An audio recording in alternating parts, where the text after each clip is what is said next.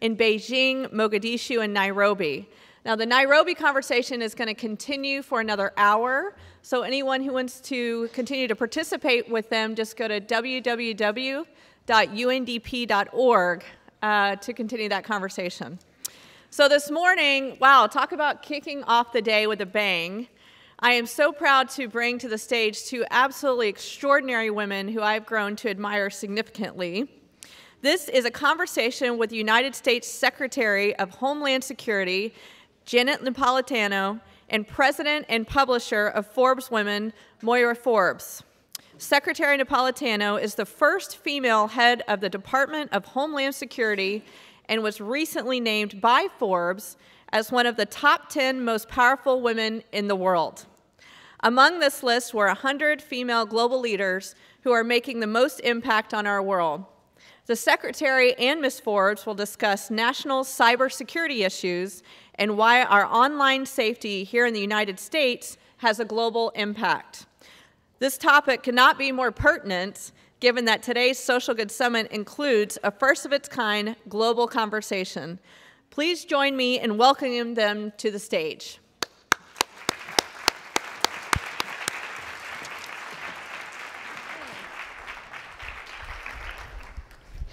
Good morning, everyone. Wonderful way to start off the day. Definitely an important and heavy topic to be starting off our Monday morning. But I'm thrilled to have the Secretary here today. I was really fortunate to have the opportunity to sit down with the Secretary about 3 or 4 weeks ago, to talk about leadership, her extraordinary experience, and the tremendous task, challenges, and opportunities in the work that you do. And we heard earlier that Forbes named the Secretary the #9th most powerful woman in the world. And when you think about all that you do, over 230,000 employees, 75 countries around the world in terms of your influence and scope, there's no shortage of things on your to-do list every day, and so we're grateful that you took the time to be here with us today.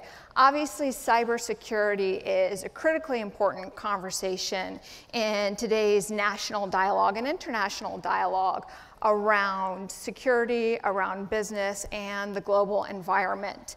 But it's a very complex issue where there's extraordinary nuances in how we define security, in terms of how we define traditional threats and enemies to this country, but also one that the Secretary has been an extraordinary voice in scaling why this conversation needs to be happening today.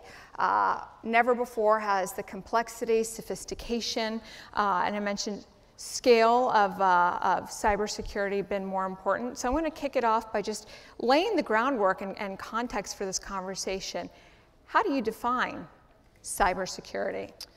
Well, I define it very broadly. I think it means anything having to do with safety on the World Wide Web, on the internet.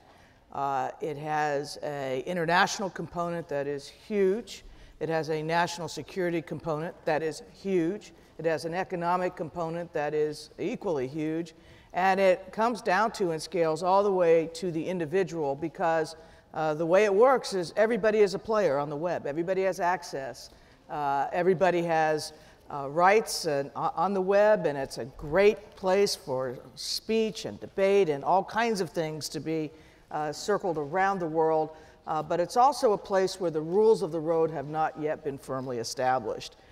So when we think about it from a security standpoint, one of the things we're thinking about is, well, how are things controlled, or how are things operated in the United States? How do we protect critical infrastructure, like, for example, the control systems on a refinery or on a power plant? How do we make sure that, as free as the net is, that we are still able to make sure that infrastructure and individual security, that both can be protected? And there's somewhat of a balance there. The law doesn't really cover a lot of these topics. The United Nations General Assembly is meeting this week here in New York. This is an area where there really isn't a lot of international agreement yet I think it's yet to come in this fast developing area. But when you talk about the definition of cybersecurity, we're talking about it writ large. When we're looking at these different areas that encompass cybersecurity, I would love for you to talk a little bit about the differences between things like cyber espionage and cyber warfare. Obviously, they all speak to the larger issues, but I think they help frame some of the conversations between public, private sector, between what we do as individuals today, and also some of the larger, more dramatic looming threats that you talk about that are very, very dramatic and very, quite frankly, scary for all of us. Well, let's take the continuum actors, right? You have everything from the teenager who has figured out how to get into the web within the house, and all the way to hacktivists that are using the web as a way to either send a message or interfere with something they don't like. You have cyber criminals who are committing what are really traditional crimes. They're just using a new medium with which to do it, plain old theft, fraud, those kinds of things. And then you have the more nefarious types of activities. Espionage, as you mentioned, it can be both governmental but also business espionage. One of the major things we're seeing is that the web is being used to move intellectual property developed in the United States to other parts of the world. That's a major economic shift because the intellectual property, of course, isn't being paid for. And then you go all the way to nation-state sponsored activity on the web. And this is an area, again, where concepts and protocols are still being developed. Can you conduct or do you conduct actual warfare on the web? Is it state of war? How do nations respond? How do nations work with each other? How do you deal with it when the fact is that you're not normally dealing with a frontal attack? It's something a little more subtle and nuanced. So all of these are huge public policy issues being discussed in the United States today, being discussed around the world today. And it is an area that is going to be fast moving and so significant for us to keep the web the powerful social force that it can be. Do you think the rapid nature in which this area is evolving and the complexities that are scaling in unprecedented ways, how does that compare to our ability as a nation and from an international diplomacy perspective to be able to not just prevent, but to be able to anticipate and deal with these? Do you think we're on two different timelines? In a way, yes. In a way, yes. You know, we think about it proactively. We think about it, well, what can we do to protect? We think about what do we do if there is an attack and there is a usurpation. It could be a denial of service. It could be spear phishing. It could be a lot of different things. What is the immediate way to stop it, contain the damage, mitigate the loss, and move forward? Each of those things requires different responses. They implicate different areas of the United States government. We actually have now at the Homeland Security 24/7 watch centers that deal only with cyber incidents, intersection with the private sector that controls the nation's critical infrastructure. There are other 24/7 watch centers in other different offices. And the fact of the matter is that in the almost 4 years I've now been secretary, this is by far the fastest growing area of activity.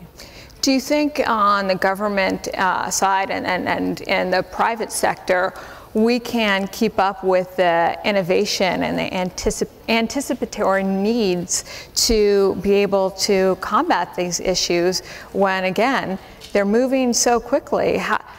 How do we manage something that's going at lightning speed? Or is it not managing? Is it doing something differently?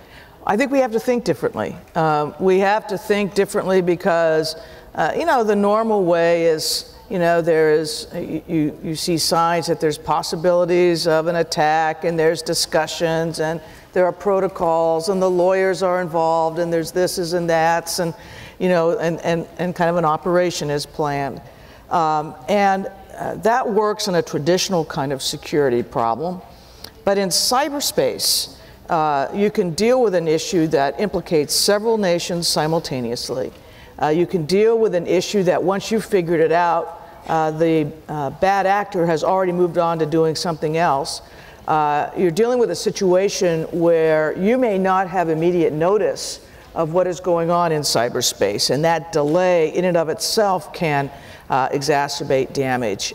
So we all know we have to move very quickly. We don't have time for a lot of things, but we also know that we have to gauge our reactions so that they are balanced, well formulated, and what that means is we are now, and I think will continue to be, imagining scenarios that could happen so that we can game them through ahead of time. Well, what if this happens? Then that needs to happen. What if this? Then that needs to happen, that sort of thing. And we're in new territory here. A lot of this has never been done before. You mentioned that you need to, and your organization and across the government, need to be retraining ourselves as to how we think about these issues and react to these issues versus maybe previous security challenges. What does the public need to be doing to retrain what they're doing from a day-to-day perspective, but also their work and their conversations with the government? Well, I think everybody has a role. And it begins with the fact that this is a immediately accessible web in which information flows at lightning speed, and in which there are things you can do to mitigate any risk to your own self or risk to others. It's simple stuff, changing your password regularly, backing up things so that if you are somehow denied service, you still have backup. A lot of those kind of straightforward steps. It begins at a young age. I mean, these young kids, all of whom now view cyber, that's just the way you do things. Actually think differently. It's not something between them and the world, it is the world. But they need to know from a young age what to do to protect themselves. Parents need to do things to protect their families in the home. That's a responsibility we all share. And then it really goes out from there. In a business setting, we're really encouraging businesses to enhance the cybersecurity that they affect internally, because they're not alone in this. They're not solo actors. Everybody is part, in a way, of this informal community that is the whole world that is on the web. And so many large corporations, whether it be Google and other multinational players, have been very open, and some more so than others, in terms of the cybersecurity issues that they're facing. I talked to one oil executive who said that, like clockwork, they could monitor the hacking at their company during the work hours in Beijing, and when they knew those hackers went off to lunch, it stopped. When they came back from lunch again, it started. So everybody has a role, but in the private sector, there's a larger conversation of what's that relationship between the government, between the work that you do, and private businesses. And from a privacy perspective, that's very, very controversial. What do you see that relationship being in terms of access to information, the government's role in private business, and where that fine line needs to be developed? This has been a very interesting and troubling discussion in the Congress this year, and it really gets to your question, which is, how does government, which has the overall security responsibility, interact with the private sector when an attack on the private sector could have multiple rippling effects throughout the country? And you get into this debate, it's kind of a Washington, D.C. thing about, well, government is trying to regulate the private sector. We don't want regulation. Regulation is bad.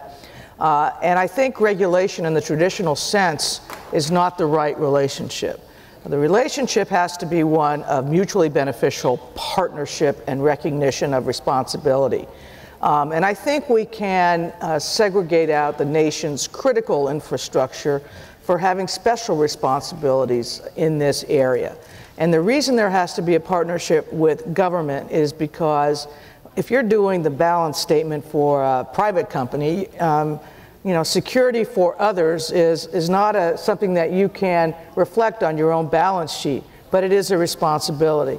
That's why government is involved, is to make sure those costs are spread appropriately and that everybody recognizes the common good that is being served.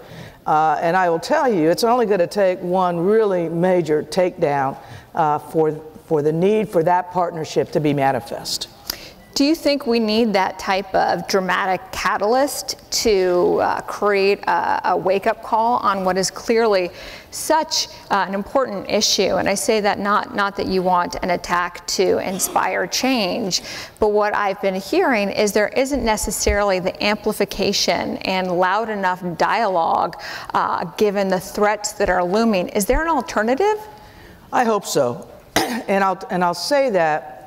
And I'll give you an example from the non-cyber world. FEMA, the Federal Emergency Management Administration, is within the Department of Homeland Security. It became clear after Katrina and the response there, or lack thereof, that it was broken, that there was something wrong with FEMA. What has happened is we have used that crisis and the analyses after it to fix FEMA. And so FEMA now is very agile, very astute, very mass-on-target oriented and speed-oriented. That crisis crystallized action. And you find that time and time again. There's lots of examples of that. The problem with cyber is if you have a crisis, first of all, it could be multiple crises happening simultaneously. Secondly, it could have very damaging ripple effects that put life and property at risk. Third is that we don't yet have all the protocols in place, I think, to deal with a truly massive problem. So Congress was not able to act this year. They got kind of stuck in the regulation versus non-regulation dichotomy. So they got stuck. I think that the president is considering moving forward, is considering it, has not made a final decision, let me be clear about that, but moving forward with an executive order that would help with this.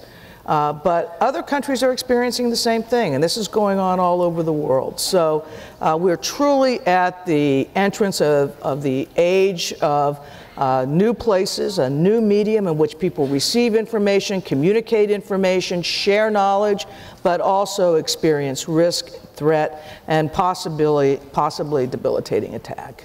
You mentioned the larger international landscape just a second ago. One of the things that makes this dynamic with cybersecurity so challenging is the term, it's wild, wild west a little bit.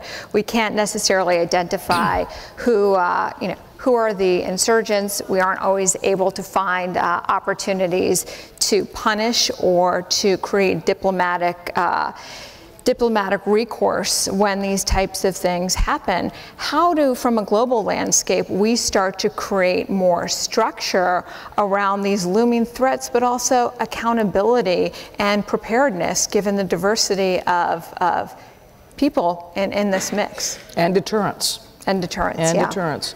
I think this is an important conversation for the nations of the world to have.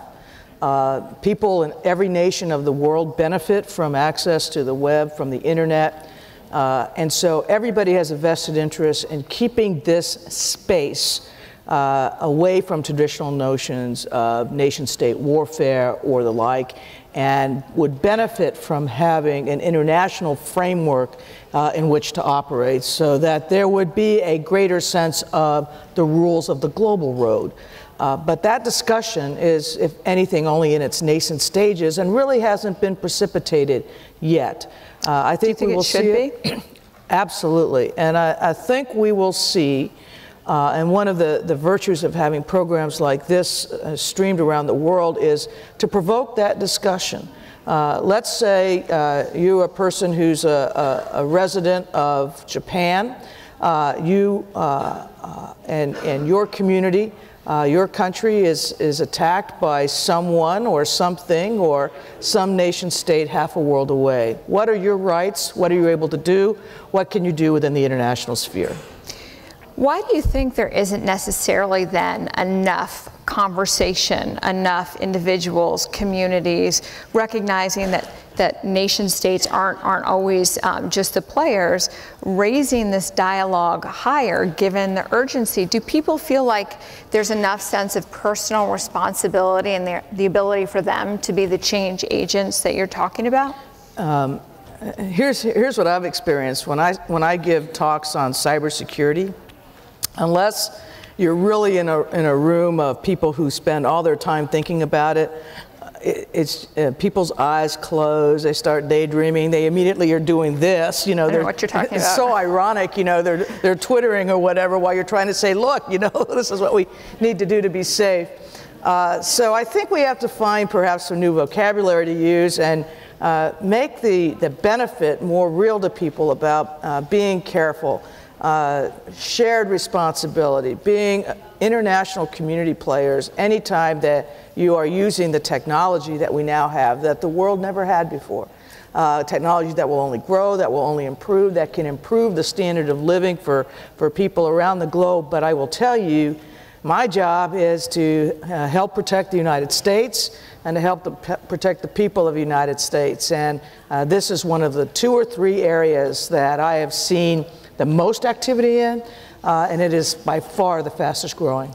Do you think individuals have a greater opportunity and responsibility to be part of this larger change and reform that's needed than potentially other areas of importance in your organization, such as aviation, obviously, you know, more traditional security threats? Is the relationship to the citizen different here? Yes, and that's because every person in this audience who's on their BlackBerry now or on their iPhone or whatever it is that you brought in, everybody in here is already a player on the web.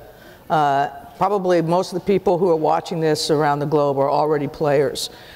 You are citizens of a greater global community than not only your country, but a global community that is now connected in ways that didn't exist before. And citizenship carries with it responsibilities. In aviation, we do things to secure the airports, to secure the planes. We're trying to make it easier for people, but that's tough. We need to keep those airports safe, those planes safe. But in cyber, everybody here in this room, everybody who's around the world is an individual player. So if you were to speak to these individual players, hearing this conversation, what would be the 3 things that you would want them to walk away with to not only scale this conversation, but to be action agents themselves? 3 things. Practice good cyber hygiene yourself, right?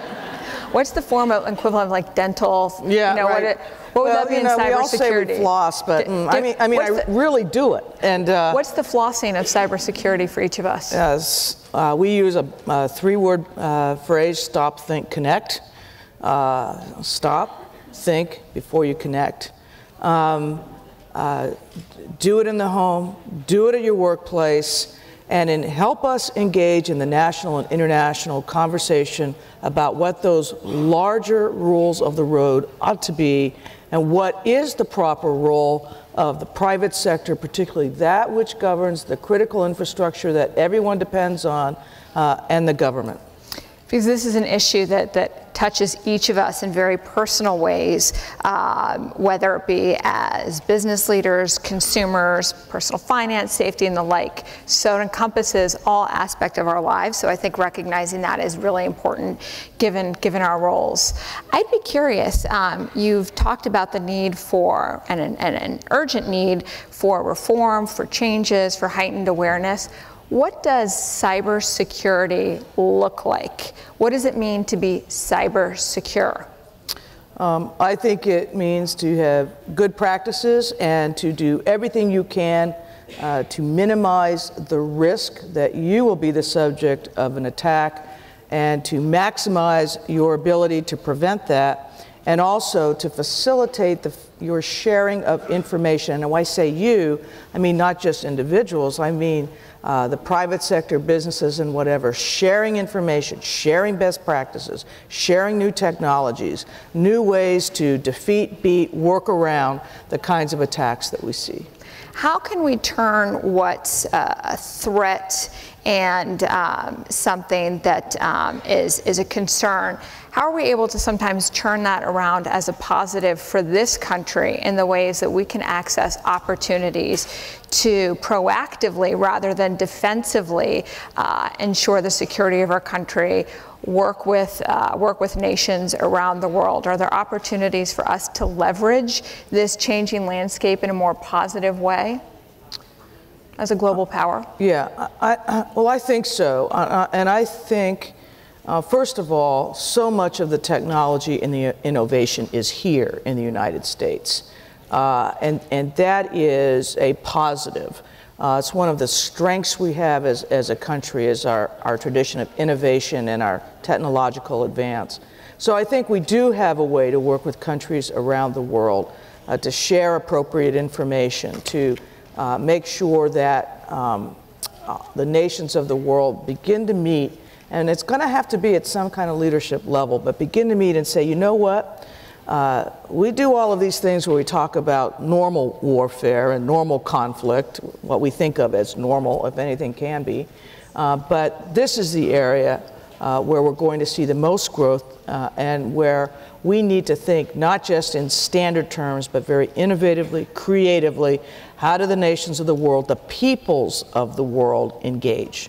How can private and public sector work better together to innovate in terms of technologies that not only enhance the business and the bottom line value for these companies, but are there more opportunities to leverage and harness the intellect and the innovation that we're seeing in Silicon Valley and other areas of this country to do the work that you do? And how do we break down those silos more effectively? One of the things we've done at DHS is we have divided the economy into 18 sectors. And within each sector, we now have a coordinating council that we interact with directly. And one of the things we are interacting on is how we share information quickly about potential cyberability and cyber vulnerability. And we're really working with a few sectors right now that have been particularly susceptible to attack. But we want to spread that kind of relationship even further. Now, we started those sectors before cyber became so hot. We started them when we were thinking about hurricanes and floods or terrorist attack. But now we see that cyber can be a new medium, and it operates, as you said, so quickly, and it's so quickly evolving that those sector councils now become change agents themselves. Becoming cyber secure is not a destination, it's an ongoing process. As we wrap up, where do you see this country in terms of the greatest needs for attention, for resources, potentially areas that some would see as vulnerabilities? And on the flip side, where are the areas in this country in terms of cybersecurity that let us sleep at night rather than thinking of all the what ifs? Well, part of my job is to think of the what ifs. So we leave that to you, though. That'll be my.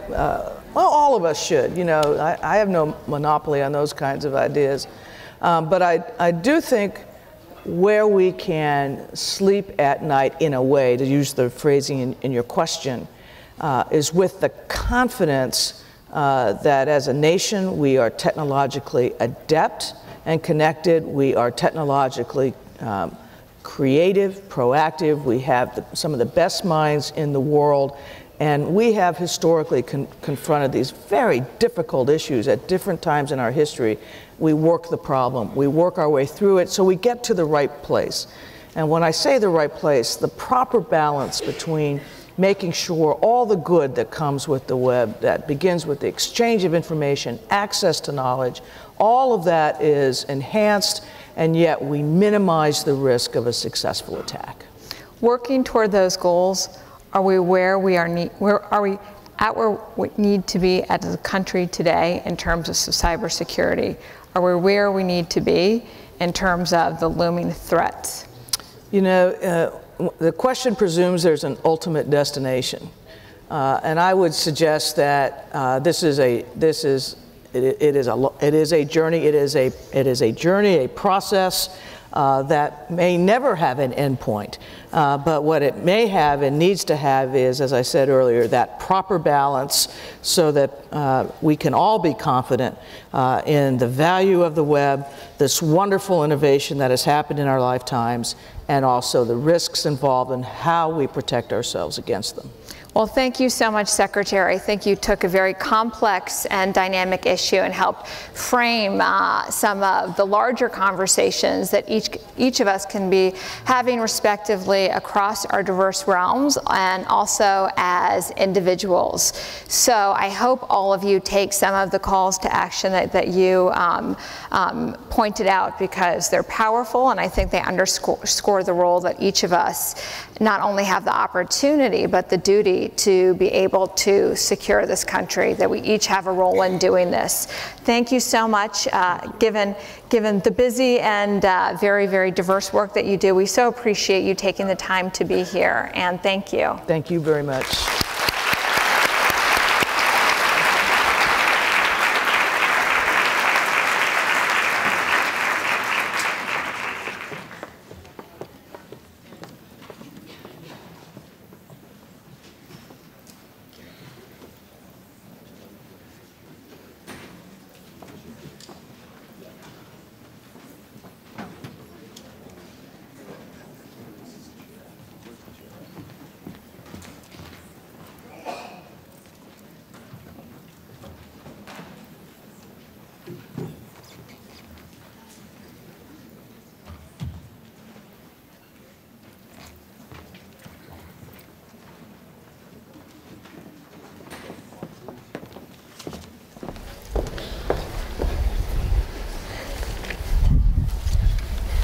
Good morning. Good morning, Social Good Summit 2012, the Global Conversation Day. I'm Rob Skinner with the United Nations Foundation, and I'm really pleased to be sitting here with two of our partners and, in fact, very good friends, Stacy Green from Mashable and Boaz Paldi from the UN Development Program. You know, 2 years ago, we started this partnership with Mashable and the 92nd Street Y, and we were really pushing out a lot of amazing conversations, amazing information about using social digital technology for social good. After those conversations, we had a lot of other further conversations among the partners and said, well, what we really need to do is bring the world into the conversation. Have people talking to us, not just us talking out from New York. And we did that by bringing in UNDP as a partner for this year, Ericsson as a partner with their amazing Technology for Good platform, and the Bill and Melinda Gates Foundation, who are doing amazing things around the world on development issues. And we've said, okay, now we have a partnership that can really make a difference, and so we can listen and create contacts globally and make this a problem-solving and action-oriented event. And so we feel very good about having done that. And we have had conversations in over 200 locations continuing through today. And first, I'd just like to ask Stacy, you know, how has Mashable helped make that happen?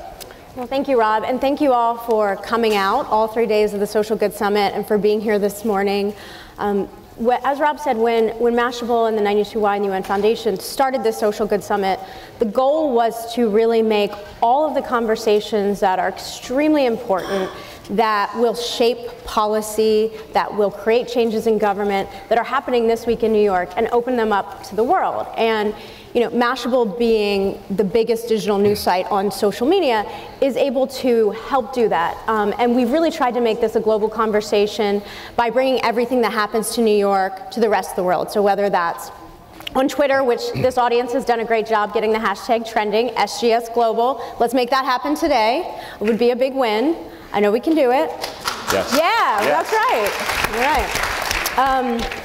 The live stream, we've live streamed it every year. This year is really exciting. You see all the translator booths in the back, which I know can be a bit noisy, but it's completely worth it because we're able to bring this content and the conversations and the ideas to the world in 6 other languages. And we've had Facebook updates and Google Plus updates, and we've been on all the major social networks. But we knew that in addition to all the great conversations happening online, we needed to do something offline as well, because not everyone can get to New York this week, but they still have a voice and they still have an idea, and they're the ones who are going to help us here change the world. So what Mashable does is we have a platform on Meetup. You'll actually hear from Meetup's founder later today, called Meetup Everywhere. And that's where brands can create a community, people who are really passionate about what they do and the topics that they're dedicated to, and encourage people to meet up. And this is something that Mashable does throughout the year. We have meetups in countries and cities all over the world about different themes that are core to the Mashable mission. And we said, look, let's make this a global day for good. Let's create a global conversation around the world for Social Good Summit this year. We know there's all of this appetite and activity, so we can do that on the Meetup platform. And the Meetup platform is great. For the Meetup platform, we can reach a lot of people, but we can't reach all people. So we know we needed to bring in other partners. And I'll talk to that in a minute, but before that, I want to show you something really fun. There was a meetup happening in Tokyo earlier this morning for us, and they sent us a picture on Twitter. So what I want to do is I want to send them a picture back of all of you.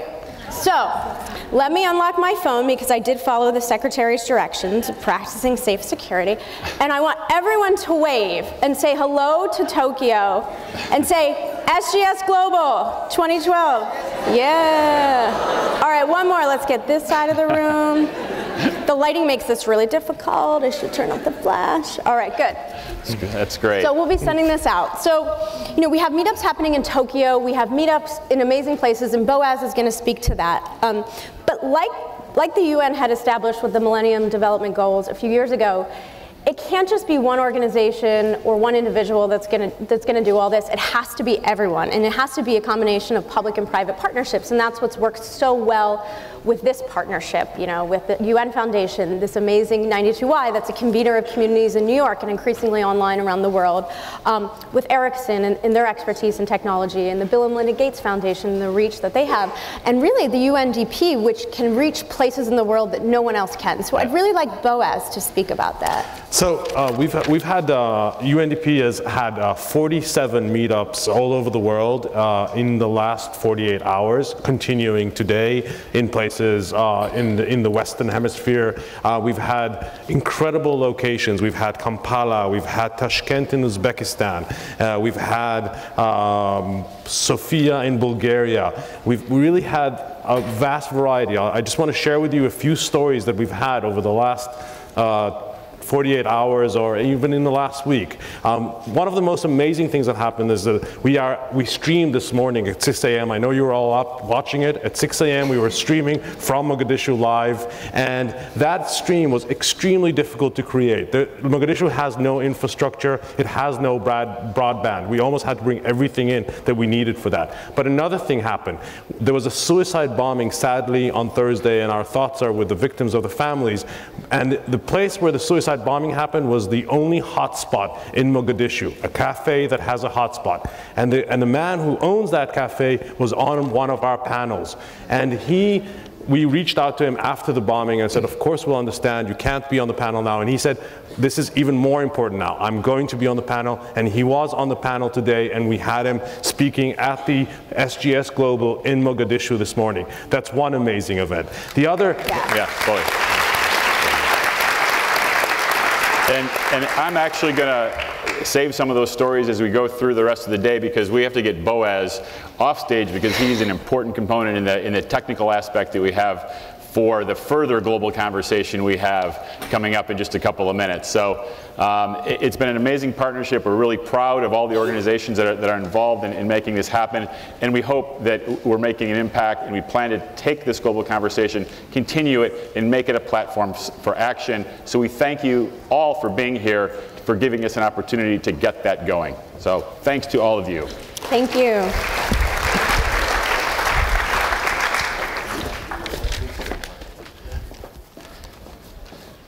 And And now as Boaz steps back and gets things ready back there, we'd like to show a video from an organization that's been very important to this partnership, and that's One Day on Earth. And One Day on Earth has been compiling footage and video from around the world. They're working right out here in the art gallery. You can see them editing the tape as it comes to us. They're doing it live in real time. And right now we'd like to see what they have put together from Greece.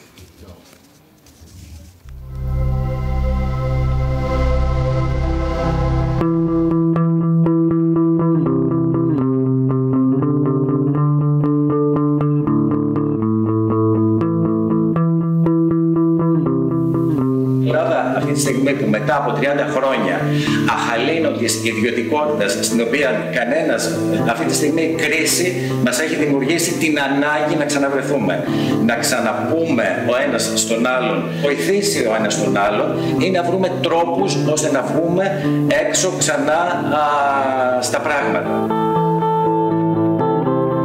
Το DocTV δημιουργήθηκε για να καταγράψουμε την πραγματικότητα, την ελληνική πραγματικότητα όπως την βλέπουν τα μάτια μας και να δημιουργήσουμε ένα μεγάλο αρχείο στο οποίο η κοινότητά μας θα μπορέσει να αναφερθεί και μέσα από το οποίο θα μπορέσει να καταλάβει τι πρέπει να αλλάξει αυτή την κοινωνία και πώς θέλουμε να βλέπουμε τους εαυτούς μας τα επόμενα χρόνια που έρχονται. Να βρει εκεί μέσα την πληροφορία που χρειάζεται για οποιαδήποτε, για όλα τα νέα ήθη που μας ενδιαφέρουν. Για την ανταλλακτική κοινωνία, για την διατήρηση των σπόρων, για την σχεδιασμένη διαμαρτυρία με λύσεις και όχι την ουδή διαμαρτυρία απλά στους δρόμους. Όλο αυτό φαίνεται να έχει ενδυναμωθεί μετά το κίνημα των αγανακτισμένων και με όλο αυτό το περιβάλλον της κρίσης που βιώνουμε τον τελευταίο καιρό στη χώρα. Όταν μιλάμε λοιπόν για σύγχρονο πολιτισμό και αφού αναφέρεσαι στο τώρα, πρέπει να μιλάς και με τα εργαλεία του τώρα. Τελικά το θέμα είναι ότι όταν αξίζει κάτι, πρέπει όντως να το κάνεις share. Αυτή είναι η λογική των social media. Γιατί στη λογική των social media η πολύ ουσιαστική λέξη είναι και το social που έχει σχέση με το society και έχει λέξη με την κοινωνία. Αυτή τη στιγμή έχουμε έναν διπλό στόχο ως Έλληνες. Να ξεπεράσουμε την κρίση ξαναβρίσκοντας το βηματισμό μας ως πολίτες που ασχολούνται με τα κοινά και βρίσκοντας τρόπους για να εξελιχθούμε. Και ο άλλος είναι να γίνουμε μέρος της Ευρώπης, όχι αντιγράφοντας και μαϊμουδίζοντας τη Δύση, αλλά προσφέροντας και συνεισφέροντας στον ευρωπαϊκό πολιτισμό τη δική μας φωνή.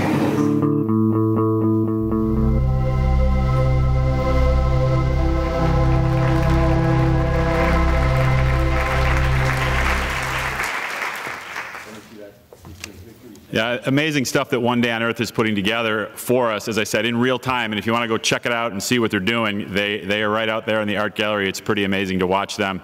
And as is their, the production that they put together, the feature film that has footage in it from every country in the world on the same day. It was an amazing piece of film work, and we congratulate them for that and are so pleased that they were able to be a part of this today. So at the moment, we're hoping you'll bear with us for about 30 seconds as we connect the world, connect the streams that we've had running so that we can all talk to each other and get some feedback and understand just what the conversations have looked like around the world coming into us here at the 92nd Street Y in New York City. So we'll be out in just a second.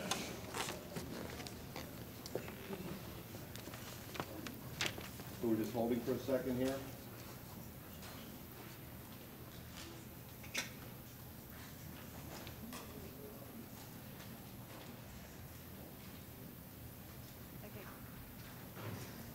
I didn't hear from you when I wrote it. I can kick it off. We're not hearing that. You're hearing Beijing at the moment? Okay. Are we starting this then?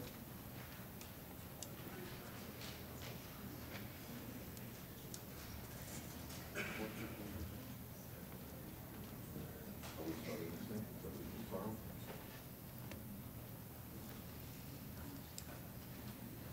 Trying to get them to go, and they're not hearing. They're not hearing our audio.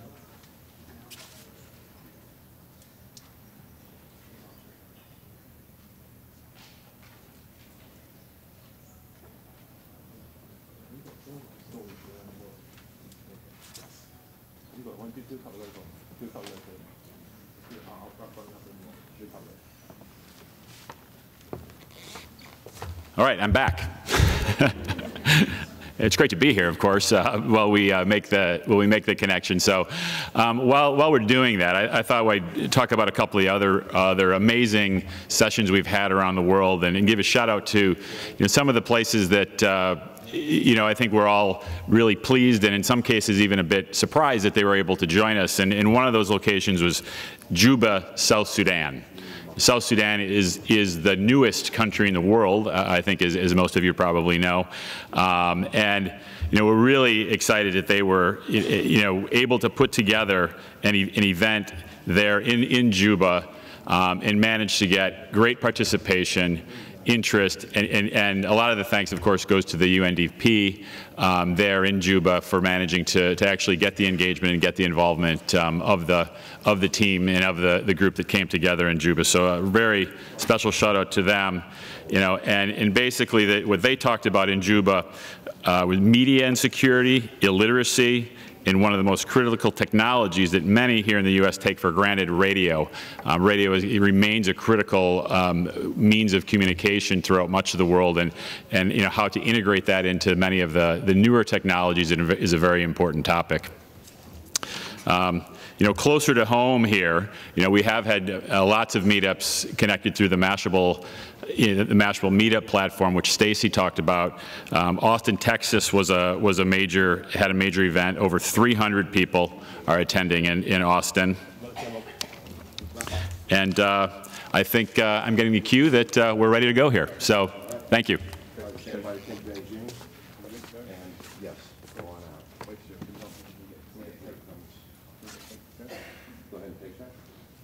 Okay. Yes? No? Yes?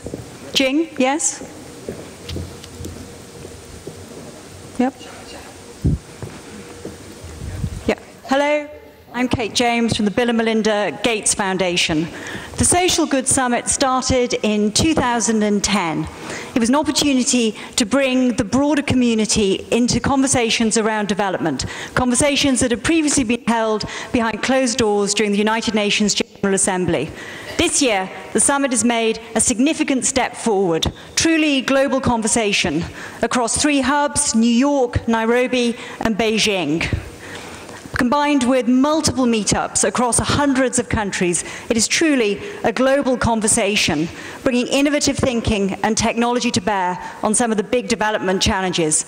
And it's my pleasure to link up tonight those 3 hubs. So without more ado, I'd like to hand over to Nairobi to Aeneas Chuma, the United Nations representative in Nairobi, to hear some of his reflections from what sounds like a pretty exciting day in Kenya. Aeneas.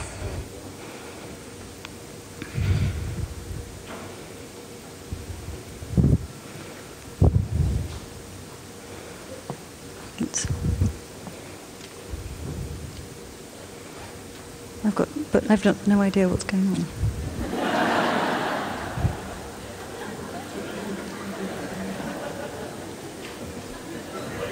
Well, okay. My name is Aeneas Chuma. I'm the UN resident coordinator in Kenya. Has it gone to Kenya?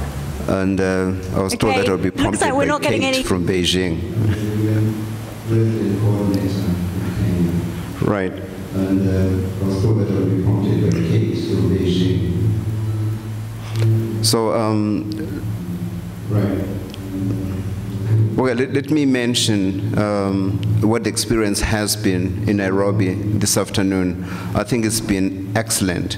But let me start by mentioning that what has been in Nairobi this afternoon. I think it's been excellent. But let me start by mentioning that we were able to link or connect with Mogadishu, one of the most unlikely places on earth. And as you know, Somalia, for the last 20 years, has been experiencing a lot of civil strife and destruction and war. But from the discussion they had, it was very clear that the young people inside Somalia, in Mogadishu, and also outside Somalia, believe that the digital platforms available to them can consolidate the peace in the country and help rebuild the nation. So that's an extremely powerful message. But let me come back to what has happened in Nairobi this afternoon. You know, Nairobi in itself is a major center for innovation in IT. And I want to mention the 3 lessons that we got this afternoon.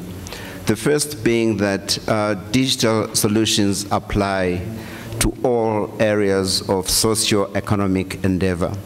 They are enabling in all respects.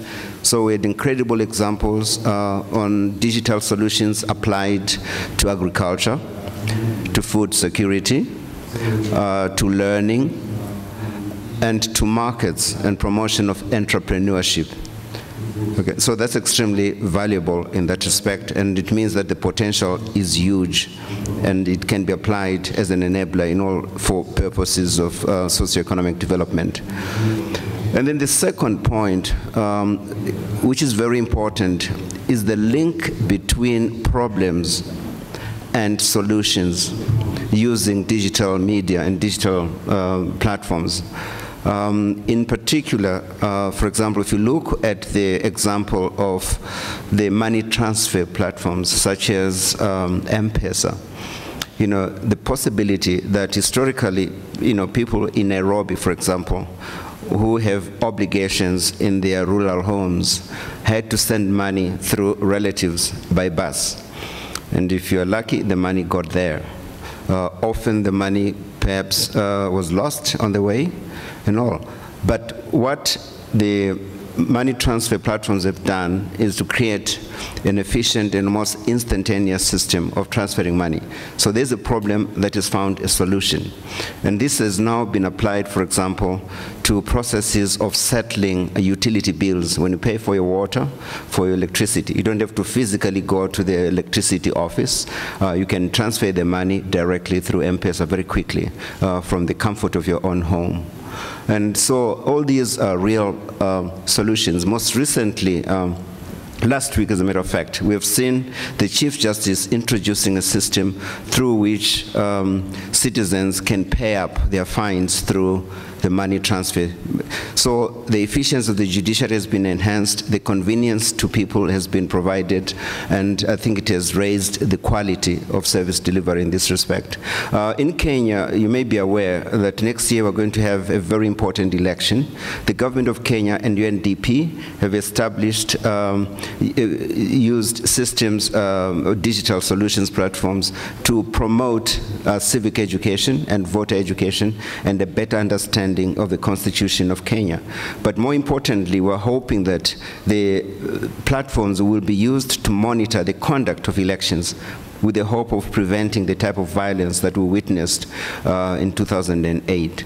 That's the second lesson, you know, the link between problems and solutions. And the other last point is that there's no limit to this. This is an evolving media, you know, tremendous opportunities. People often say that the sky is the limit. In this case, the sky is not even the limit. I think the limit is the imagination going forward. So those are the 3 main lessons from Kenya this afternoon. Let me mention very quickly 2 messages, you know, from the lessons. I think the first one is that this is a new medium. It's young, it's evolving, it requires tremendous creativity. It also needs space to grow and thrive. There's a tendency now that it could be over-regulated, such that the capacity for innovation is thwarted. It's extremely important that we work with the governments as international organizations to encourage them to provide more enabling environment rather than regulate this new medium to death. And it's quite possible because a lot of the governments are not as well informed as they could be about the possibilities and the use to which digital platforms can be made to promote development, to promote better governance in their countries. And it's not just applying to developing countries, it's also applied to developed countries. If you see what has happened over time to Microsoft being dragged into court for anti-competitive behavior based on laws that were made 100 years ago. And Facebook also faced similarly. So this issue of appropriate regulation is extremely important and must be addressed. The second message is that in Kenya we've learned that a lot of the innovation is undertaken by very young people. They're creating jobs for themselves, they're solving problems. The problem they face is how to access affordable capital. And here I'm talking in terms of both investment capital and working capital. Money from conventional sources is very expensive in Kenya, as it is in other developing countries. It's extremely important that we work with governments, with other international organizations, as the United Nations, to create funds that will support young entrepreneurs in this field. They're very young, they're in their 20s, and I might mention one of them who I know pretty well, Nevi, who has been working on e-learning. She's below 30, I'm just being polite here. She's 28, as a matter of fact. So that is extremely important. So I want then to mention the 3 lessons we learned. The sky is the limit. This between problems and solutions. And then also the main lessons of our regulations and also creating funds to support young entrepreneurs in this field. I think my time is up, and I thank you very much for your attention.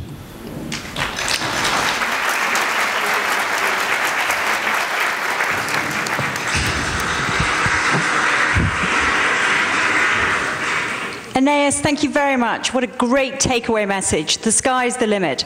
So from Beijing, it's getting late here, so it only remains for me to say good night and to hand you back over to Stuart Elman at the 92nd Y as they start the 3rd day of their summit conversation, to wish New York best of luck and hope that this is the start of a global conversation that will sustain way beyond this week into the months and years to come. Thank you very much.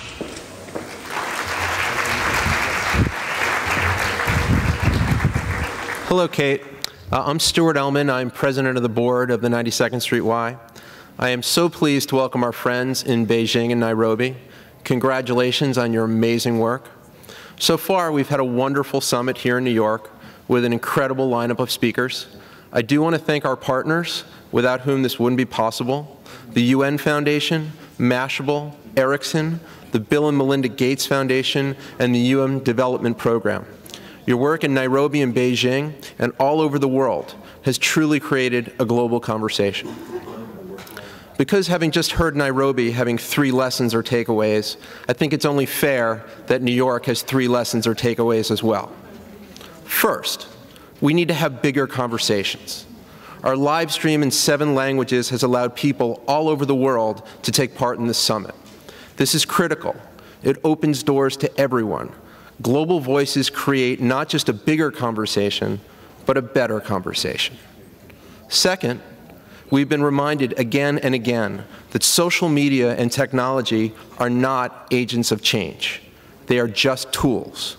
We, the connected people of the world, are the agents of change. And third, we have so much to learn from each other. The stories from around the world that we have heard here in New York City have inspired us, provoked us, and challenged us. This is the first time that this kind of conversation has taken place, and it is an exciting beginning. Working together, we have found a new way for new voices to address old problems. As the UN opens its doors for heads of state, we have opened our doors to the world. Let me thank everyone who is supporting, tweeting, sharing, and taking action today. Truly, our global conversation can change the world. That's the story from New York. Let me hand it back to you, Kate. Back to you, Kate.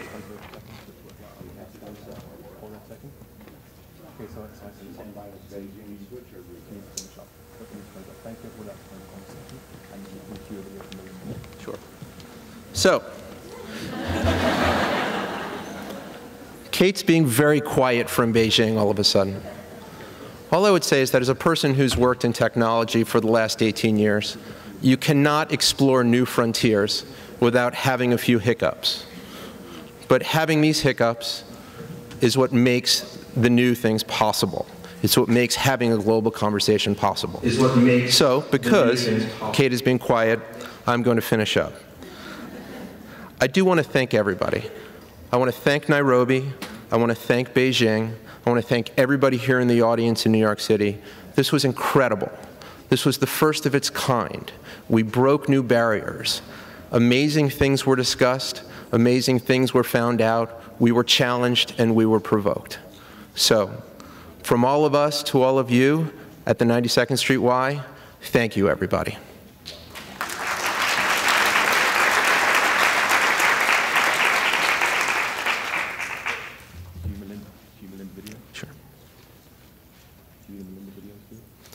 Cue the Melinda Gates video, please. So just for us here in New York, we now have a special message from Melinda Gates.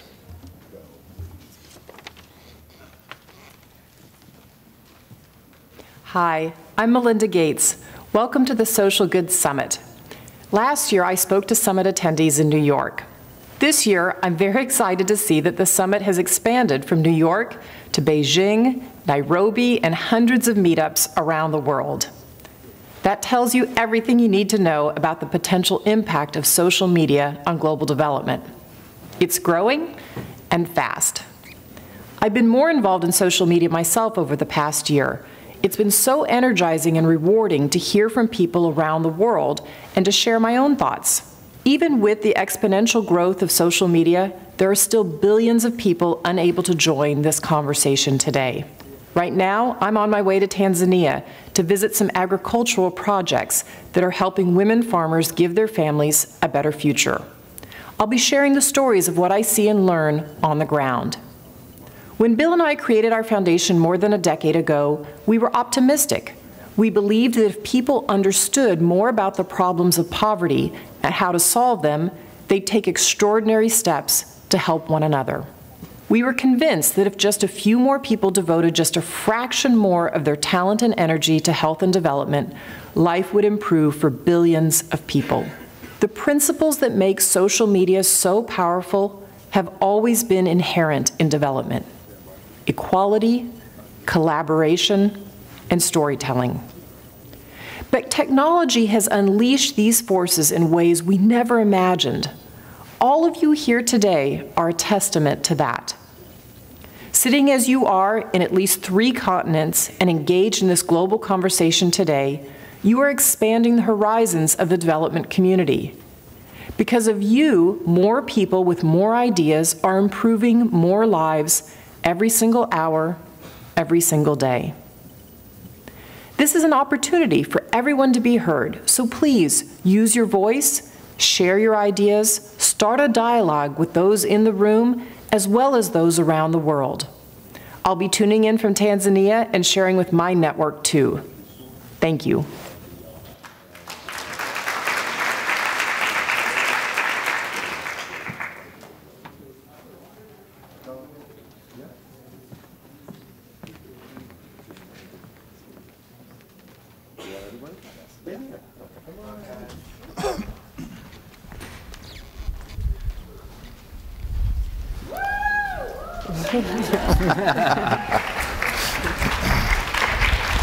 I think that's for you.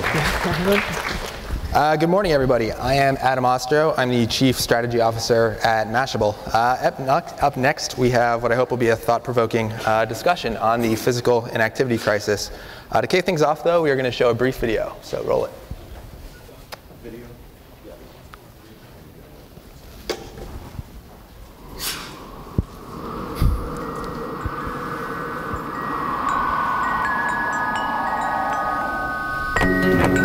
I probably would make a time machine. I would make medicine for the sick. I'd probably invent something new. If I could have an extra 5 years to live. You said 5, right? 5 years.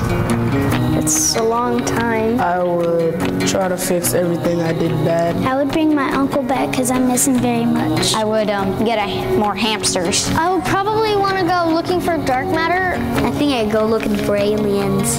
If I could live an extra 5 years. I was thinking about making like a helicopter, like a wooden helicopter. but I don't have any wood. I want to go check out the moon sometime. I'd probably teach my sister not to hate tuna. I would try and invent a machine that lets you run at light speed. If I had 5 more extra years to live,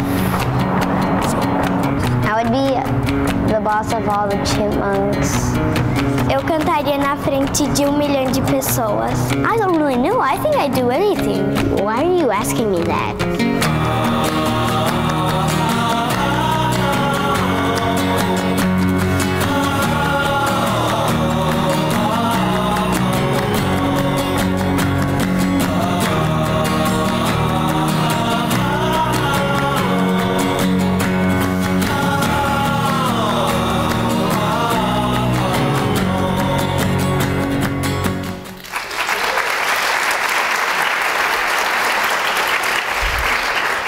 So that alarming statistic that you saw at the end there, that this generation is expected to live 5 years less than their parents, is just one of many findings that have just been published in a new report called Designed to Move that was published by Nike, the American College of Sports Medicine, the International Council of Science and Physical Education, and several other expert organizations. It's now available at designedtomove.org. And what we're going to talk about today is the urgency of this issue and what needs to be done. So with us is Charlie Denson, the president of the Nike brand, 3-time Olympic gold medalist Allison Felix,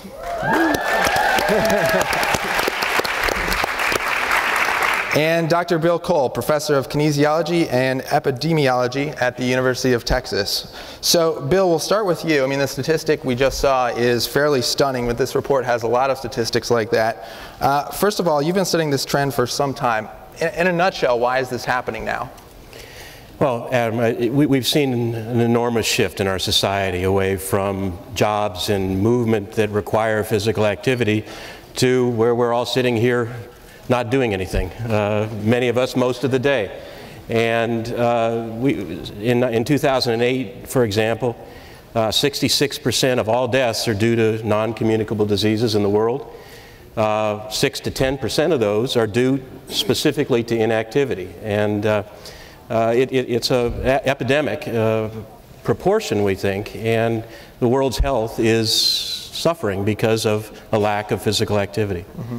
And Charlie, this report is something that Nike's been working on for 2 years now. Why is this something that you chose to get involved in now? How is it different from some of the other efforts that we've seen recently, things like NFL Play 60, some of the things the First Lady's been doing? Well, I think it's something we've been involved in since we started the company. I think the references that Bill made to the acceleration of the epidemic is becoming more and more apparent. And I think for us, it's really trying to move this conversation out of just the academic one and more into an emotional one, mm-hmm. which I think the film starts to position a little bit and create awareness around, what we're doing to ourselves and what we need to do to reverse and break the cycle that is becoming generational and a compounding problem. The cycle is something that comes up in the report and is really interesting. I think people are going to find it really interesting when they see it. Talk a little bit about that cycle and what you're starting to see, what the research showed.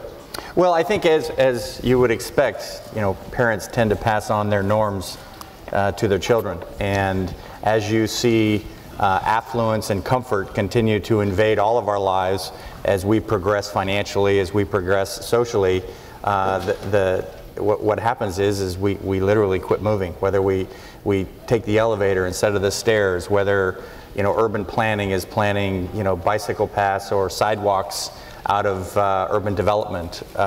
We see it all the time. It's sometimes disguised as comforts and conveniencies, but the underlying impact of what's happening is we're actually starting to destroy the mortality rate of our own life. Right, and that trend's been very apparent in the United States, but one of the other things in this report that's interesting is how in developing nations, places like China, Brazil, India, we're also starting to see the same exact trend transpire.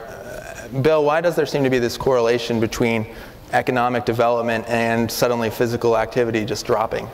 Well, that's one of the things we're very concerned about, is the trends in low and middle income countries as they develop, as they urbanize, as the standards of living increase, mimicking what's happened in the United States and other developed countries, where it doesn't take as much energy to live your daily life. You don't have to be physically active.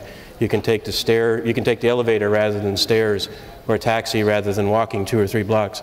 And all these modern conveniences come along with economic development, and we need to engineer physical activity back into our daily lives rather than continuing to take it out. Mm-hmm.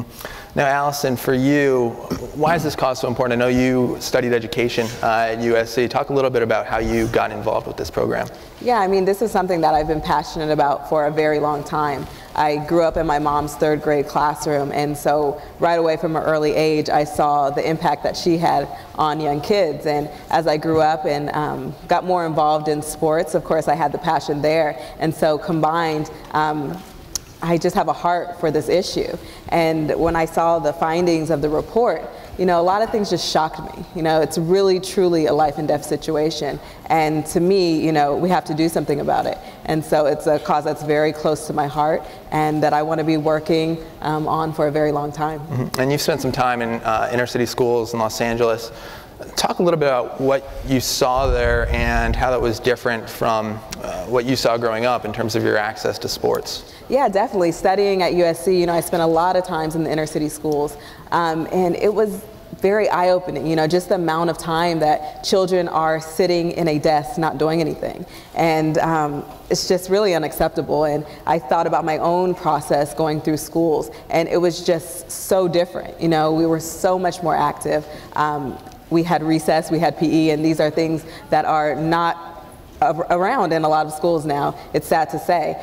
So just seeing that awareness, you know, really tugged on my heart and made me want to get involved in this cause. Mm-hmm. Now, Bill, cuts in recess and PE are something that's been going on for a long time, as long with like music and arts.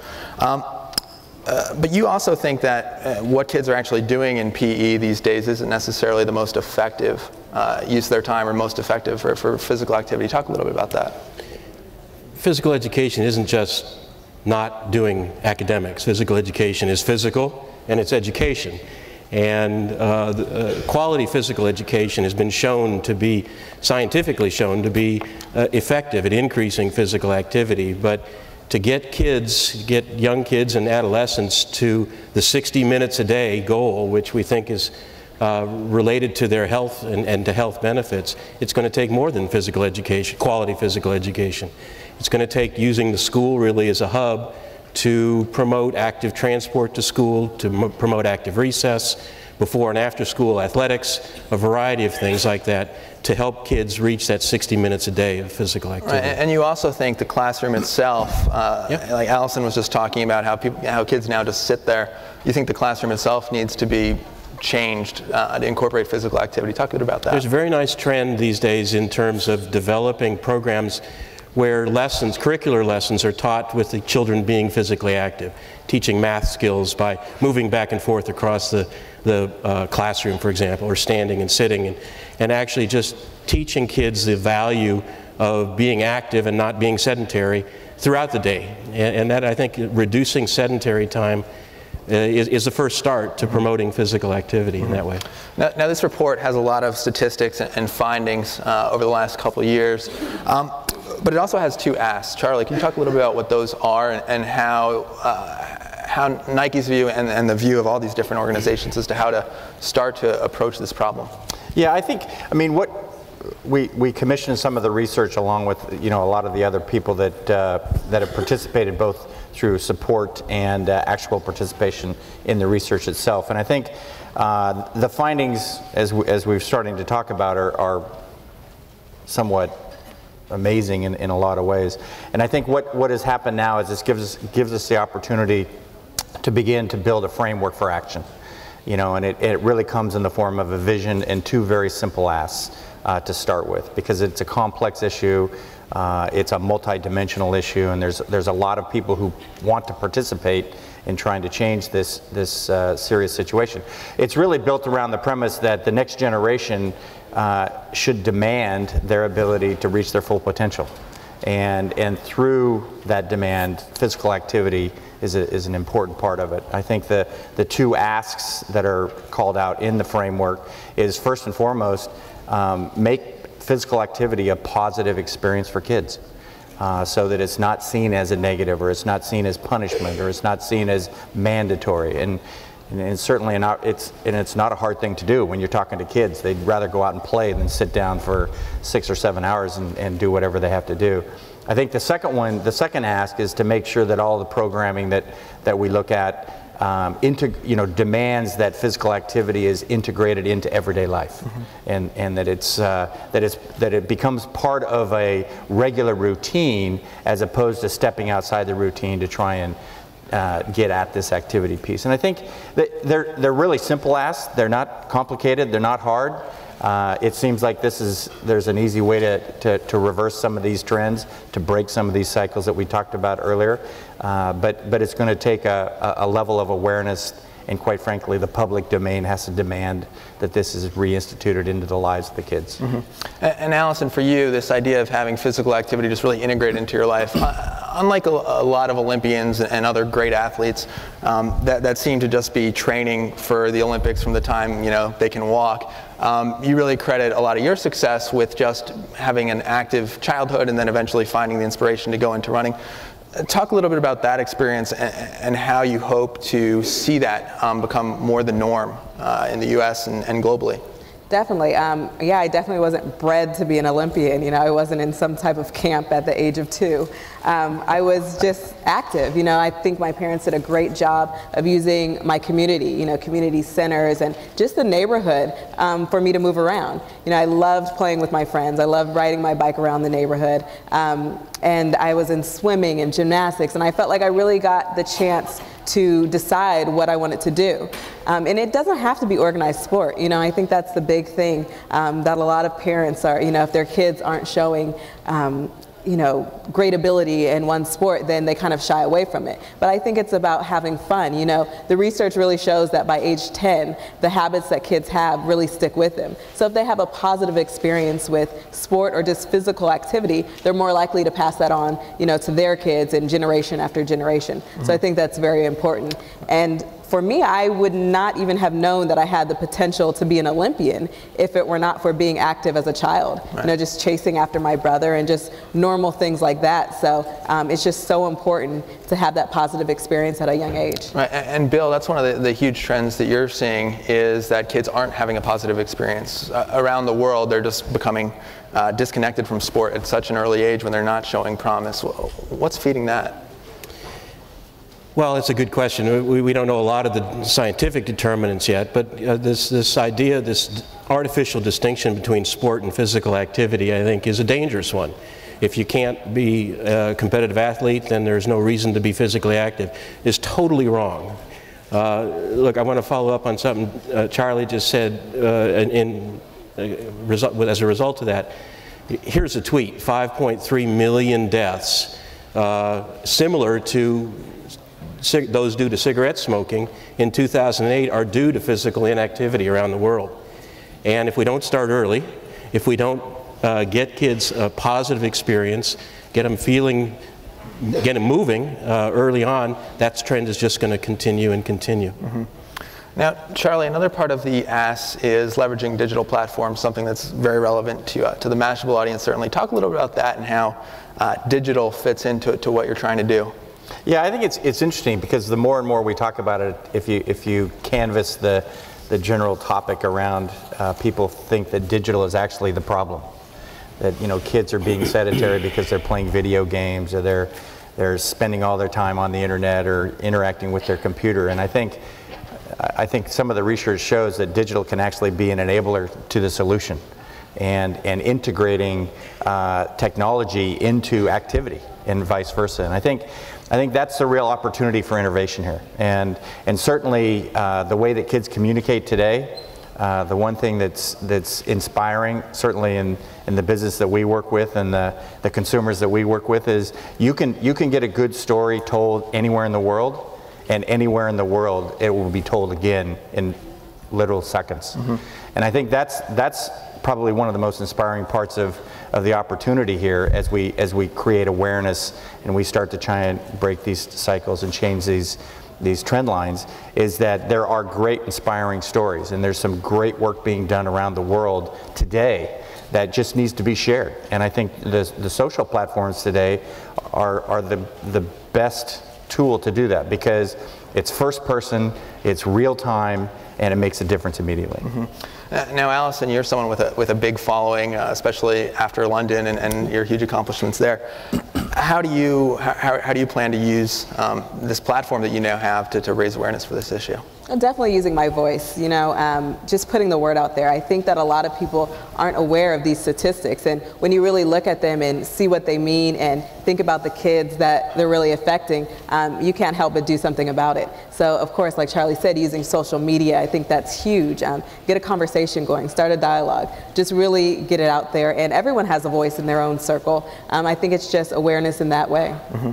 Staying on the digital front for a moment, Charlie, your company has a device, the Nike Fuel Band. How many folks in the room have one, out of curiosity? Oh, good. Pretty good penetration so far. We still have a little bit of penetration to do, so that's good.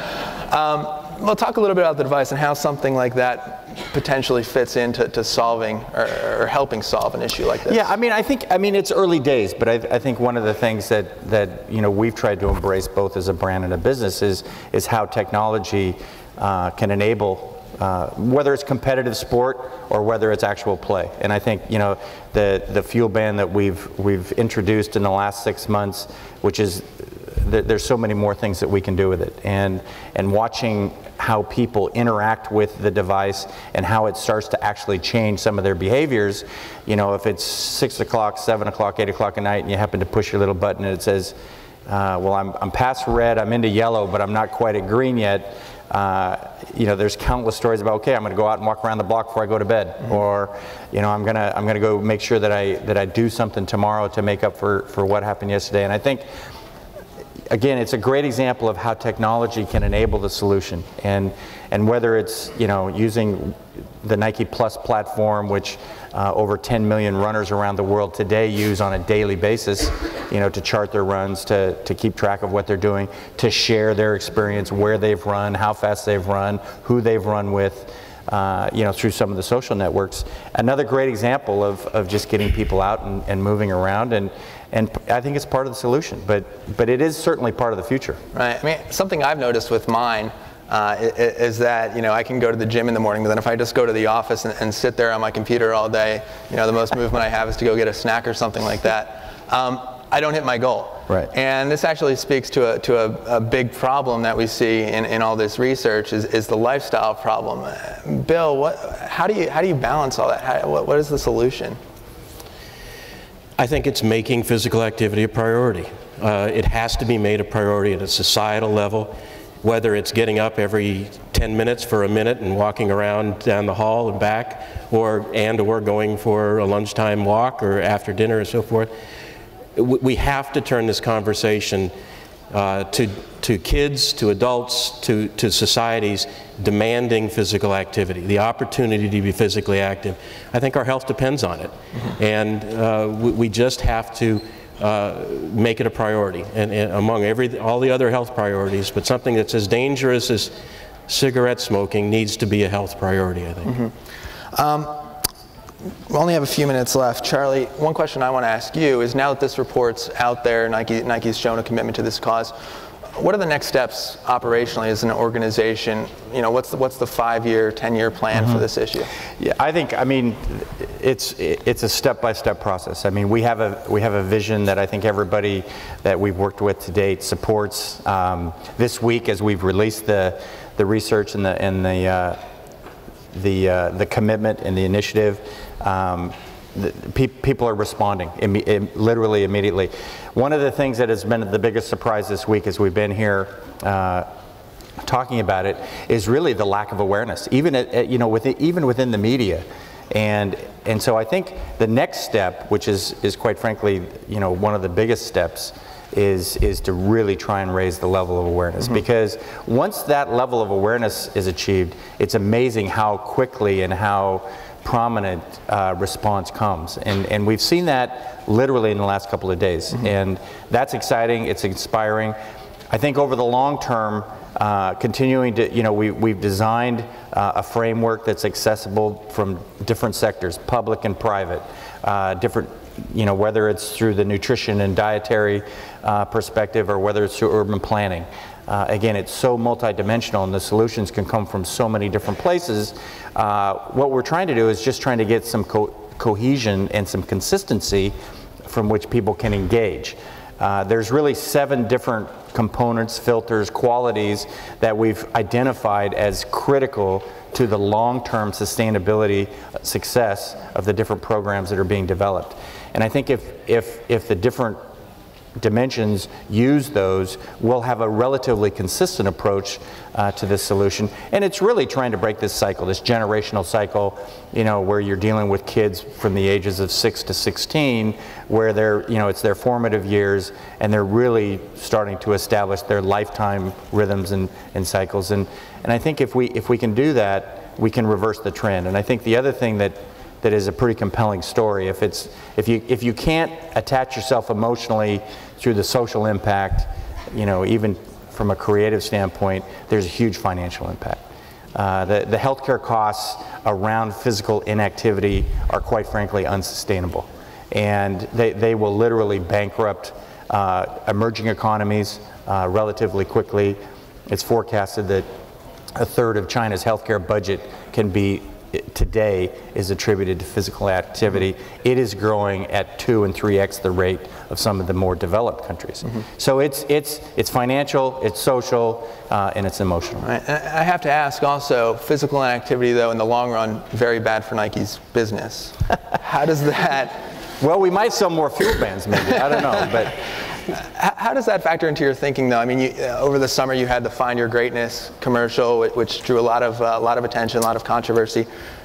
Is this a top priority now in Nike's marketing as well? Well, I think when we talk about marketing around the brand, one of the first mandates that we put around any briefing for any campaign is it relevant? It has to be timely and relevant. I think the campaign we ran against the Olympics this year, which is competition at the highest level, and you see, one of the huge benefactors of that particular competition sitting on stage today. But the juxtaposition that greatness doesn't just have to come in the form of an Olympic champion or a competitive competition at the highest level. That greatness can be found at every level of the human spirit. And I think that was really the message of the campaign, and I think it was very timely and very relevant. Just as I think the release of the research and the work that we've done here can have a big impact as well. Great. Well, we are out of time, so we'll leave it there. Thank you all very much. Thanks, Adam.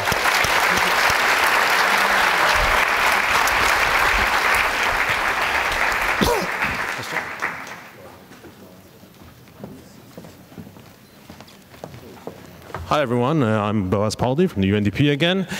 We just finished our satellite segment, so I can be back. We are trending in various places around the world, but we really want to trend globally. So let's keep those Twitters going, and hashtag SGS Global. We're counting on you to make this globally trending.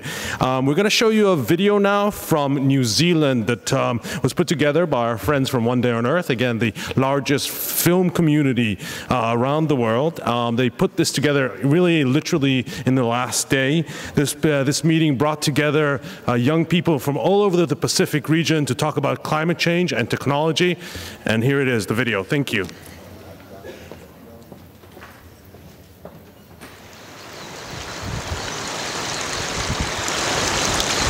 Technology is an important enabler for us to be able to work in the Pacific Islands, and especially on the issue of climate change. We can really hear the stories from on the ground as they happen, but it's still incredibly difficult as well in a lot of places in the Pacific Islands. It's incredibly slow, so we try to focus on technology that's appropriate, but it also means that our Pacific Island friends are incredibly well connected to the rest of the world. We're all here for the same reason. Even though we all come from different backgrounds, we are caretakers, and we want to do something to ensure that, we have a healthy planet. It's not going to get done, you know, by anyone but us. You know, we have to drive it. We have to push this movement. And we're here at the Wellington Pacifica Climate Change Jam, and we've got a crew of young people of Pacific Island heritage but living here in Wellington. And young people themselves are coming up with ideas what we can do to help, especially using the advantages that we have with modern high-speed technology in terms of climate change and supporting the Pacific people. The time is now to change. You know, we can't do it for tomorrow. We can't let the others suffer because we're too lazy to change now. And so I'm gonna get on Facebook, log on, you know, update my status, and we're gonna be about climate change. So we're able to mobilise in completely new ways, and it's deeply inspiring to be able to share those stories, not just here in New Zealand, but globally, from what's happening on the front lines of climate change.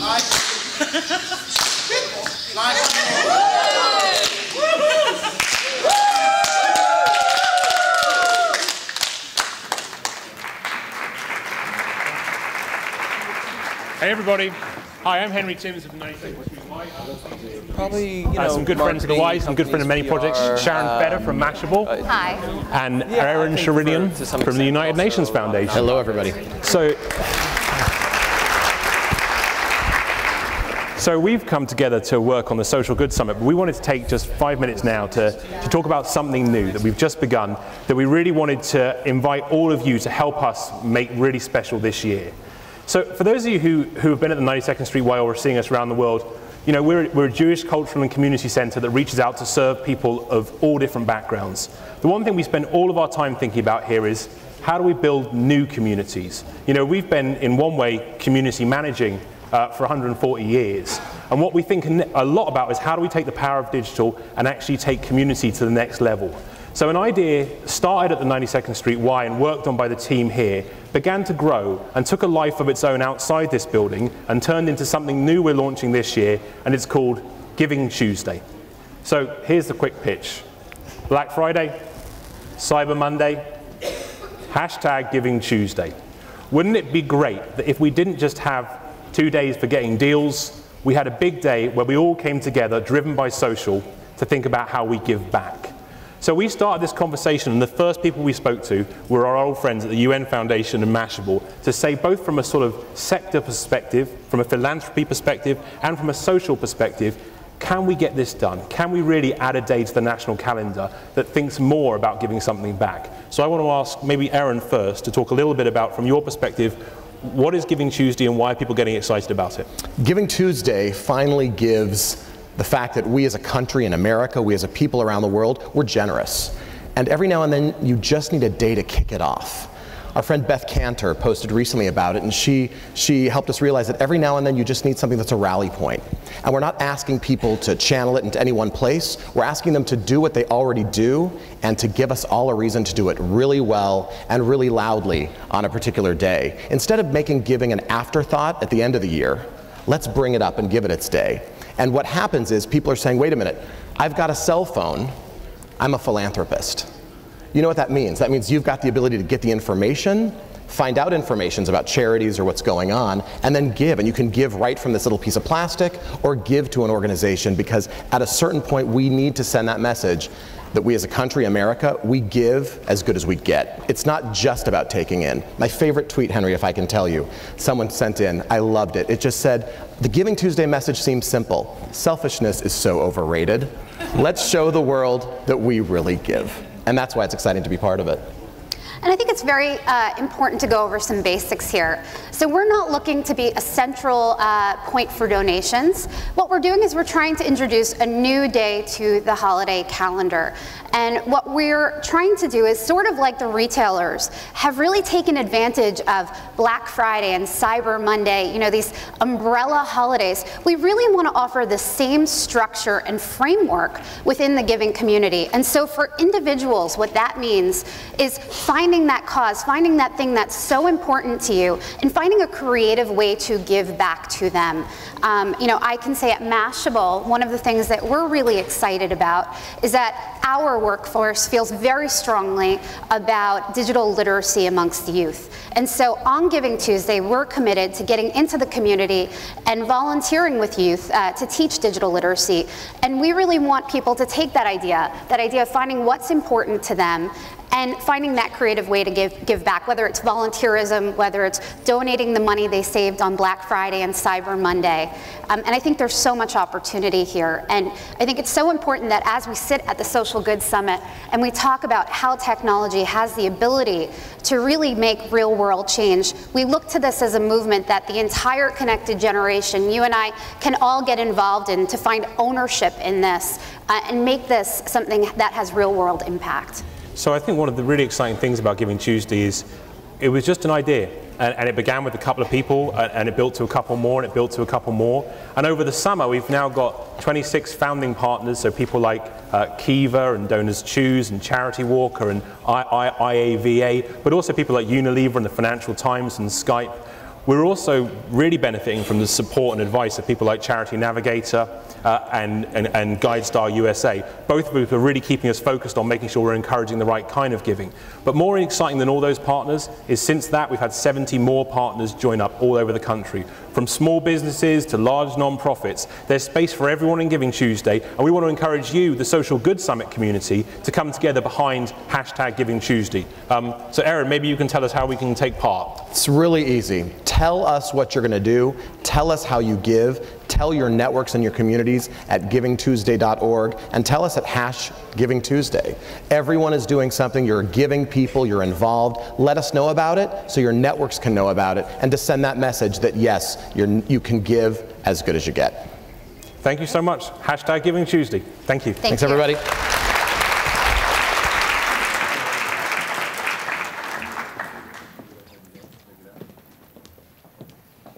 Hi, so before I introduce our next speaker, I just wanted to let everybody know that we have just announced a very special guest coming at 1 p.m., so make sure you stick around for that. So next I'm pleased to welcome Jessica Mason from YouTube, who is here to discuss what causes can learn from cat videos. Please welcome Jessica.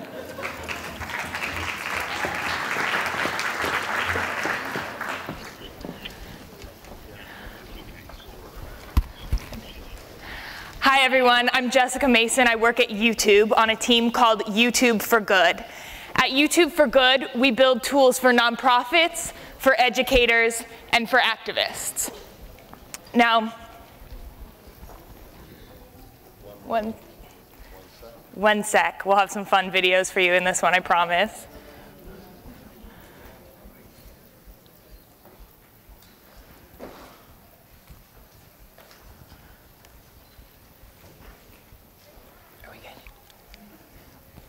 Oh. So, the internet and YouTube specifically have long had to combat a very vicious rumor that the internet and YouTube are full of one thing: cat videos. But it might surprise you to find out that cat videos actually make up just a tiny sliver of all of the videos uploaded and viewed on YouTube each day. In fact, it's less than 1% of all video views. Shocking, I know. Despite this tiny, minute portion of videos, cat videos seem to have a disproportionate cultural impact. So at YouTube, we asked ourselves, what would happen if videos for social good could replicate this cultural impact? What if causes, campaigns, social benefit organizations could have the same impact as cats? What can these organizations learn from cat videos to make this happen? We thought that you should meet some of YouTube's most famous cats to find out. So meet Maru.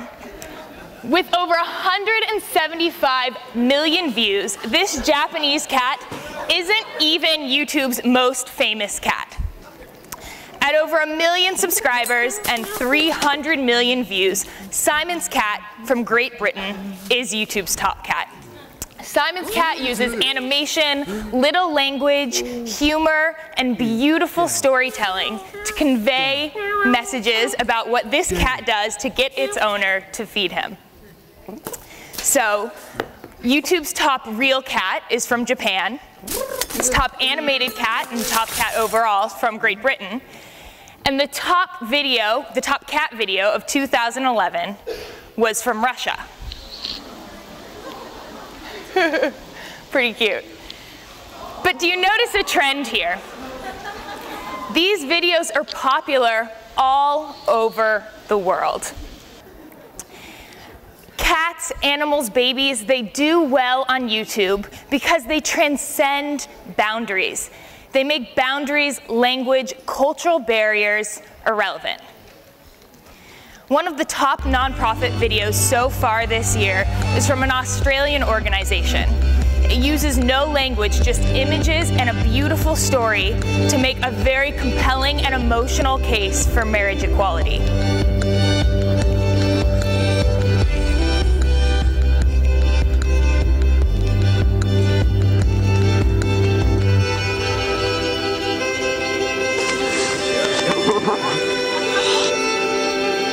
This leads us to our first lesson.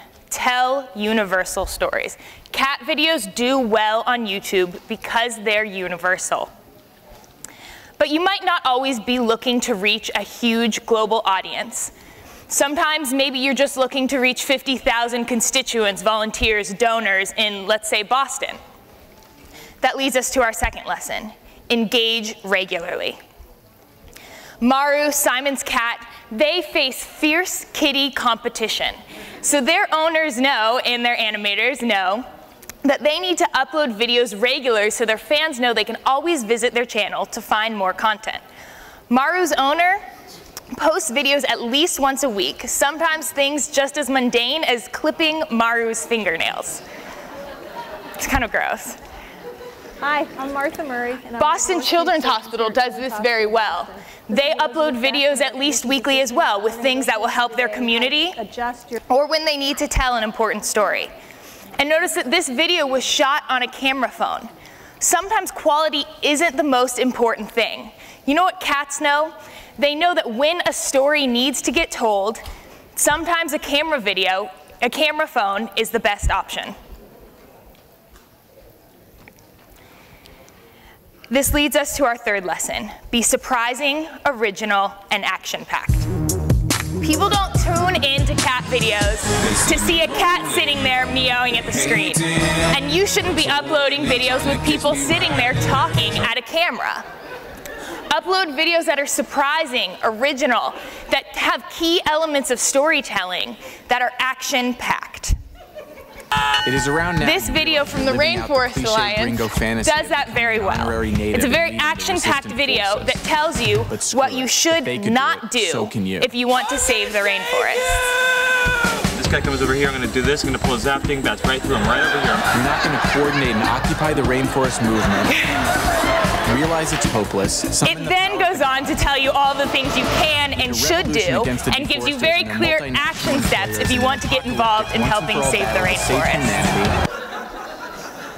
Let's all take a cue from cat videos. Let's do these three things, and let's flood the internet with videos for social good. Let's dispel the myth that the internet is full of cat videos by flooding the internet with videos for social good. And taking these cues from cat videos, I think we can have the same cultural impact as cat videos with our message of social good. Thank you.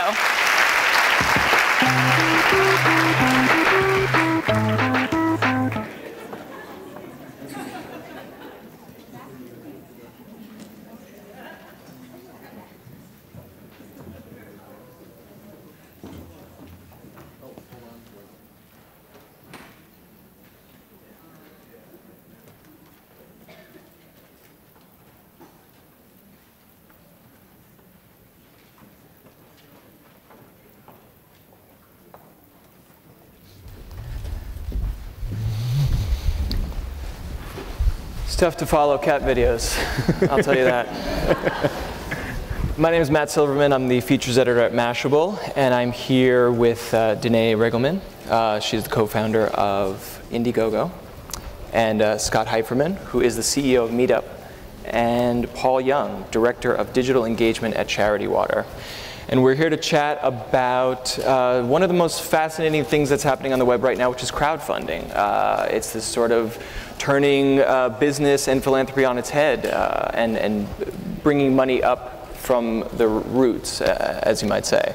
So I wanted to start off just with an example from each of our panelists of something compelling that's happened in their experience, something on one of their platforms, or maybe something they've seen on the web that is really has fascinated them lately. So we could start with Danae. Sure. Hey everybody, can you hear me? Yes. All right. Hi everybody, I'm one of the founders of Indiegogo. We are a large global crowdfunding platform where we're serving campaign owners, people raising money in almost 200 countries across the world. And a really cool example that speaks to the power of crowdfunding is a recent campaign that was to raise money for a woman by the name of Karen Klein. Does everybody recognize who that is? Some people. Anybody remember the woman on the bus who got bullied by some young middle school students? Yeah, it was awful.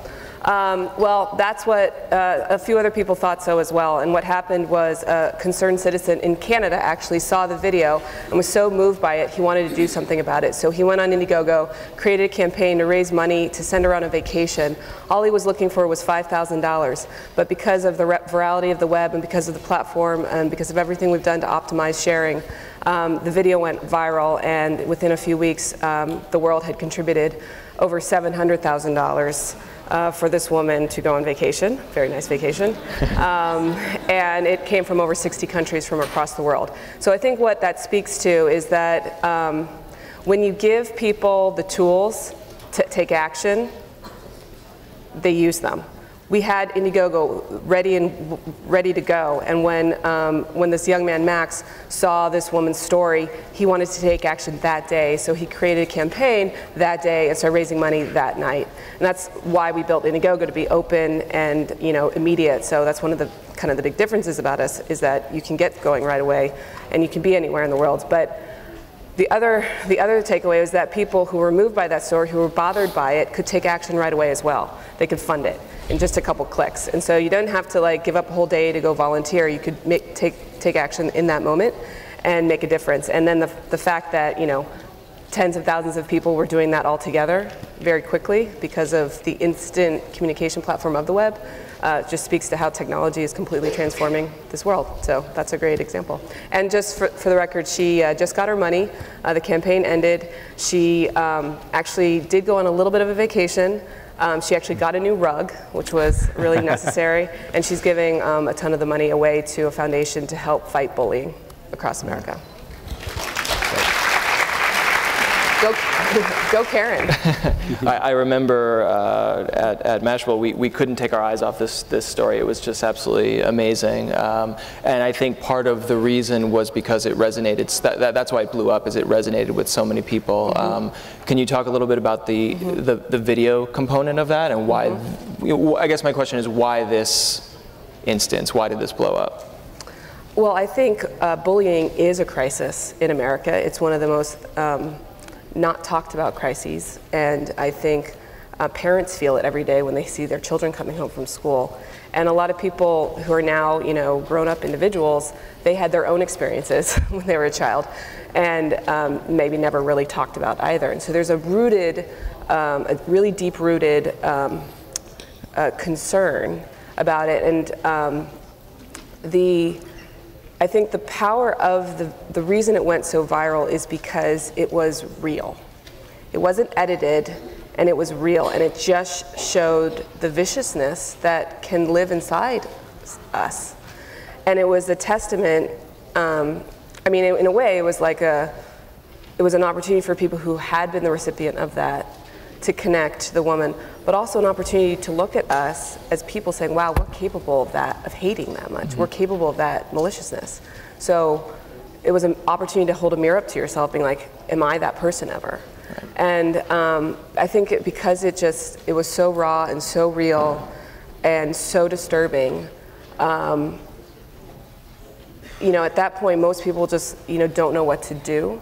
And because there was a button to click that allowed them to do something so immediate to help fight it, I think that's why the funding campaign was so successful. Because people want to do something when they see a wrong, they want to make it right. So give them a button to click if that button actually will help them make it right. It's not just a random button to click. So. Scott, I'm wondering if you could give us an example of something maybe on the Meetup platform that you found particularly compelling and that was very...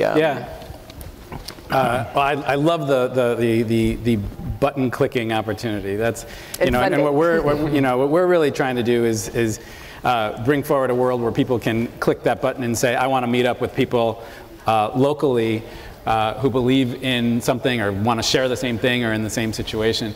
I love that this conference, the theme is conversation, global conversation. And I hope, though, by seeing what's happening with the sister gatherings, the other meetups happening around the world in dozens of cities, and it was cool to see Melinda Gates pimp the Social Good Summit meetups out there, that while you're trying to have a global conversation, you don't forget about the local conversation. And so the stories that I see every day are people helping each other out, providing this kind of base of social insurance that isn't necessarily being written about on Mashable, but is mass and decentralized and happening all the time. The quick example is I just, ask me this week and I'll tell you this story, which is I met the other day the organizers of the Jersey City Moms Meetup, which is this phenomenal cluster of 600 moms in Jersey City that have had 6,000 meetups with, get this, 45,000 RSVPs to their meetups. This is what you call a community. And the stories that they tell about how they help each other, how they will support one of the moms who has a new baby in the newborn intensive care unit, the way that they will provide that kind of social insurance. It's a type, when people talk about and think about crowdfunding, I hope they think about this notion of as we all have the phones in our pockets and as we are all more connected as people, and as you can find the others in your town who are interested in the same thing or passionate about the same thing, or you're all moms of twins, or you all want to speak French, or you all this or that, that is a kind of funding of the support for each other. And how, for example, sorry to bring up the parents again, but how a babysitting co-op is a kind of crowdfunding. It means instead of spending money, you can make ends meet by taking care of each other's kids, and we see stories like that all the time. How would people in a community like that find each other before the web? Have you given any thought? Are these the people who would just never have connected, or are we replacing other forms of community with a digital community? That is an awesome question, because that's the heart of it. That's the soul of it. The old acid head, Timothy Leary, he had this line of like, find the others. I don't know what the hell he meant by it, or what he was on when he said it. But that's a three letters, find the others, tweet friendly. That is actually the heart of the internet. So whether it's finding the people who will support, click that button and fund this thing on Indiegogo or Kickstarter or whatever, or the people who will, commit their birthday to charity water, really, when it all boils down to it, the heart of this revolution, the heart of the internet, the heart of the point of us all having these phones in our pockets is that we can find the others, we can connect and collaborate and form communities, and that's the good that comes out of the 21st century. Paul, what have you seen? Yeah, so the two biggest things that I've learned in 2.5 years at Charity Water, firstly is that inspiration is the most important part of our digital strategy, and the most important part of anyone who's trying to get people together to make change. And secondly, the most important thing we do is help people see their impact and understand that they've taken this action, they've brought the others, they've brought a group together, but they've made a real impact in the world. So our fundraising platform, My Charity Water, we've raised $18 million on that platform to date in about 3 years. It's through 18,000 individuals. So we've had Justin Bieber do 2 birthdays. When Justin Bieber tweets about you, your tweet deck explodes like a slot machine. But he's an outlier. There's also, every day, there's 1,000 people fundraising for Rwanda right now as part of our September campaign. There was a young lady on the weekend from the Philippines who wrote a story about how she decided not to buy an iPhone 5. She's going to donate $39 every month, and she started by donating $39 to Pete Cashmore's 27th birthday campaign. He turned 27 last week. So for us, it's this movement of inspired individuals that makes a real impact. Though we've seen things really explode. The most incredible fundraiser we've ever seen was a young girl by the name of Rachel Beckwith. She was fundraising for her 9th birthday last year, trying to raise $300 from her friends and family, and then tragically lost her life in a car accident. The local community in Seattle, where she lived, came together and started giving for a campaign, and the story spread around the world. Over the course of a few weeks, Rachel's last wish raised $1.2 million. And Nick Kristof wrote an amazing story in the New York Times. 20,000 people donated. We had one donation that, if you ever don't believe people are good, you can read Rachel's page and the comments people leave. We had one donation from a gentleman who actually received one of Rachel's kidneys from after she passed. And he wrote a beautiful comment about how Rachel's spirit of generosity still lived on with him. So Rachel inspired an amazing movement, inspired thousands of people around the world to give for people living without access to clean water. But then this year we were able to help them see their impact we took her mother and her grandparents to Ethiopia. They saw some of the dozens of communities that Rachel brought clean water to. We filmed a video that people shared, and over the course of a week, over 1.4 million people watched that video. So Rachel has not only made a huge impact with her final wish, but she's inspired a true movement of thousands of people now fundraising for clean water in Rachel's memory, and that shows how just one person can make a massive change with these tools. Yeah, it's amazing. I wanted to get back to the notion that you guys mentioned of giving people the button, and this notion of an evil term called slacktivism. And sometimes the button says donate $5, and sometimes the button says share this with your friends and get the word out. And I wanted to get your comments briefly. Are we giving people an out with social media in some regard by just saying, hey, share this with your 200 Facebook friends, and you've done something important, and you've done something good, and anyone could jump in and speak to that if you'd like. Well, I mean, I know that we debate slacktivism a lot.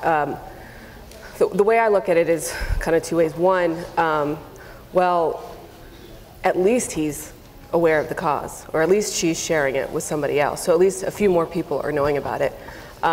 Without slacktivism, there won't be any awareness sharing at all. So that's at least better. It's not the most robust type of work, but that's why what's powerful about crowdfunding specifically is it's not just sharing and liking and whatever. It's giving up a price of a cup of coffee for the day to actually secure a local coffee shop come to your neighborhood for the rest of your life. Mm-hmm.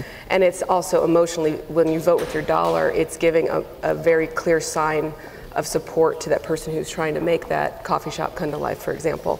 The other thing is that in this particular example with Karen Klein, or in another example with we just had almost a $1.5 million campaign being raised to fund a museum in memory of Nikola Tesla. Nikola Tesla didn't run that campaign. He's dead. Who ran it? A fan, someone who wanted to make a difference. So rather than, he wanted to do a little bit more than just push a button and give up, the price of a cup of coffee for a day. He wanted to actually empower other people to push a button and fund it. So he went on and created a campaign. In less than a day, he was up and running and personalized his story and talked about why Nikola Tesla is important in the history of science. And he didn't have to ask for anyone's permission. He just went. And I think that is the power, that technology just allows you to go. And if you're passionate about something, just go. And if there's others in the world that are passionate about it, technology allows you to connect with them fast. Mm-hmm. And then you can organize and you can actually make amazing things happen. It's so empowering. In the old days, you have to find a phone number and call someone who has a connection to someone with a bank account, and you'd have to pitch them and be somebody else. You'd have to put on your suit and pretend to be this person that you're not. and pitch them a story that they want to believe. Now you can be yourself. But also this notion that I'm not necessarily going to take out my checkbook and write a $5 check to a cause, but I might hit the button or text the donation, and that's much easier. The thing is, it's easier than ever to make a light commitment. Right. It's harder than ever to get a heavier commitment from people, and that's partly because of the information explosion and the short attention spans, and how social media facilitates a short attention span. The thing that endures are the relationships and the communities. And let me be specific about communities, the most overused and underdefined word. What I mean by that is, very simply, an example is, I saw a documentary this weekend which talked about how the two founders of the High Line here in New York City, those of you who are visiting New York City, be sure to check out the High Line. It's over on the west side there. It's a wonderful major project. How did it get started? Two guys were at a meeting. Unfortunately, they weren't at a meetup. They were at a meeting, and they sat next to each other, and they happened to just talk about this thing, the High Line, and they said, and they just started, they formed a relationship, and out of that, boom, this major project that is one of the most wonderful things in New York City. What's the moral of the story? The moral of the story is that they could have clicked like on Facebook for that, like, I like the High Line, you like the High Line, great. They weren't connected. anything that you can do, everyone sitting here listening to this, in your jobs, in your work, in your life somehow, if you have any ability to connect people together, to bring people together, you might create future High Lines. It's those connections that can endure, and the clicking can lead to that, but it's got to be really with this eye towards how do you connect people. I think we're running low on time, but one last question, I'll pose it to Paul. The dilemma of infinite choice. I have $25 that I want to give to charity, and I have the entire internet to spend it on. How do I find, where do I go? There's a lot of opportunities, but I think to build on Scott's point, a very small amount of people can make a huge impact in this world. There's probably 1,000 people watching this conversation right now in the room and globally around the world. If every one of them gave up a birthday, one of their birthdays, and I hope they have many, for clean water, and we're average, every one of those 1,000 people, we'd raise $1 million and bring 13,000 new people to the cause. So while there is infinite choice, give me 1,000 inspired people, and we can change the world. We can make a huge impact for so many causes. Wonderful. Don't forget to talk to the person sitting next to you, right here now, by the way. Yeah. The last thing I just want to end with is the crowdfunding has existed since the beginning of time. Like, we think of it as a new buzzword because we have an industry or whatever. We often talk about how the Statue of Liberty was crowdfunding. Most people know that France donated the Statue of Liberty to America, but what most people don't know is they forgot to include the pedestal. And so the pedestal upon which it sits, the US government had to find a way to finance that, and they're like, this is not really needed for the country right now. It's kind of a nice thing to have. So a citizen by the name of Pulitzer, who happened to own a newspaper that later became known as the New York Times, took it upon himself, using the one media channel that he had access to, his newspaper, to get the word out and share the call to action. Over the course of the next 5 months, they raised over $100,000 from over 100,000 people, each contributing on average 89 cents. Why? Because they were passionate about bringing the Statue of Liberty to America, and every little bit did count. So that's the power of crowdfunding. And in the olden days, the media was the newspaper, that thing that went out once every month or whatever. Now we're experiencing these irreversible tectonic shifts in our behavior because we have the internet with online payments, which is becoming ubiquitous. We have social media, which is how we discover anything new. We don't have to wait for things to come to us. We pull what our interests are through meetups or through whatever we're passionate about. And we're online and instantly connected, 365 days a year, 7 days a week, 24/7. And so you can connect with those passions, with the things that you're passionate about. And make a difference very quickly. So that's the world we're living, which is an enormous amount of opportunity for everybody in this audience to tap into that. The world is changing quickly. Great. Thank you guys so much. Appreciate it. Thanks. Thank you.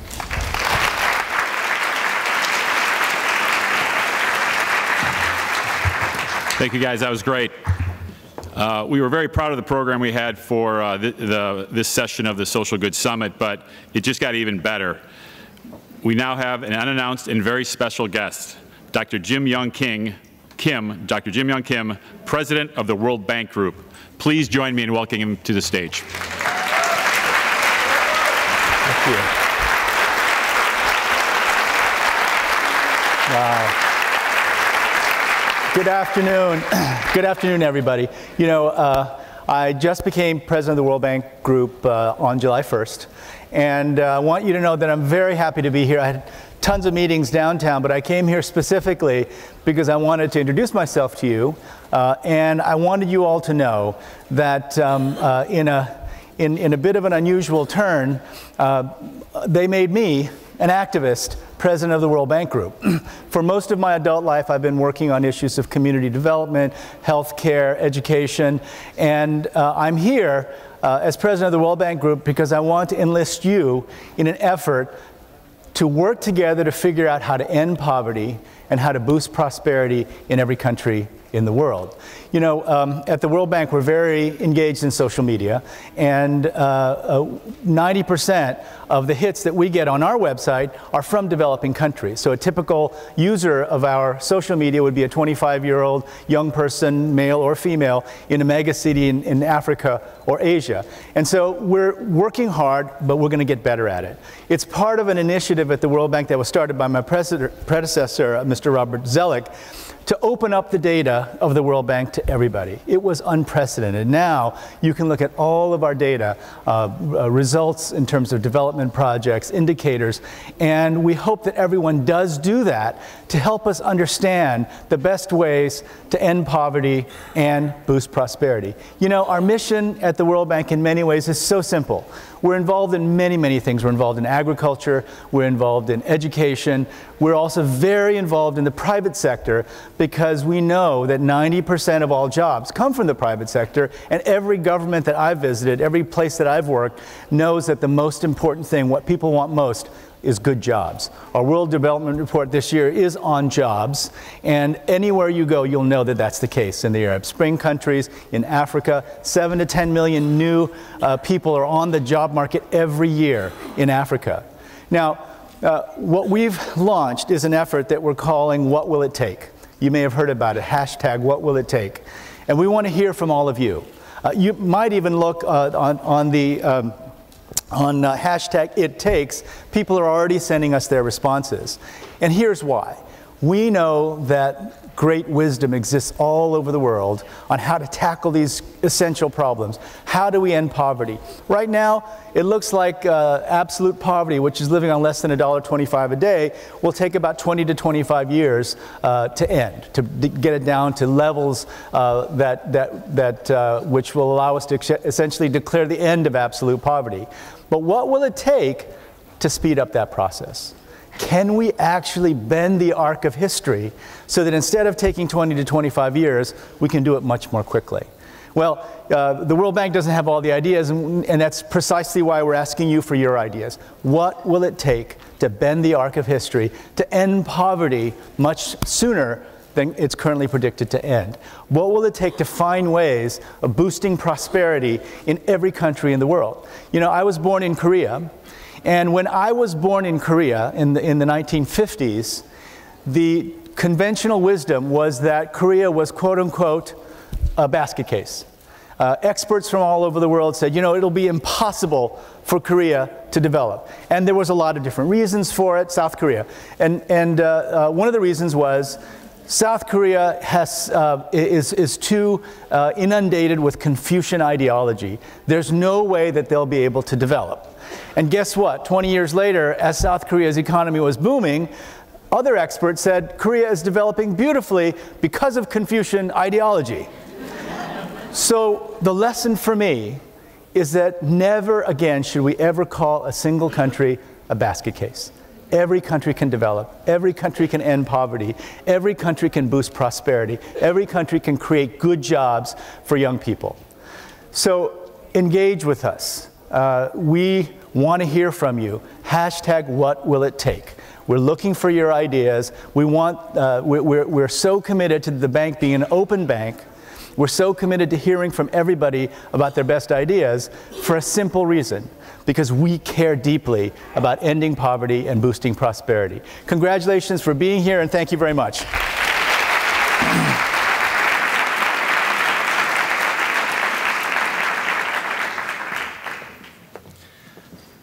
Before introducing the next session, we'd like to say hello to our friends from Greece, Bangladesh, and Yerevan, Armenia, who are talking to us through the global conversation today using the hashtag #SGSGlobal and by joining us with the global conversation.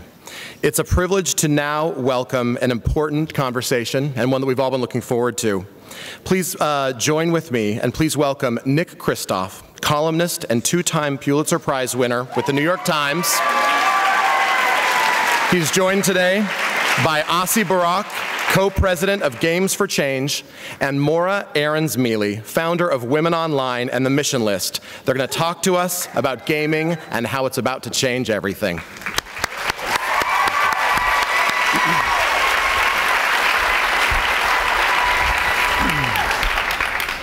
Hi, everyone. 235 meetups. It's amazing. We're going to watch a little video first to get started.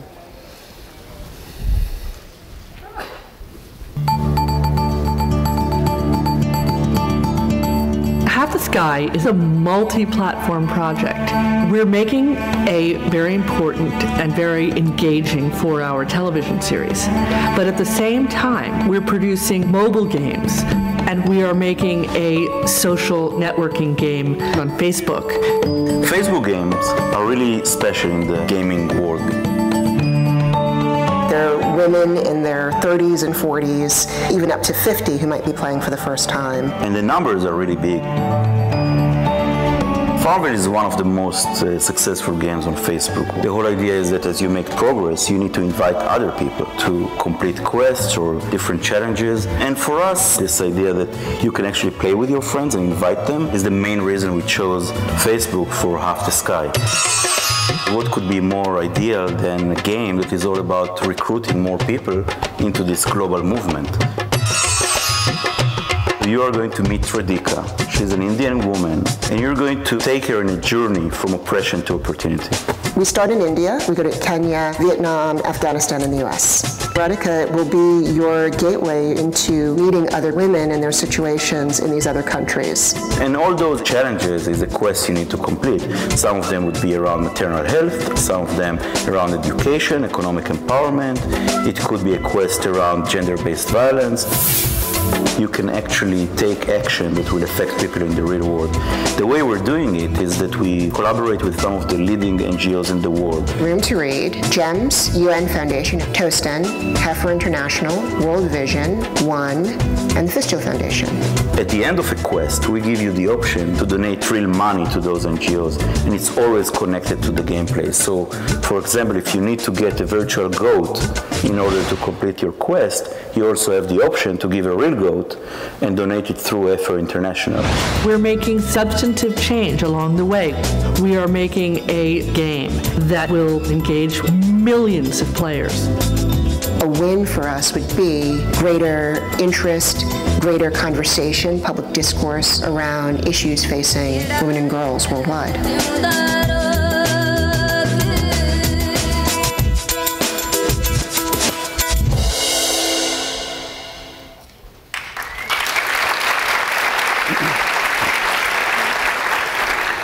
Do we have a lot of Facebook gamers here in the audience today? Come on, I know you're out there. Admit it, admit it. Admit it. Well, thank you so much. This is really, really exciting. So Nick, let's just take a pulse check for a minute about Half the Sky, the book. It's been 3 years since it's been published. What's changed since the book came out? And alternatively also, where do we really need to focus global attention and renewed leadership about women in the world? I think the thing that is really striking is how much of the world really gets the idea now that where you get leverage, where you really, if you want to change the world, that women and girls are the leverage to do that, that you educate girls, you bring those educated women into the formal labor force, and the result is this virtuous cycle of change that benefits not just, you know, half the population, but absolutely everybody. And NGOs are investing in women, but what always strikes me when I go to Afghanistan is, you know, you talk to the American military, and they're in the ground. One of the things they've learned is that one of the best metrics to predict attacks on U.S. forces is the proportion of girls who were educated in any district. And so one moment you're talking to some hard-bitten general, you know, and he's talking about airstrikes against the Taliban. And the next moment, he's talking about how we can get more girls in school. And, you know, boy, that has so much more persuasive power than some bleeding heart liberal New York Times columnist.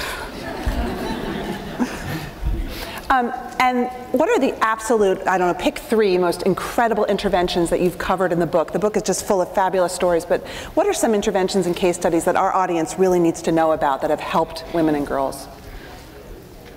Well, I think one of the things we're learning is that not just in advancing an agenda of women and girls, but really in almost any kind of a social good agenda, there's no silver bullet. Nothing is as easy as it looks. And helping people is a lot harder than it looks. But if there isn't a silver bullet, there is, in a sense, silver buckshot. And some of the, you know, the pellets, I guess, that I would advocate in this space, I mean, one is educating girls and looking not just at quantity, but also at quality. And it makes such a difference in everything else. And I mean, that part I think we get, but some of the ways to get there that we don't necessarily think about, maybe the most cost-effective way of getting more girls in school is something we don't think about. It's deworming kids. You know, none of us have intestinal worms. In much of the world, kids have intestinal worms. They're more likely to be anemic. They're more likely to be sick. They're going to miss school as a result. You can deworm a child with one pill called albendazole that lasts for, in many cases, a year, costs 5 or 10 cents. It's incredibly cost effective.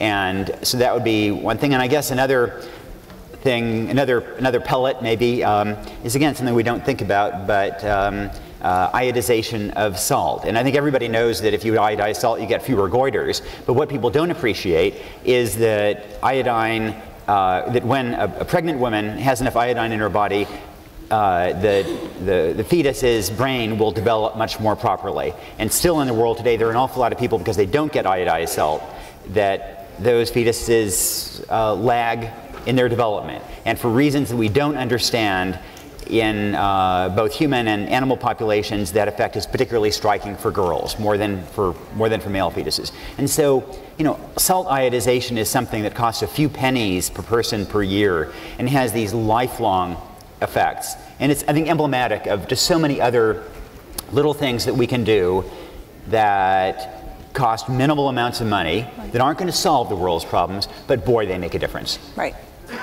So now we're here today to talk about the next phase of Half the Sky, the movement, which you can check out at halftheskymovement.org. It's a multimedia, transmedia, this is a new word that I've learned from you, transmedia assault. What does transmedia mean, and why are you taking this approach to bring Half the Sky to the next level? So I would say the idea is to address audiences in different platforms. And sometimes they overlap, but sometimes you reach completely different people, different ages, different tastes. So one thing that I think, you know, to Nick and Cher's vision, something that started from the very beginning, was the idea that the game or the games can reach beyond the converted. So there is a typical audience that would read Nick Kristof every week on the New York Times. Will watch the PBS show, which is, by the way, a week from today. 1st and 2nd of October. You'll be tested on that when you go out. Exactly. October 1st and 2nd, 9 p.m. Right. But that's, you know, that's PBS. So again, it's people that are already interested in the issues. The game on Facebook, this is a place where we have a chance to really reach people that would not open the book, would not read the New York Times, and will get involved in the issues in a very unique way, because it's engaging, it's fun, it's not didactic, it's not something that they need to learn. So that's kind of the idea behind transmedia. Yeah. And also, I just learned that Nick will be on Reddit.com after this talk as well, which is a totally different audience probably than Facebook gamers. Absolutely. 2:30 on Reddit and AMA. That's great. And so talk a little bit about the Facebook game, about your goals for it, and I think you have some big news also to share. Yeah, well, the backdrop for this really is that I think that one of the things that the humanitarian world maybe doesn't do so well is, if you will, marketing. And it's one thing that really frustrates me. You know, as a journalist, I get pitched every day by companies that make one product or another. And they have incredibly professional pitches to reach me, to get me to write about, you know, some particular this or that. It doesn't make any difference to the world. And meanwhile, you have issues like clean water, like literacy for girls, like you know, female empowerment. And people flinch at the idea of marketing those because marketing sounds like something that companies do. But it is so important, let me tell you, it is so much more important to market, to get the word out, to message right about issues of life and death. And yet I think too often we flinch at that idea. And so when Cheryl and I were thinking about how do we broaden that message beyond the book of Half the Sky, we wanted to go to new platforms to reach beyond the choir, to build the choir. And so it's in that context that we're experimenting, you know, with all these things, and the game is one example of that. And this is not natural terrain for me. I feel a little bit like this prehistoric fish that is trying desperately to evolve and, you know, develop lungs and feet and this kind of thing. But I think that's what we need to do. I think it's what more of the kind of social good community around the world needs to do, to figure out how we can reach people who don't care about our issues and get them to care. And you mentioned news, and indeed we have some great news today. One of our aspirations in the Facebook game was that we not just create achievements for gamers, but that in a sense we blur the line between gameplay and results in the real world. And to do that, we needed some sponsors. And so I'm really delighted to say that Pearson is going to come through with $250,000 that is going to support Room to Read in getting real books in the hands of real kids around the world as a result of gameplay. And likewise, J&J is going to contribute $250,000 that will be used to repair obstetric fistulas. I don't know if you know what a fistula is. It's just about the most heartbreaking condition a person can go through, often to a teenage girl. It's a childbirth injury, typically leaves her incontinent. It can be repaired with an operation that costs about $350. And so gameplay in the Facebook game is going to, as you rise up in levels, it's going to unlock this money to go and more books in the hands of kids who want to learn to read, and to women who have been waiting to get their fistulas repaired. It'll mean that finally they have the chance for that kind of surgery. So we have huge thanks to Pearson, huge thanks to J&J, and it's just so exciting, I think, for Ossie and me that the result of this Facebook game won't just be on laptops and iPads here in the US. It's going to be felt in places around the world, including some, I think, where people are watching. I think Togo, Lome Togo just joined in, Mogadishu, and we couldn't be more excited to announce that today.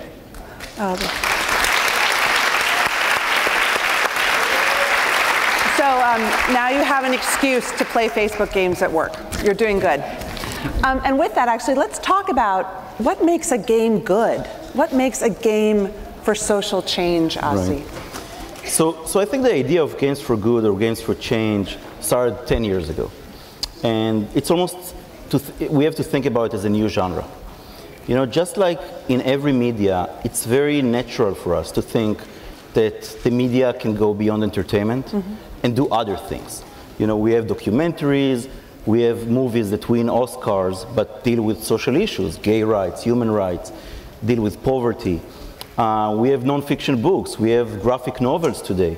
Why not games? You know, why not extend the boundaries of what we are used to think about games, especially as they grow in platforms, and now we have different, much broader age groups, just like we saw on Facebook, that we have, actually, it's not for kids. We're talking about women under 20 to 40, sometimes 50s, playing those games.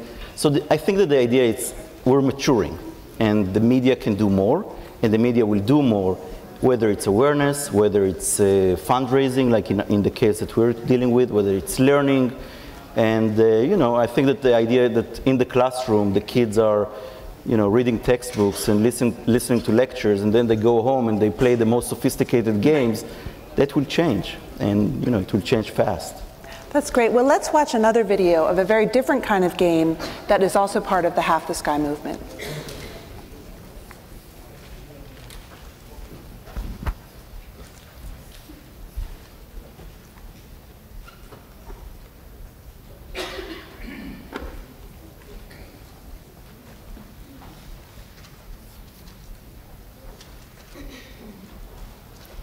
This game is called Snowstorm in Dusk. Oh, here we go.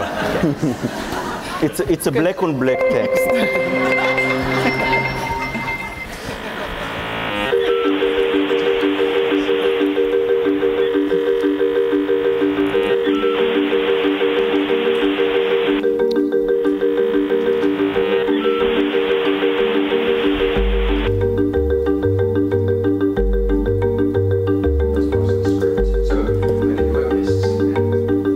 It's called Half the Sky, and it is a collaboration between Games for Change in New York, Mudlark in the UK, to build a suite of 3 games that talk about issues relating to women's empowerment.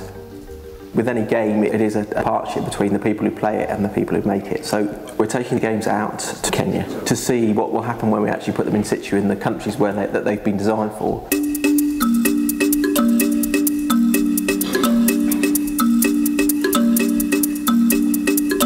How many of you play some games on a phone? Wow. Almost everyone. Creating games on mobile devices, this is really sort of at the forefront of development initiatives. How can we try and change behavior with games? I liked the game because it was about our life and how there's discrimination in the family, especially as a woman. There's a lot of challenges we face, like early pregnancies, dropping out of school is an issue. So this is going to be a game called 9 Minutes. And 9 Minutes is basically taking 9 months of pregnancy and reducing it down to 9 minutes. Do you need more sleep? Yes. Yes. She looks happy now. So she made it through her first month of pregnancy. You see that the bubbles, they're coming from the pills, are slowly killing the worms. It kills all of the worms.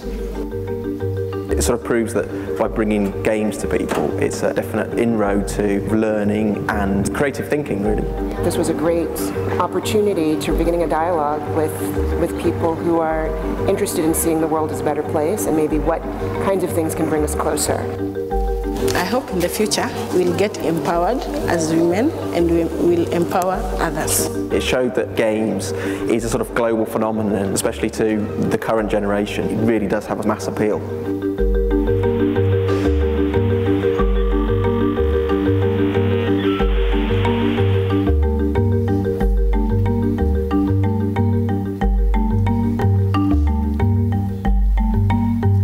It's amazing. So, that's great. So the games are available now on the ground.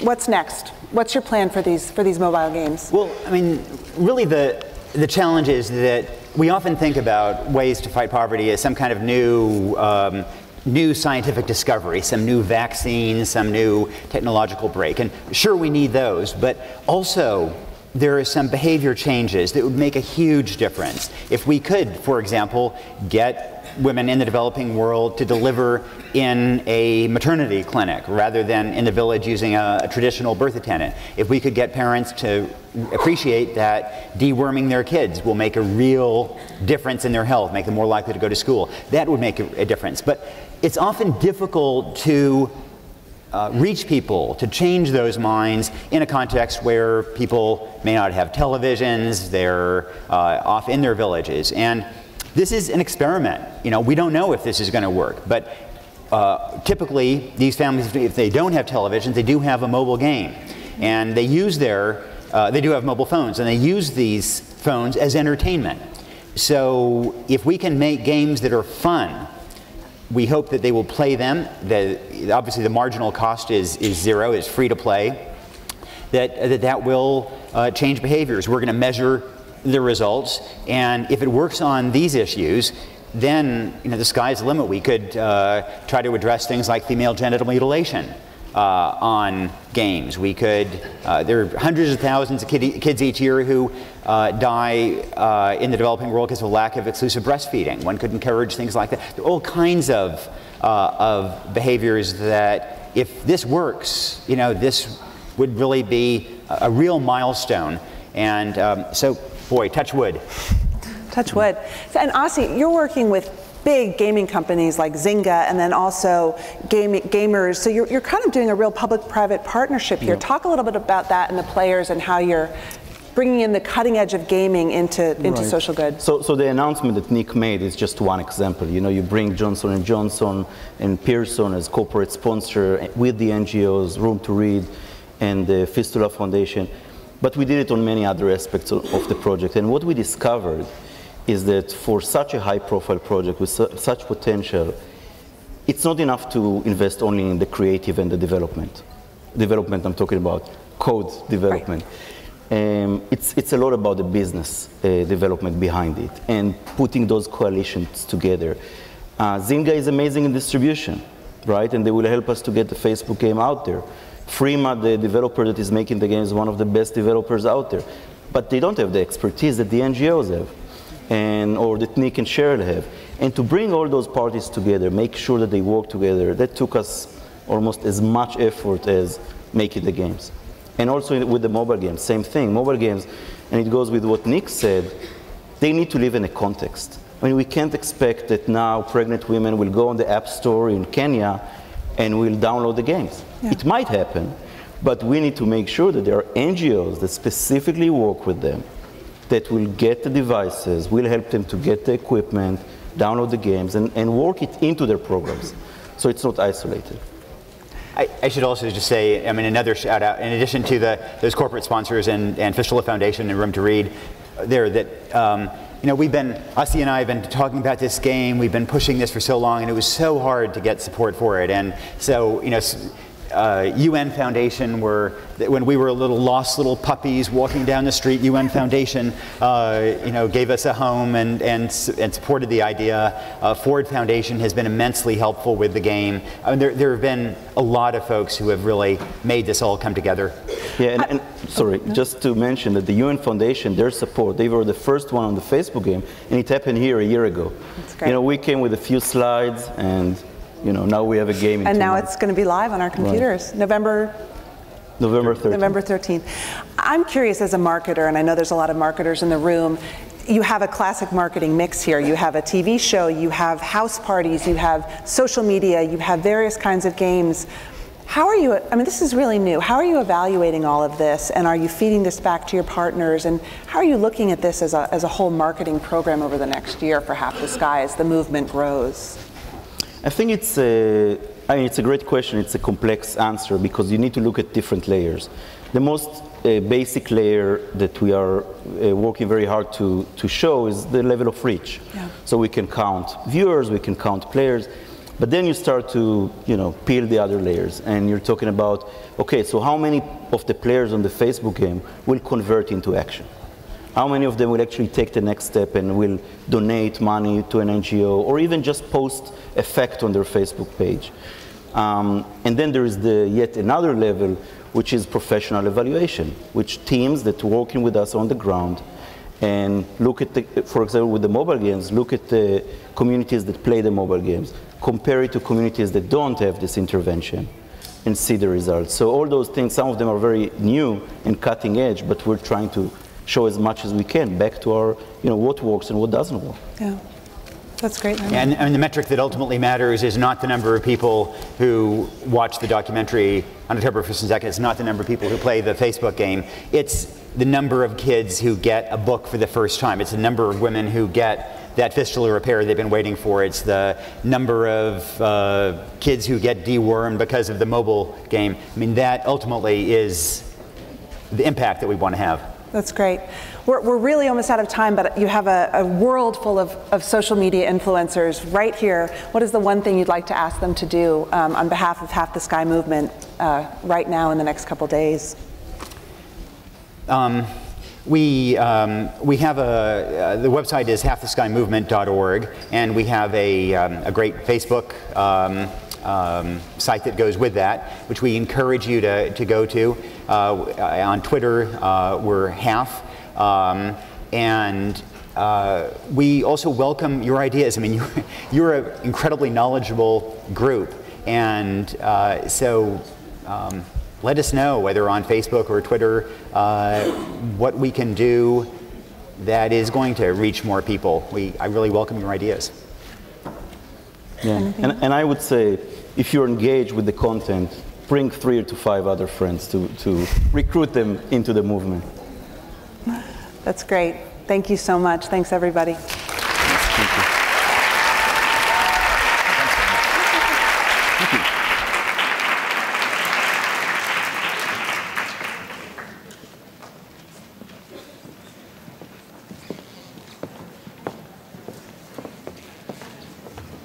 From the exciting world of gaming for social good, we're going to move into some other, big ideas in philanthropy.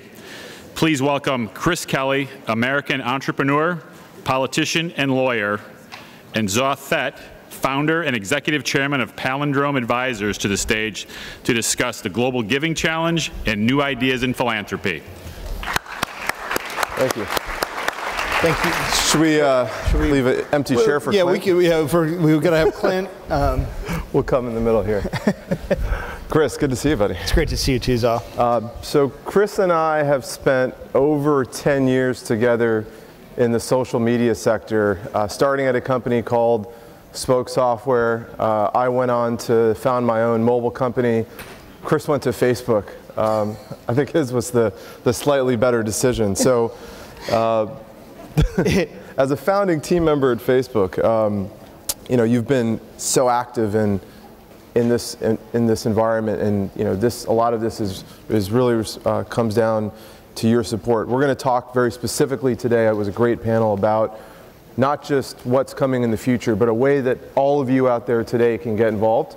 And Chris is here to lend support and also to talk about some of the ways that he's getting involved. So we'll talk a little bit about Facebook as a platform and all of that, which is incredibly important for the future of the world, and I'll tell a few war stories. But Zaw, I mean, I know you're interviewing me, but why don't you step in and share with everybody what we're talking about and how this campaign is going to launch? Yeah, absolutely. So we're really excited today to announce the Global Good Challenge. For those of you that are starting to see it, thank you. I just want to applause. The Global Good Challenge is produced by the UN Foundation in association with Palindrome Advisors, which is an organization that Chris has been kind to join the board of and help lead that I started in 2010. It is powered by a company called Plyfe, which is a social amplification tool. And what this is all about is giving people a voice. So let me be very clear in terms of what our objective is for this Global Good Challenge. We are trying to empower anyone around this world, regardless of age, regardless of gender, ethnicity, nationality, income, to be able to donate their voice and make a difference. And we've heard a lot over the course of the last session, the last couple of years at the Social Good Summit. We've heard, most recently about Product Red getting to 1 million Facebook followers or fans and 1 million Twitter followers. And we're here today to make that conversation a two-way conversation. So the Global Good Challenge is hosted on unf.org/good. If you have your computer in front of you, please visit that, hit the button to log in. While Chris and I are talking, I'm going to pull my Star Trek device out here. I think future, is this working? Yes, there we go.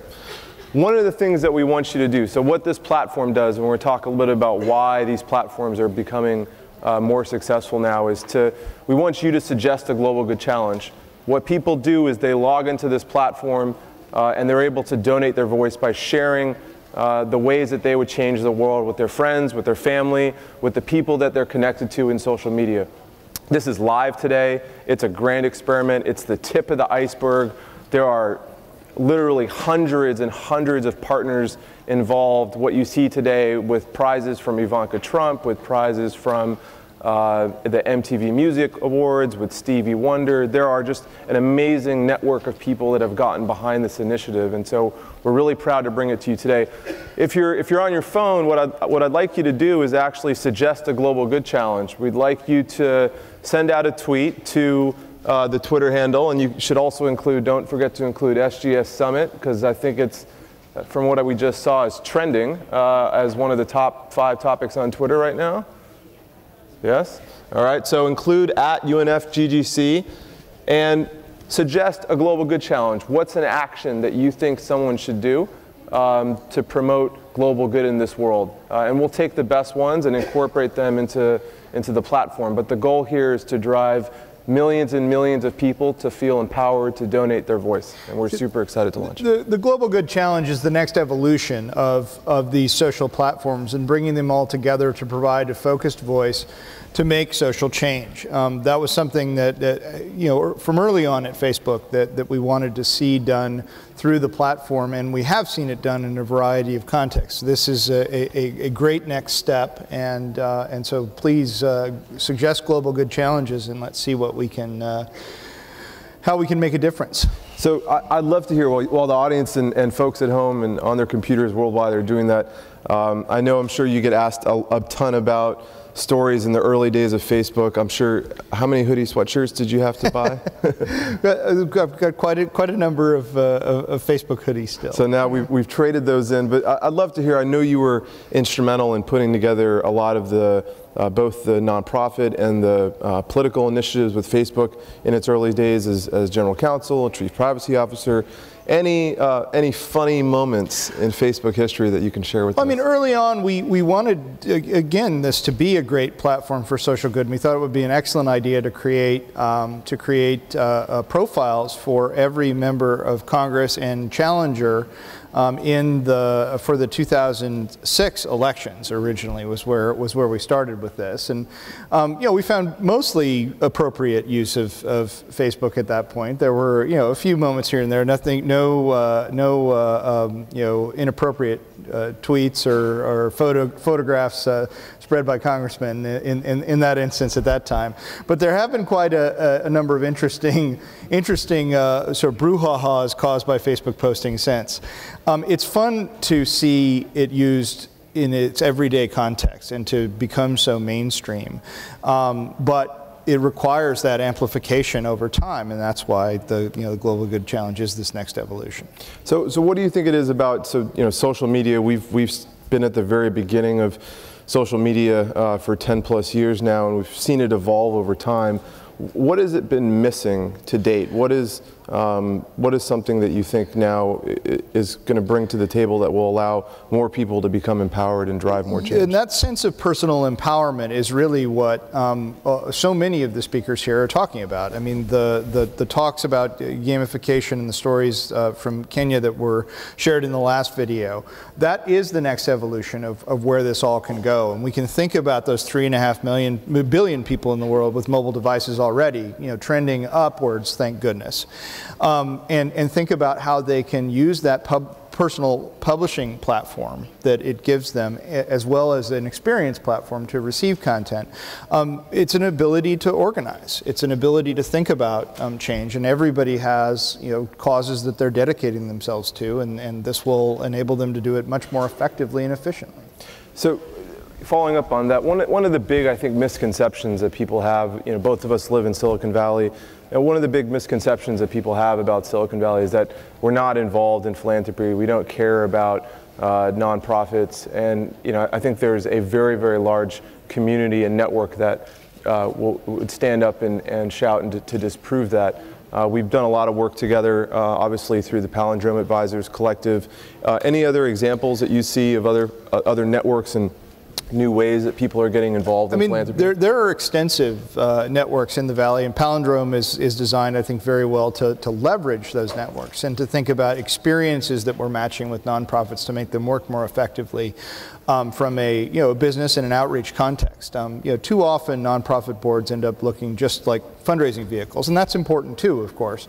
But actually sort of driving effectiveness of the organization and expecting, as part of new models for philanthropy, that results get achieved, and that quite a number of efforts should be trying to put themselves out of business. If you can end polio, or a fight that I'm very involved in California, human trafficking, with the proposition on the ballot in November. So vote yes on Prop 35 for any of you Californians out there. There are processes that nonprofits have to learn that are very much like business processes, and so bringing people with that business experience into these environments, not just as funders but as advisors and as operators, is an incredibly valuable move that we've made. And one of the things that we do is help match leaders with nonprofit board seats. So I think that has been something that has grown from an original group of about 100 of us to now over 300 with nonprofits across the country. I do want to touch on your last point, though. You talked a little bit about human trafficking, and we had the UN ambassador for human trafficking, Mira Savino, say yesterday that the U.S. spends more in 1 month on the war against drugs than it has ever spent on human trafficking. What does that mean for you from where this proposition is going in California? And you also heard yesterday about a lot of the international aspect of this. But trafficking is happening in our cities in California. The FBI has identified 13 high-intensity child sex trafficking areas. 3 of them are in the state of California: San Francisco, Los Angeles, and San Diego. We're trying to provide a means for voters to stand up in the fall to vote yes on 35. All right, well, vote yes on 35. Be sure to go to unf.org/good, suggest a global good challenge, and thank you for continuing to help us push new ideas in philanthropy. Appreciate it. Thank you so much. Thank you, Chris.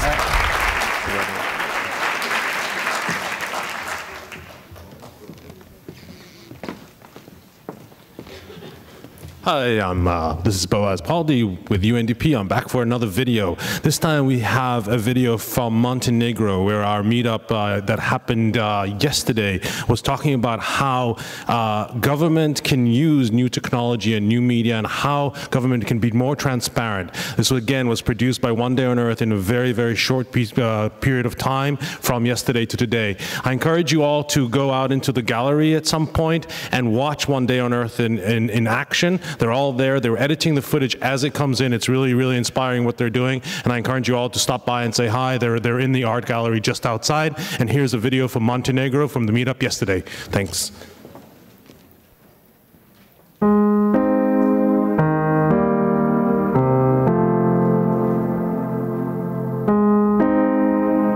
My name is Marija Novković. We are in Montenegro. I'm passionate basically about open knowledge, open data, open government, and this is one of the reasons we are hosting this event. We are trying to put some of our ideas into action. New media and new technology has revolutionized the way government communication and government policy works nowadays.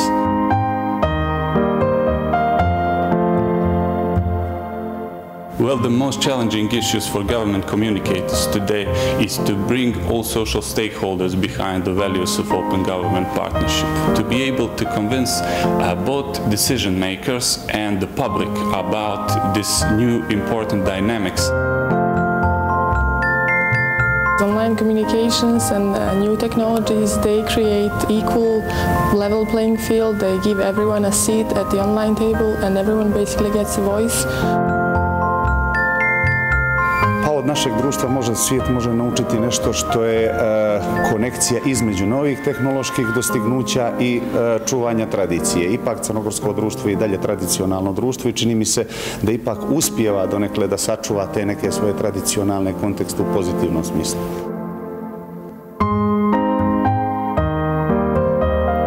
With a bit of activism and enthusiasm and the help of new technologies, things can get changed quickly. It's an exciting moment in history of government communication and policy making.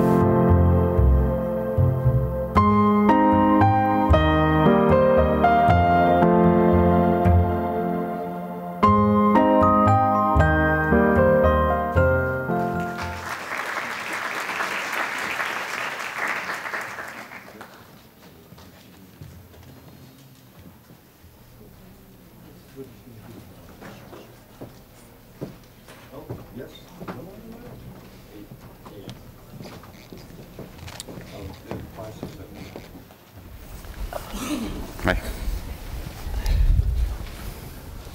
Hi, good afternoon, everyone.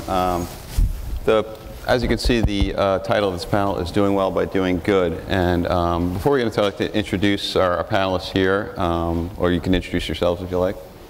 Martin? Sure, thank you.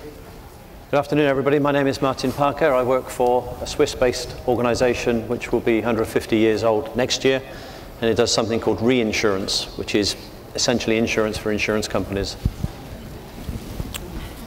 Hi, everybody. My name is Kyle Peterson. I'm Managing Director at FSG. We are a nonprofit strategy consulting firm, and we provide advice to foundations, to companies, and nonprofits. We were founded by Michael Porter, who wrote the article Shared Value with Mark Kramer, our second founder. It's great to be here. Hi, I'm Neil Kenny Geyer, the CEO of Mercy Corps. Mercy Corps is an international non-governmental organization, works in 41 countries around the world with a special focus on catalyzing innovative solutions in the world's toughest places. Oh, great. I have to say, when I saw the premise of this panel, my first thought was, why not just do good without having to worry about doing well, or in other words, just practice philanthropy instead of trying to combine the two things. Does anybody, can you explain why this is a better approach? I'm happy to take a stab at that.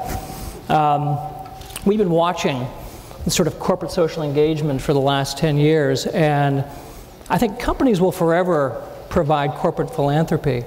But I think what's remarkable about shared value, which is one of the topics of the conversation, is that it really shifts the emphasis from something that is kind of ephemeral, often is based on the whim of the CEO at the time, and it really is not taking full advantage of really the power of a company, which is the assets and the products and the networks. And if you can actually have the company be providing the work and actually focus in on a social problem and aim to solve it, you can have a much more sustainable result. Philanthropy can be used as a tool, as a complement, but it's much more sustainable than philanthropy that can kind of go away. And frankly, you know, there's an expression that there's just not enough philanthropy in the world to solve all the social problems that we have. I just would add two quick things, and this dates me. When I started 30-something years ago doing international relief and development work, you know, the foreign investment in these toughest places in the developing world was almost entirely by governments.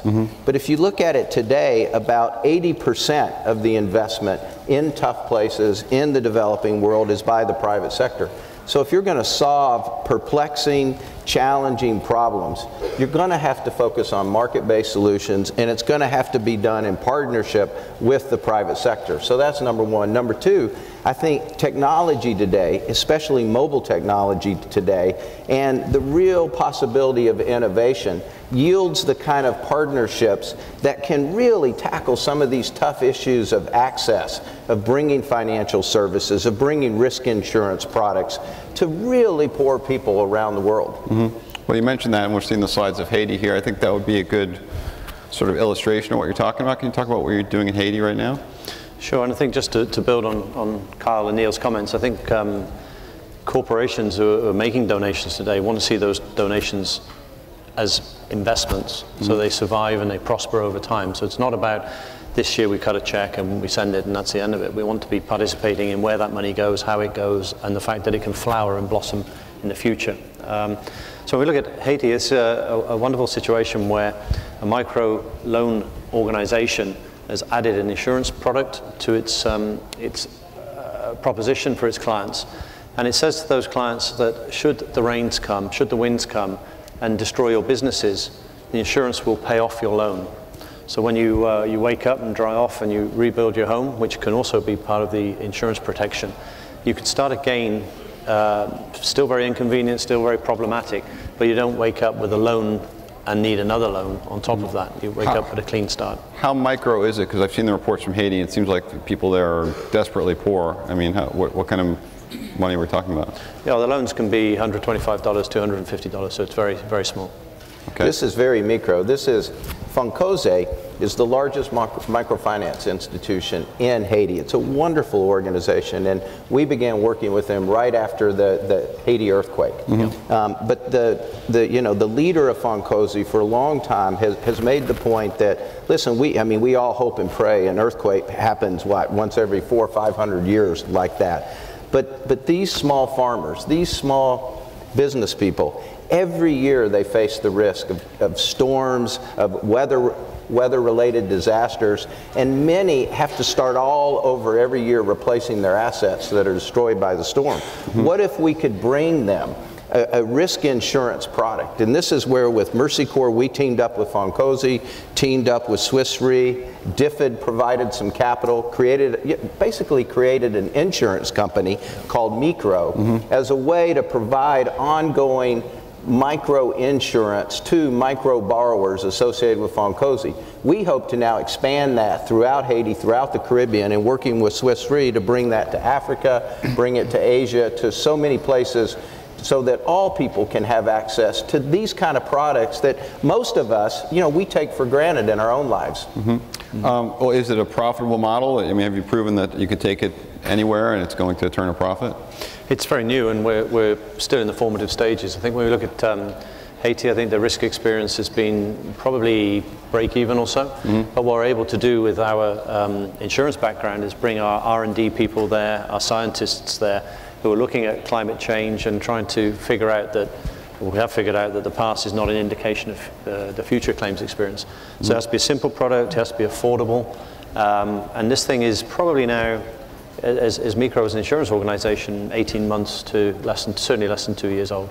And how do consumers view this? I mean, in the, covering the marketing space, there's, you're probably aware of greenwashing. This isn't, that's when a company kind of puts on a green face to the public, but actually they're not practicing. Do you get accused of, the equivalent of greenwashing here? I don't think so. At the end of the day, this is an insurance product, so it has some terms and conditions, and it doesn't pay absolutely every claim that's presented, but that's part of the natural consequences of using insurance solutions, I think. So by and large, the sustainability and the growth and the participation of the members has been very strong, and people repeat buying. So it seems that the consumer sees the value in this. And Kyle, can you explain the concept of shared value? I don't know if everyone's Sure. So simply, shared value is when a company attempts to achieve competitive advantage by targeting and solving a social problem. That's what it's about. It's not philanthropy. It's not shared values. We often hear that, shared values. Is it the value of the company? Now this is about a company that's making profit. That's pursuing profit by actually focusing in on a social problem or an environmental problem. And it's dramatically different than kind of old ways of looking at philanthropy or more defensive, CSR. And I think there's almost a history. Your question about greenwashing is an interesting one. I think companies do that, by and large, when they're in a position of kind of defense and wanting to use social engagement as a way of, improving their reputation. But when you see a company like GE and their Healthy Imagination initiative, I mean, GE did what they always do, and they actually scanned the landscape, looking at opportunities, recognized that healthcare is a massive problem, not just in this country, but around the world. They recognize that, emerging markets are lacking affordable medical devices and health information systems, so they created a $500 EKG machine that's battery powered and it's easy to train primary doctors on. They didn't do that to greenwash or for reputation. They did it because it's a huge business opportunity. They will make profit. They will profit from that, but what's fantastic is that is the engine which will drive them to go everywhere to try to solve that problem. They're not the only, solution to the problem, but if you can get the engine of capitalism focused on a social problem, and there's many examples out there as well, then I think this moves it from defense and greenwashing to proactive to really about the strategy of a company that's in the benefit of society. And you mentioned backstage that a long time ago, this is what companies were often formed for, was to solve some kind of social problem. I wasn't aware of that. Like what, for instance, how did that work? Well, I was just mentioning that, I think many years ago, companies were formed because there was a problem that existed, right? And that's the same thing as there actually being a market need. And I still think that happens today. Companies like pharmaceutical companies that are addressing a particular health need, they develop medicines and they are creating shared value. They may not be creating or optimizing shared value by going to people in emerging markets and bringing their medicines. That's a different issue. But essentially they're creating shared value. I think what happens today, and Martin, you know this better than I do, companies get pulled into a very short-term perspective. And they don't have that long-term perspective to say, where are those unserved, unmet needs that we can go after? Where are those markets that we can actually create rather than trying to fight it out with a particular competing company for market share? And I think we see companies actually creating shared value when they actually do have that long-term perspective. Yeah, I would just add to that. I think sometimes, we hear all about sort of well-known big brands, Swiss Re, Walmart, Unilever, and so forth, that are part of shared value propositions. Increasingly, you're seeing, which is so great about it, you're seeing this in countries from the local private sector. And you're starting to see partnerships form between civil society, local the local private sector, as a way to tackle issues of access to financial services, greater access to health care. You're seeing partnerships with, telecommunications companies and operators. Often these are local, right? These aren't grand international companies where they will see it's in their interest to obviously grow their consumer base, right? Their customer base. They want to stop churn in the case of telcos, right? And if they can offer, let's say, a bundled financial information to smallholder farmers, most of whom have cell phones right now, that makes sense. But they need a partnership with a Mercy Corps or a local NGO in most cases in order to test that product, to bundle it, to have access to farmers, to be that bridge of trust. And so I think we're seeing this, move from some of the big stories, which are important and good, to all kinds of opportunities all around the world. And it's really exciting because it has the potential to be sustainable and not just philanthropic, that when the grant ends, the project ends. I'm just, we only have like a minute or so left, but I'm curious how shareholders view it. Do they have the same enthusiasm, or are they skeptical, or is it difficult to sell it on? Well, I think if you look at the world of large events, catastrophes, the insurance industry pays out about 1/3 of the total economic value that's lost of any event. And the insurance industry honestly doesn't wake up and say, gee, that was good, that was a near miss. The insurance industry says there's a big protection gap, and our duty is to close that protection gap. So from a shareholder perspective, they want us to do that. And those catastrophes often hit the poorer end of society hardest. If we go amongst our ladies and gentlemen here, I expect many have got life insurance, their automobile's insured, their home is insured. These people don't have any insurance because our whole distribution network is not geared to reach the poor people, which is why such an innovation has been fantastic, because it's brought support to these people you're seeing on the screens who are all beneficiaries of this. And as I say, could wake up after this terrible event and still be hurt and damaged, but not having those old legacy loans on their shoulders to meet with. So our shareholders love it, our employees love it. It's part of the company's value proposition to close that protection gap, but at the low end of the population economically as well. Okay, well great. I think we're out of time, but thank you guys for explaining this. Really appreciate it. Thank you. Thank you very much.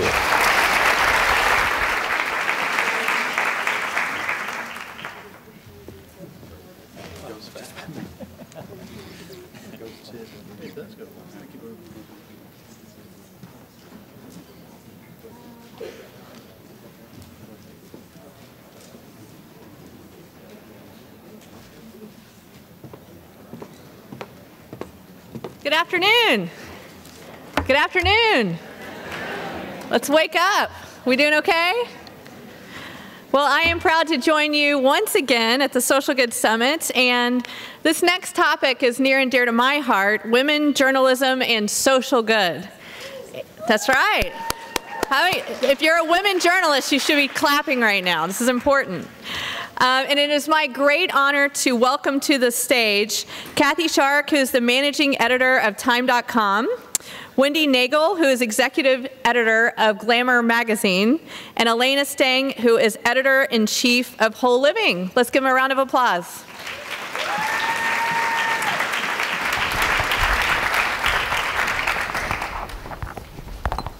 So I don't know if you ladies heard, but when we said women in journalism, there was a kind of an uproar out here. So I think you have a few colleagues. Well, we handpicked these amazing women, both because of them personally, but also because of their properties that they represent, have really put forth the voice of women. And we're so proud to have all of you here, so thank you again. And I'm just going to kick it right off. So let's just start with time. How many social media followers do you all have at this point? Well, on Twitter, we have close to 4 million followers. On Google+, 2 million. So I think the total across all of our platforms is around close to 8 million followers. And what has the transformation been going from a print property to such a strong digital presence that you lead?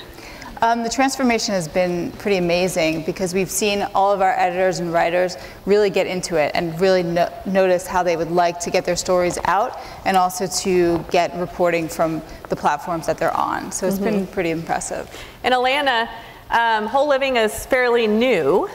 Yeah, it's new as Whole Living. It was formerly called Body and Soul. And you all are reporting on just the most extraordinary things. I just saw your piece on Green Giants. Right. So it seemed to me that you were connecting the humanitarian and hippie and corporate sector all in one piece. Tell me about that. Right, so that was a piece in our September issue, and it was about the fact that so many of these giant corporations, the ones that we tree huggers think of as the big evils, are really leading, are really leaders in terms of making environmental change. And in many cases, they're partnering up with environmental organizations, the Rainforest Alliance and Environmental Working Group, to make really significant changes. And because they're so big, they can affect their whole supply chain.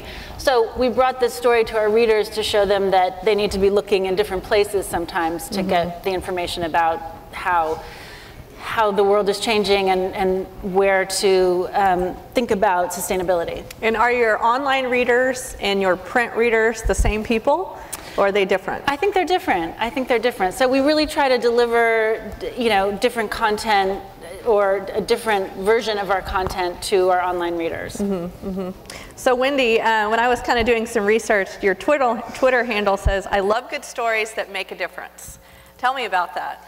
Well, I think, at Glamour and so many women's magazines, media places, is that that's what readers have come to expect, that we do stories like this because they want them and they crave them, and what we know about our readers is they are so engaged and willing to take action on those. So, and every story is different. You have stories that you expect to get, some feedback, and the next thing you know, it explodes into a massive following and even a movement.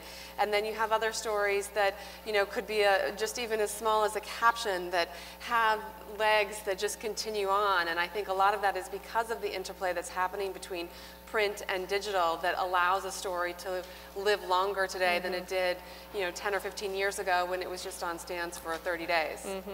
So I think the three of you and myself, we all are in common that we're mothers and we're working executive women, and there was a lot of pro-con discussion and controversy off the Atlantic article, "Can Women Really Have It All?" And I'd love to hear your opinions on that, but also just the debate that sprung out of it. Let's start with you, Kath. I think that for me personally, it's finding a good balance, figuring out how to be the mom that you want to be, and also being at work, from 9 to 5 or 6 or 7, whatever it is. So there's definitely a big controversy that spread out on Twitter over that story, but I think it raised a lot of good questions that we're all still talking about today. Other comments? Well, for Whole Living, we talk so much about this work-life balance, this elusive work-life balance that I'm sure we all as moms feel like is, a hoax.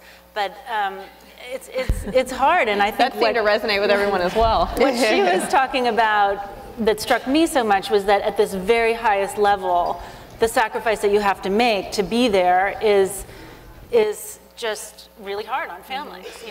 That you can kind of get to a level that you may feel great about and you may feel very accomplished, you know, but to really get to that highest level of impacting, you know, the world and government, it's, you have to give yourself over to it. And that's pretty hard when you've still got kids, you know, and I think as women, we feel very torn. I know I do. Wendy? I think it's an interesting debate, and I think we saw it continue with Marissa Mayer and her announcement on Twitter, no less.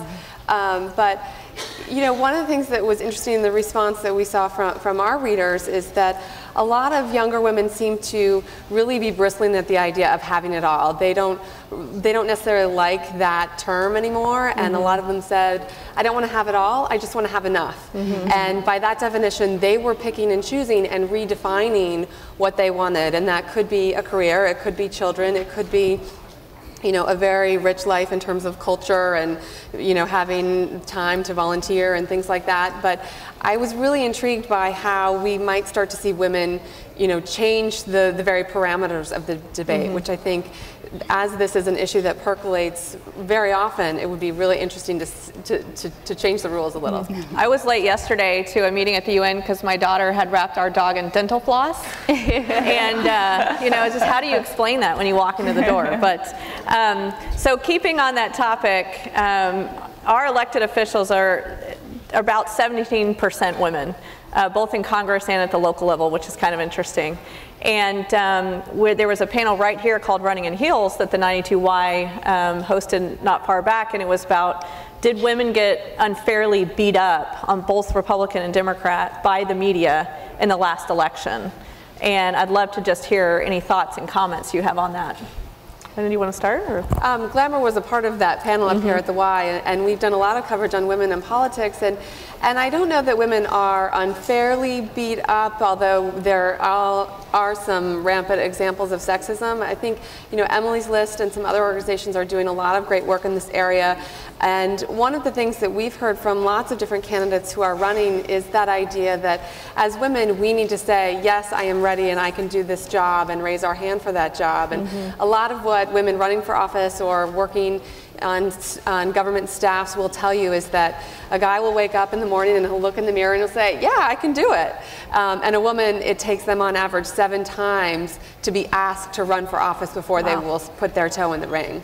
So I think we need to have the confidence to step forward and do it, and then face the hurdles like the media coverage and the fundraising and the life balance that can be hurdles for women who are making that decision to get involved in politics. Yeah, I agree. I mean, it's a big challenge. I don't, you know, my sense is not that women were unfairly beat up in the media either. I just think it's a big leap, and back to the Anne-Marie Slaughter piece, you know, it's a big sacrifice. I just did a piece that included Kristen Gillibrand, our senator, and she was talking about how she was making changes in her own life to be able, you know, healthier diet and more exercise, and the small changes that she was making very in line with the whole Living's idea of how you kind of get to a better place. And that allowed her to function better. But I think finding that work balance is especially hard for women and a lot. Kathy, let me ask you a question about going back to digital. All three of you as significant editors in the journalism world, how has digital made it harder to do your jobs? Well, I think for us, it's figuring out how to be on every platform. So there's one day it's Twitter and Facebook, and the next day you have to figure out what to do with Pinterest. So you're constantly innovating. But for us, I feel that challenge is exciting. And to reinvent time every day on different platforms so we can be everywhere that people are consuming news is a really exciting thing. What I find compelling about it is that not only are we, you know, we're no longer having a one-way conversation with our readers. We're getting their feedback, and they're getting to connect with each other too, which is great. We have this big January program we call the Action Plan. It's a 3-week detox, and we editors do it, and our readers do it, and they write to us. But then the community happens, and they talk to each other, which is, you know, such a great thing. So there's a lot that's really exciting about it, and we're learning, you know, every time we put something up on Pinterest, whether it's a turkey burger or a fitness move, you know, how people are responding and what's catching on. Yeah, I would definitely agree with that. I think it's all about how you adapt to those new mediums, and also, you have to have a very distinct brand image so that you make sure that that carries across all of the platforms and connects them all. But then you get this wonderful conversation that happens, and often it is incredibly rich and detailed, and then that can really help you as a brand because they come back, because that's where they expect the conversation to occur, whether it's on your website or following you on Twitter or coming back to the monthly magazine, because they start to recognize you as that kind of identity. Well, Wendy, I think one of the biggest conversations that I saw happen on the Glamour property was the secret that kills 4 women a day. It was about domestic violence and how it's such a quiet killer here in our country and globally. And I'm just curious about, do you think it inspired readers to act and do something? Absolutely, and that was one of those stories, like I mentioned before, that was great that we did it in the magazine, and it could have just been in the magazine, but because of all of our other platforms, we were able to extend it to everything else, including obviously our website, and we did a 4-month campaign on Twitter to coincide with Domestic Violence Awareness Month. So it really had a lot of legs, and we got very specific feedback from women who said, thanks to what you had on your website or what you had in your magazine, I had a friend who I was very frustrated. She wouldn't leave. I was starting to walk away from her, and instead I went back and I said, how can I help you? Let me, and we had many women who wrote to us and said, I thought this was the best I could do, and now I know I deserve better, and I'm going to take steps to protect myself. And those kind of letters are why I do my job. It's so personal and it's so intimate, and you realize that even though you're talking to 12 million readers every month, you really are having a conversation with one, and you can have an impact on that woman's life in a way that sometimes you can't even measure.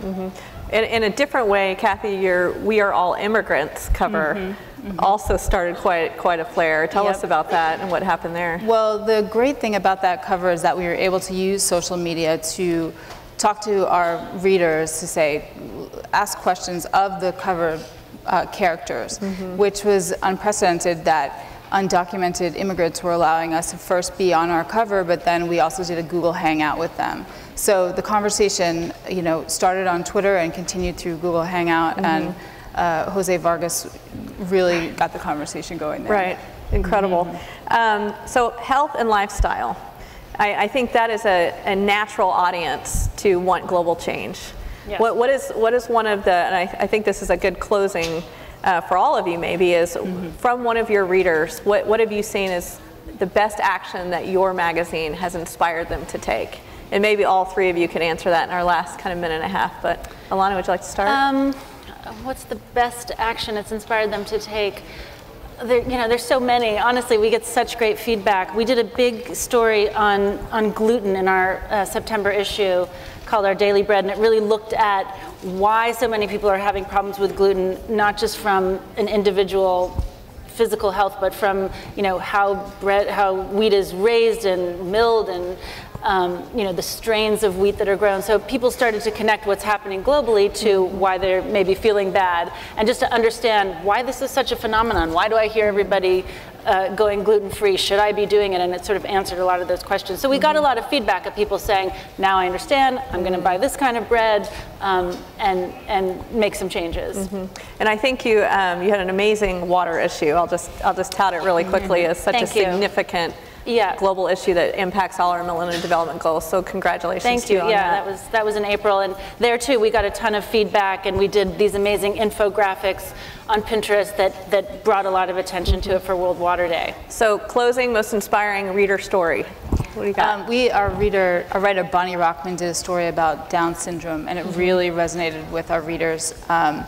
Those who were pregnant with Down syndrome babies and those who had Down syndrome babies that were alive. And it was a really inspiring conversation that happened on our website. That's amazing. Yeah. Wendy? I think one of ours was what we called the woman on page 194. It was an image that we had of a woman just in her panties, and she had a little bit of a belly, and we just published it in the magazine, not really thinking about it.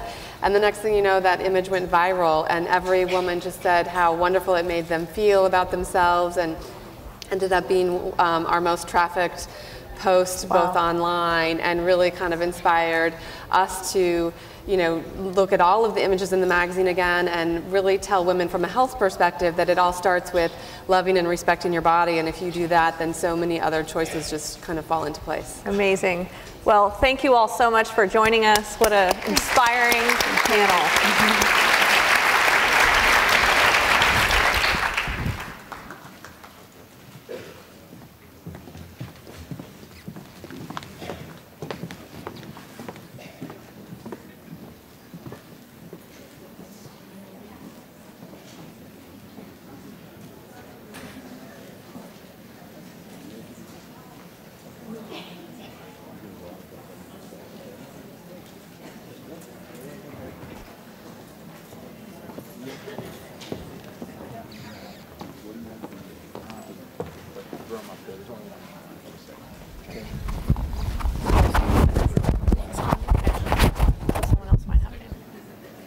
Good afternoon, everyone. My name is Adriana Lagalvo. I am the head of the Future Fortified campaign, which is a new initiative of the Global Alliance for Improved Nutrition to raise awareness about the issue of nutrition and its impact around the world.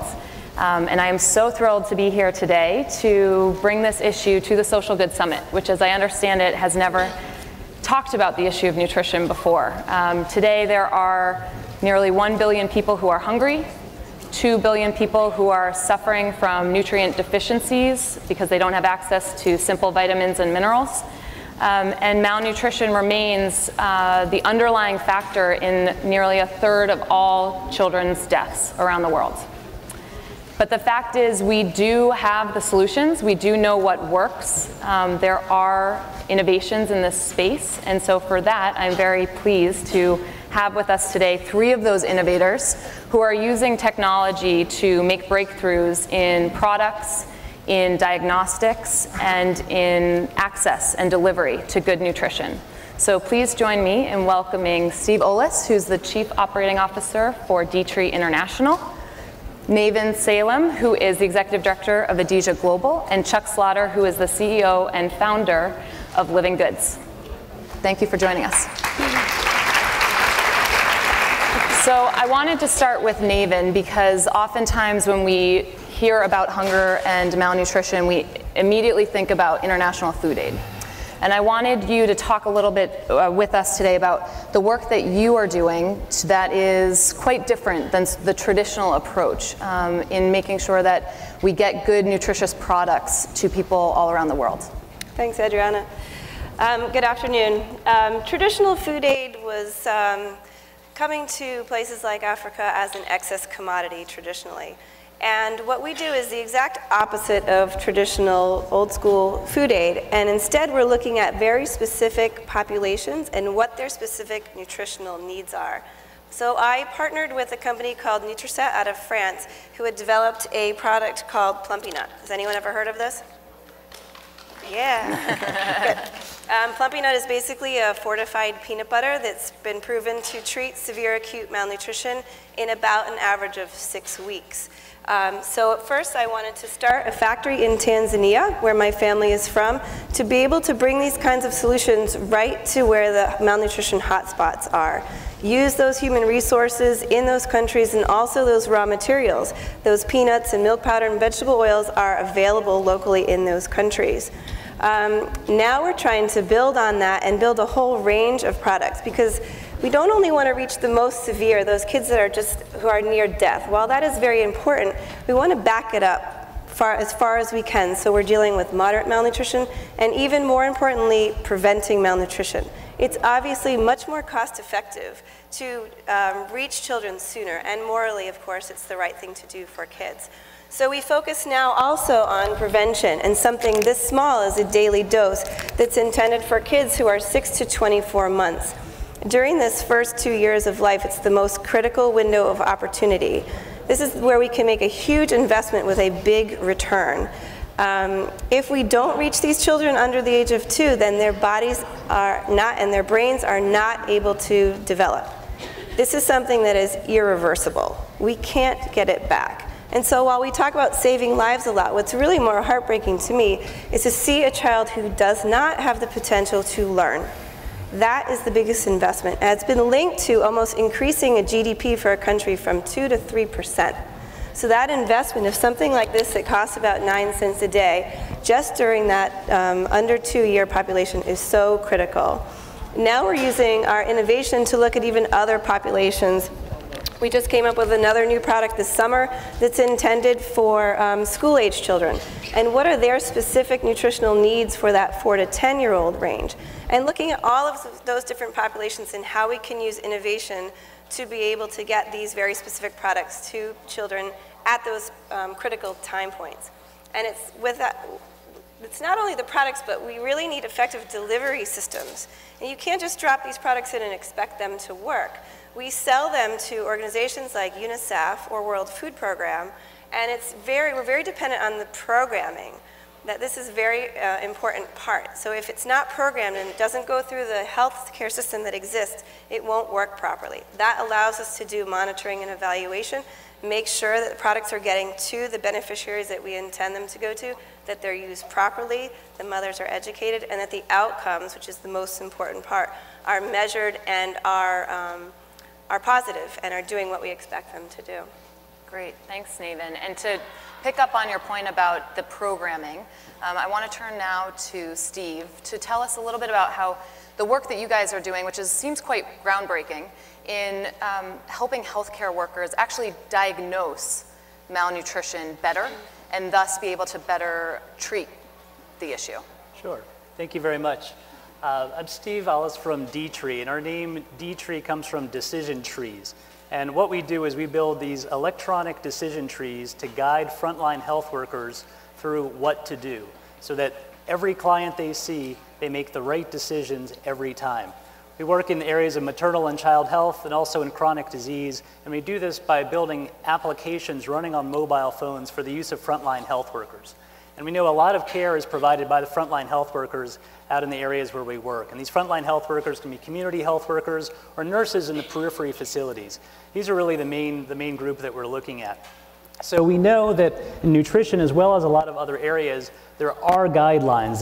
There's evidence-based solutions that are out there. WHO has put them out.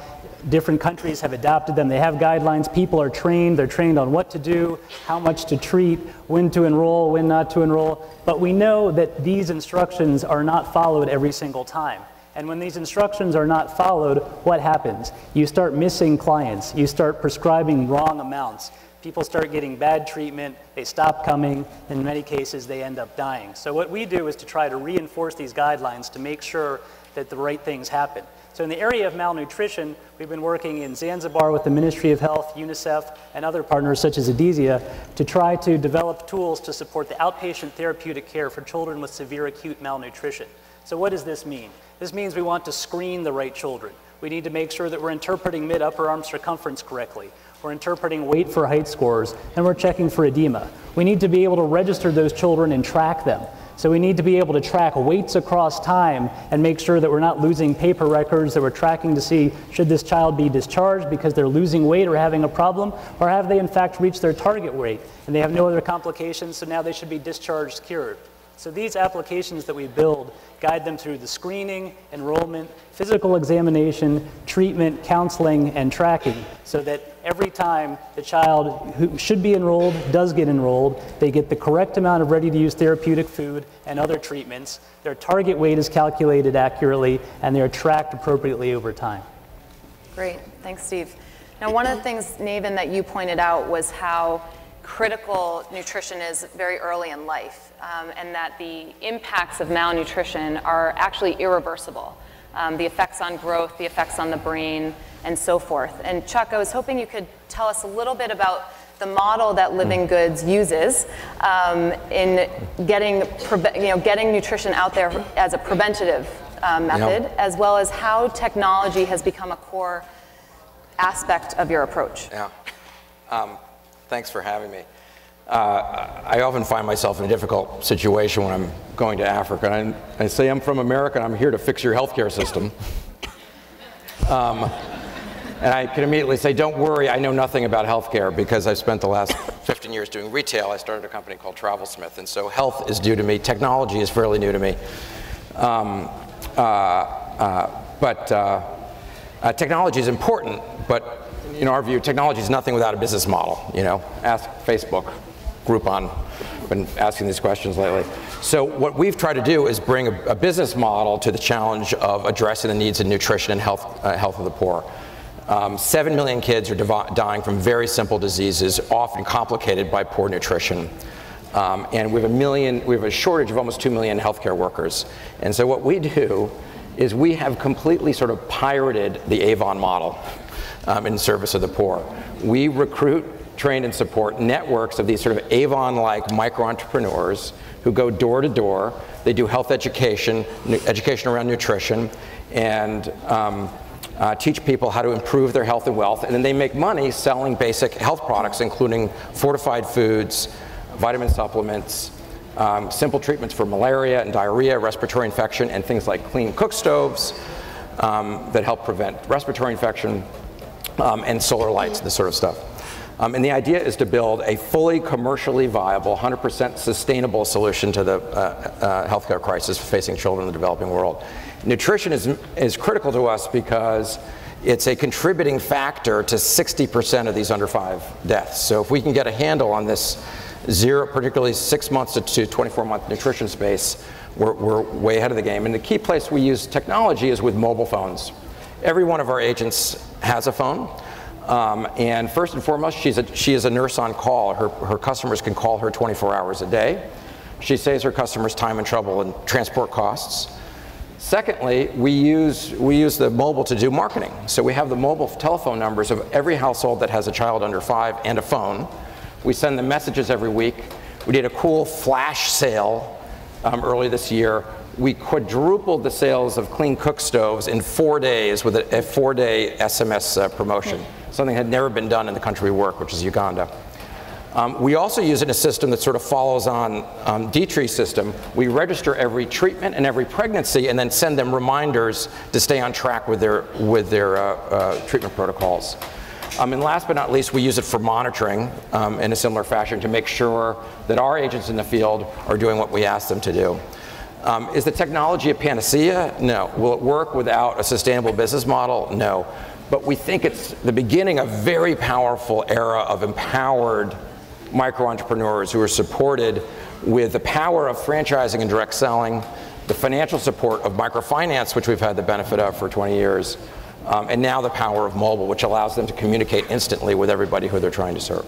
Great, thank you very much. And to each of you, are there areas where you see the intersection between nutrition and technology, that's really going to make significant breakthroughs as we look forward? I mean, nutrition is gaining a lot of momentum as an issue, an awareness issue around the world. Are there areas where you can see that there's an opportunity to use technology a bit differently than we're already doing, whether it's digital or social, that there's a big area for growth? Sure. I'll go first, I guess. I think just touching on what we discussed here, I think a lot of it is really as far as integration goes. Again, you have mobile phones doing one thing, we have product, we have people going door to door, that's great. But what happens at the hospitals? What if there's no good care at the hospitals? What if the community health workers are out there but nobody's supporting them? What if there aren't any messages getting out there? So I think the real potential is to start linking some of these solutions, both in nutrition as well as other areas. So it's not just a nutrition program, but it's nutrition as part of a broader health program. And we're starting to put together some of these tools that are out there, whether it's a social business model, whether it's the product, whether it's text messaging going out, or whether it's decision support running on the mobile phones, but start combining things so that these resources, which are all very scarce, especially in the area of nutrition because it's not as sexy as some other things these days, can actually be brought together and we can really make some great gains together. Yeah, the other thing that's, I think the next phase for us, which is exciting, is tapping into sort of mobile social networks. The direct selling model is really a social network model. It goes back to 150 years, but it's really about leveraging connections between individuals. And what's exciting now is in emerging markets, we've leapfrogged these technologies, and the big challenge is changing behaviors. And the best way of changing behavior is, I look at my family and our healthcare. When my wife was pregnant, she listened more to her friends and her sister than she did to her doctor. And so if we can tap into the power of persuasion using the intersection of mobile and social, I think that has the potential for really driving the kind of behavior changes we want to see in these critical areas. Right. I think for us, technology is a little bit different in that we do rely on these examples, but technology for us is really in how do we scale up? We know that these solutions work, but how do we make it scalable? And that's really the challenge for a lot of us, is how to make this now on a global scale. And so we've been working very hard to build capacity in really difficult to work in countries like Sudan, like Haiti, and Ethiopia. So that if something like this does take off and is successful in a country, our goal is not to make it here in the US, but transfer that technology and know-how of the research and development that we do here to a country like Haiti who can produce it sustainably for the ongoing future and provide that solution locally. Great, thank you very much.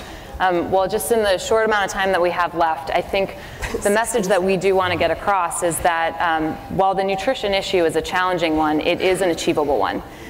We do have the solutions and we know that they're sustainable, but what we also need is more of you all to share this message, to get it out there. That's exactly why we have created this Future Fortified campaign, is to have very real conversations like these with people through digital and social channels so that we can raise awareness about this issue, talk about the good work that is being done and the opportunities that lie ahead, so that we hope you join us in helping to build a more nourished and healthy world.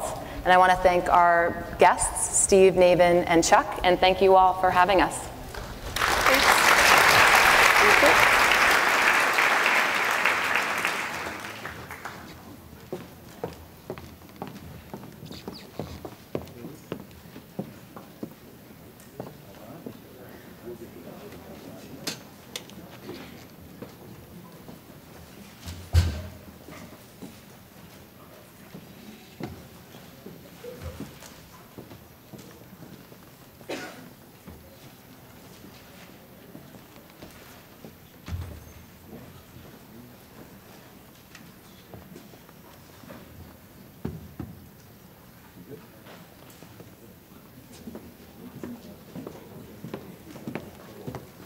Hello again.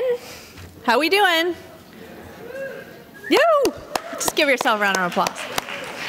Well, I want to start by saying hello to our friends in Afghanistan. They just finished their meetup and at the UNDP offices, so we are so excited to welcome Afghanistan to the global conversation. So let's give them a round of applause.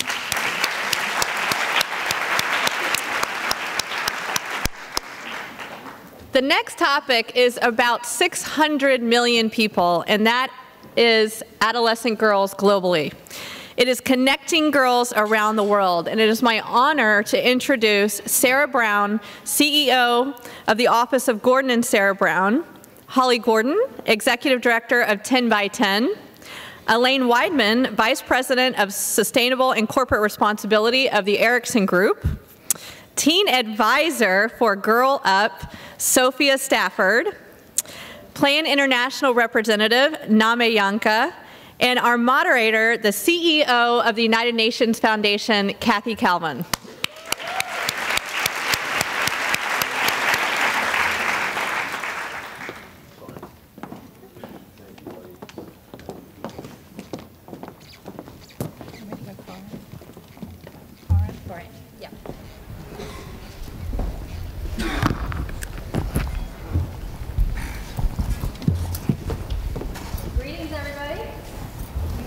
Thanks for joining us today. You know, wasn't it cool? We started the day yesterday, or was it Saturday? I've lost track, talking about women with Jill Sheffield from Women Deliver. And today we're talking about girls, because if you don't start with girls, you really don't ever get to the solution. So that's why this wonderful panel is together with us.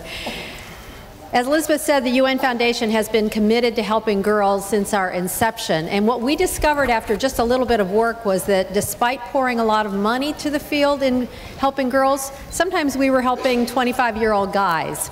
So part of the job for all of us who deal with girls has been simply figuring out where are the girls, who are they, what do they need, what's the best way to help them come together and get to the future they deserve. Over time, I've been impressed to see that the numbers of organizations and the range of organizations committed to helping girls has really grown from UN agencies to include foundations, the private sector, individuals, and adolescent girls themselves.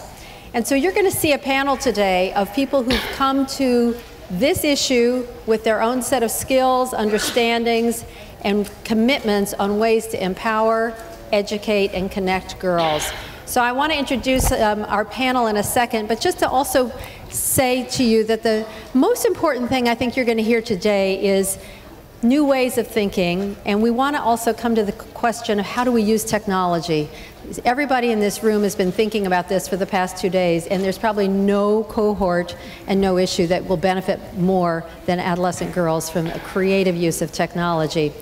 So I want to start with Sarah Brown, who is going to talk to us a little bit about the challenge and innovation of how do we get governments involved, and how do governments change their policies to put girls not as an afterthought on the agenda, but right at the top of the agenda.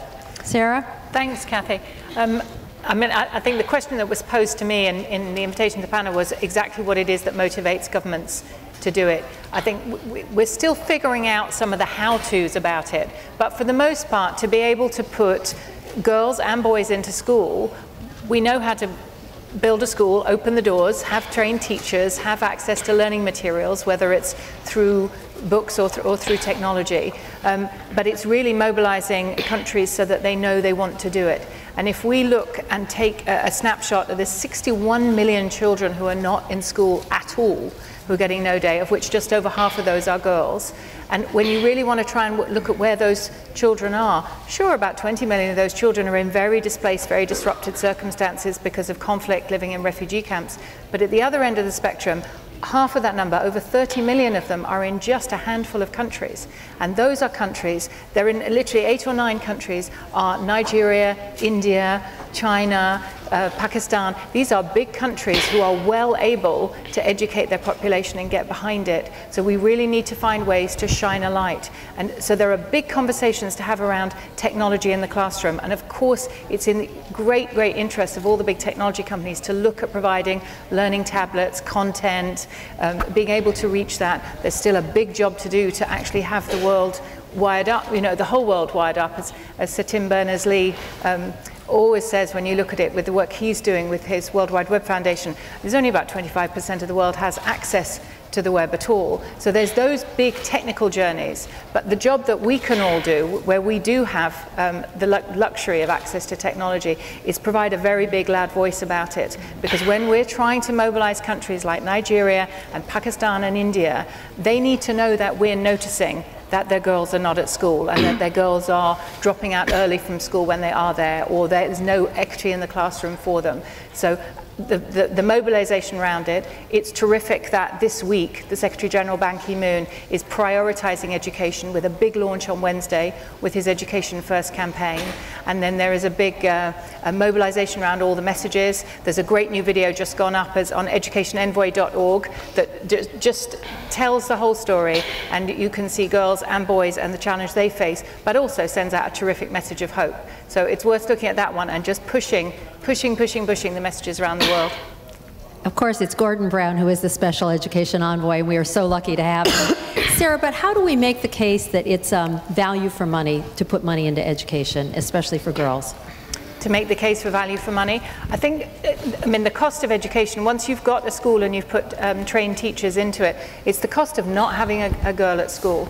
I was always very struck by Josette Sheeran when she was at the World Food Programme, when they were looking desperately to find ways when they came to the end of emergency feeding programs, of how to just have that last little bit of food out there. So of course they would put it into the schools and provide a school lunch. And what they noticed straight away was it wasn't just the boys in the classroom, but suddenly those girls who were at home, who were of no great value, didn't send to school, well, they were no longer a cost burden on the household if you sent them to school. They got a free lunch.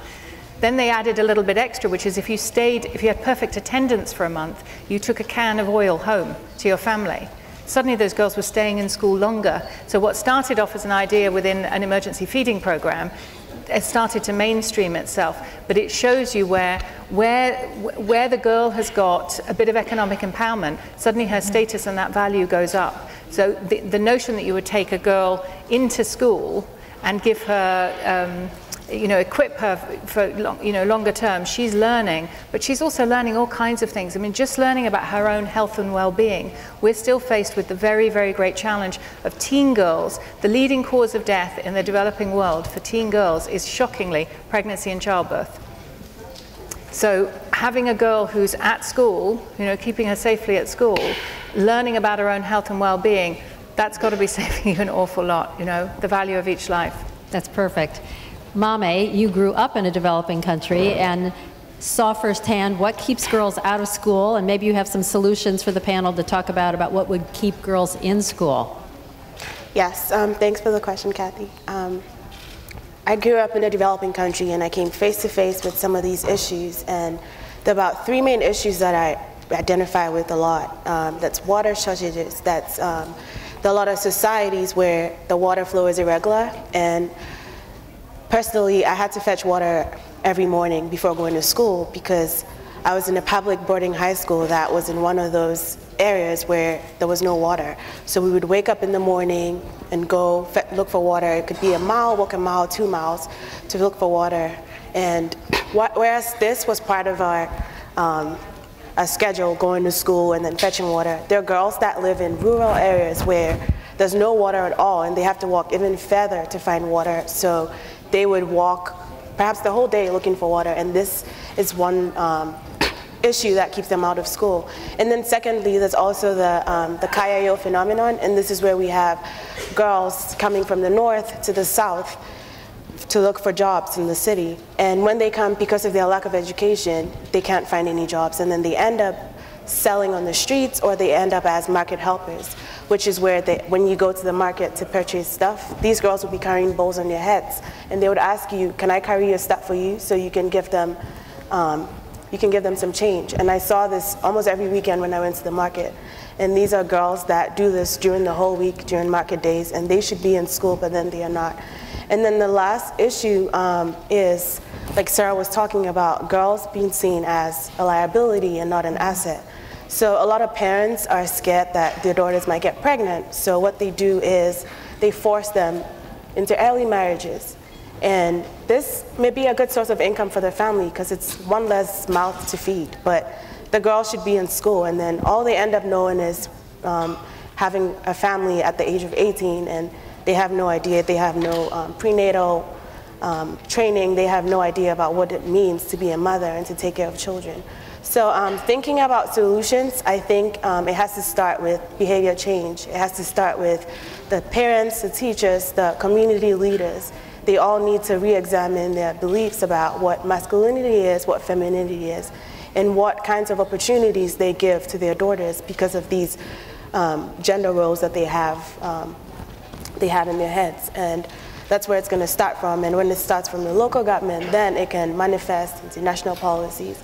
Then I also believe that the families that force their daughters into early marriages should be sanctioned, and these laws should be tightened. And then also by using social media, which I'm very happy that we're talking about right now, is to project female role models in front of these girls, in front of these communities, so they can see women that were once girls like their daughters who face the same issues but then have overcome these obstacles, and to see that a girl is not a liability, she's an asset, she has a lot of value, and she has a lot to contribute to her community. So to project these female role models to the community, I think is one way to let them see what a woman can be, what a girl can be. And myself, I've been just like blogging and creating awareness and keeping in touch with some of the girls back home for them to see the work that I'm doing, and I'm amplifying, the voice for them, advocating for them. And the more we keep doing that with technology, the more people are going to know, and then we can limit the barriers to education. Well, that's a great story, and I bet, Holly, in the work that you've done with telling the stories of 10 girls, probably echoes a lot of what Mame had to say. How did you settle on this format, and what are some of the stories you're trying to make sure the world knows about? I almost feel as I could go home, because Mame is really a case in point of what we're trying to do with 10 x 10, which is a global campaign for girls' education. And at the center of the campaign is a feature-length film. And the feature-length film is really the engine for storytelling, story discovering, and often I'm asked, what do you find when you go into the field? And are you giving voice to these girls? And I say, listen, I'm finding revolutionaries. We are finding girls who, we're not giving them voice, just a platform, a place to share that voice. And it's because of all of you and the connectivity of today that I believe that we can push social change, we can accelerate it, we can do what we took decades to do in just years because of the global forces that come to bear around really important ideas. And educating girls, to me, is one of the most important ideas of our time because of the value proposition at the other end. Because a mother who is educated will educate both her sons and daughters equally. Because a girl who is educated will delay her marriage. She will have fewer children, so she will contribute to GDP. 1 extra year of secondary school lifts a girl's income 10 to 20%. By the time she joins the working world, and she will invest 90% of that income in her family. So when you're educating a girl, you're setting off this ripple effect that affects not only her own life and the revolutionaries that we found in the 10x10 project, these girls who are transforming their own local communities, but the life of the community, and ultimately the health of the nation. We've been down at CGI and here, and I know that there's been a lot of talk about the importance of the issues relating to girls and women. And these are issues that cut across every sector of global development. And one of the ideas that resonates so clearly with me is when you look at how a country treats its women and girls, you have an idea of how that country is going to prosper or not. It takes both sides of the population to really drive a country forward. And the 10x10 campaign is based on an idea that we can find stories, give the girls in the countries that where we are telling stories a platform to show their value, their ability to contribute to society, and by having all of you share the media that we're creating as storytellers with your networks and your networks and your networks, so we're creating a global tribe of girl advocates. And it's impossible without doing it together, and it's impossible without each piece along the way doing their part. So we have the girls who are fighting in their communities and raising their voice in their communities. We're journalists and storytellers. We're packaging that up into media. We need all of you to share it, and then we need programs like Plan International and the UN Foundation, who are doing the amazing work on the ground, supporting these girls so that they can get to school, stay there safely, and grow into women who take their place in society. Great. Well, and the players now in this space have really broadened, and I want to bring in the private sector. Ericsson's been a great leader in using all of its technologies, and sometimes when we think about the private sector, we think, oh, how can they contribute money? But I think, Elaine, if you'd talk a little bit about the more innovative ways that you all have thought about bringing your assets and your resources to the table for this great issue, that would be so helpful. Sure. I think one of the things we have been focusing on is a theme, technology for good, and you have probably heard a little bit about that over the last couple of days here. And I think really our approach is, as you indicated, we're non-philanthropic in nature. We feel that we have this amazing technology. We're leading in broadband and mobile broadband in the world, and we think about, well, what can that be used for? And I guess compared to the panel, we're relative newcomers to girls and education, but we had a discussion a couple of years ago looking at the Millennium Development Goals, and we realized that the MDGs had covered primary education, but when it came to secondary education, there was a big gap.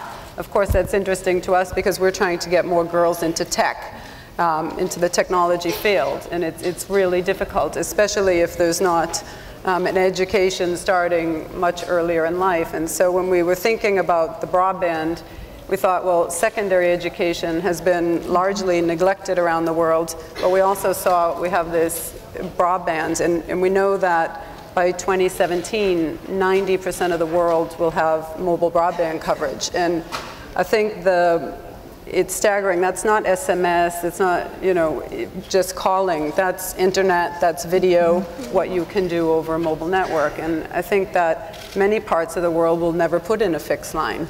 you know, the next generation will be raised on mobile broadband. In fact, we talk about digital natives. I bet there's many in the room here, and I think that when it comes to mobile broadband, we saw three, you know, real opportunities to impact on education, and one was quality of education, both the learning as well as the teaching, and be able to integrate the technology. I mean, that ties into the next area, which was equity. I mean, in today's day and age, why shouldn't every child in the world have the same access to content and what you can get on the internet here? Why shouldn't a girl in Ghana or anywhere else in the world be able to have that same possibility to access content? And I think that, and the third was access, just being able to have the access. When we know that the world's population will have the connectivity there, those three factors came together, and so we very proudly became part of an initiative which is called Connect to Learn, and that's very much focused on secondary education for girls. We're starting in Africa as we see the gender issue is so extreme there, but we're also working in Brazil and the Amazon and in India and other parts of the world with that program. So I think you said a gang of girls or advocates, I forget how you... Pro-revolutionaries? Yeah, right. So we want to be part of that. I think it's really exciting, and it's great to be able to be here. Great. Well, you're not just part of it. I think you're helping lead it, which is exciting. Our final panelist is Sophia. She's a teen advisor for the Girl Up campaign, and Girl Up activates, mobilizes, and engages adolescent girls in this country to care about and help girls all around the world. So I want to talk to you about how do we bring everybody into this conversation? This is not just civil society organizations, but average citizens who just want to make a difference and care about what happens to girls, whether they live in this country or anywhere else in the world. Sophia? Thank you. So I'm a senior at the Hewitt School, an all-girls school, and right here in Manhattan. And attending an all-girls school, I really learned the importance of working and supporting other girls. And so I became a teen advisor for Girl Up so that I could help girls everywhere pursue their dreams, whatever those might be. And so Girl Up is a For Girls by Girls campaign of the United Nations Foundation that mobilizes American teen girls to raise awareness and funds for UN programs in developing countries, and this gives girls life-changing opportunities, like the chance to go to school, visit a doctor, stay safe from violence, even have access to clean water. And so Girl Up is unique because we connect girls really on a one-to-one way. So we connect girls from Nepal, Uganda, South Africa to girls right here in the US. And Girl Up has hosted Twitter conversations, Google Hangouts, and Skype conversations so that we can really connect with these girls. And these virtual conversations have highlighted the cultural differences, but have also shed light on the fact that we share so many similarities, and the fact that girls everywhere have the same passions, ambitions, spirit, and that we all really can make a difference. And so one thing that I've learned as a teen advisor for Girl Up is the importance of having a platform like Girl Up that gives you the resources and really helps you support your cause, but that also allows you to create your own opportunities, so that in essence we're creating the next generation of leaders right here in the US. And so I've had the opportunity to create a New York regional coalition for Girl Up, bringing together girls and teens from all over the 5 boroughs of New York and also in the regional area, and we're all driven by the goal to be advocates for our sisters in developing countries. And we've seen how social media really has been key in creating and helping to create and to build this coalition. It's connected us like never before, and we've seen the passion and the interest for helping girls, for girls helping other girls really around the world. And so it's been instrumental in this coalition. And my message really, and my hope for teenagers everywhere, is that they're confident in their abilities to be difference makers, because most of the time organizations and politicians, they're all eager to have youth voice, but it's really important, and it really comes down to having teenagers really own their expertise and be confident that they can and will make an impact. And so my message to all the adults in the room is to help my generation find their voice so that they can see the power of using it. And so like we say at Girl Up, because we are strong, together we are stronger, and our voices will change the world. Yay!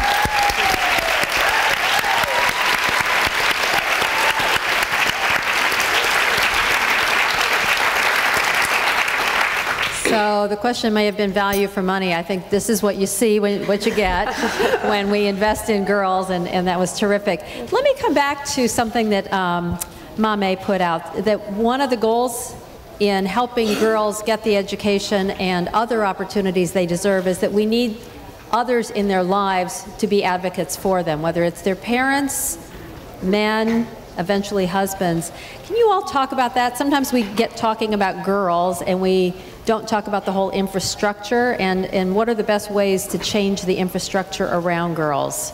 Holly, maybe you want to take that first? Yeah, sure. I mean, obviously I'm biased. I'm a media creator, but I believe that media has an incredibly powerful role in global development and accelerating social change. And one of those things is to message, to create messaging that points to some of the statistics and data that I talked about around the value proposition of educating a girl, because many of these decisions that parents are making around the world have nothing to do with their love for their daughter.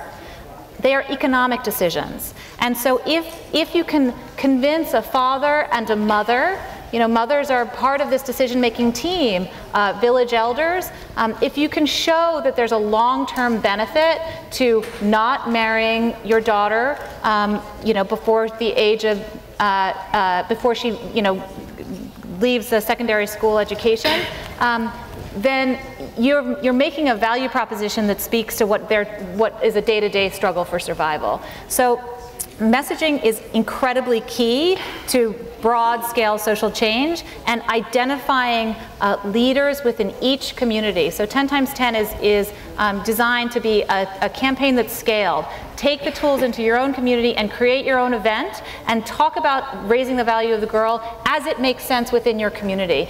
I can't know what that conversation looks like in Afghanistan. I know that Afghanistan's now watching.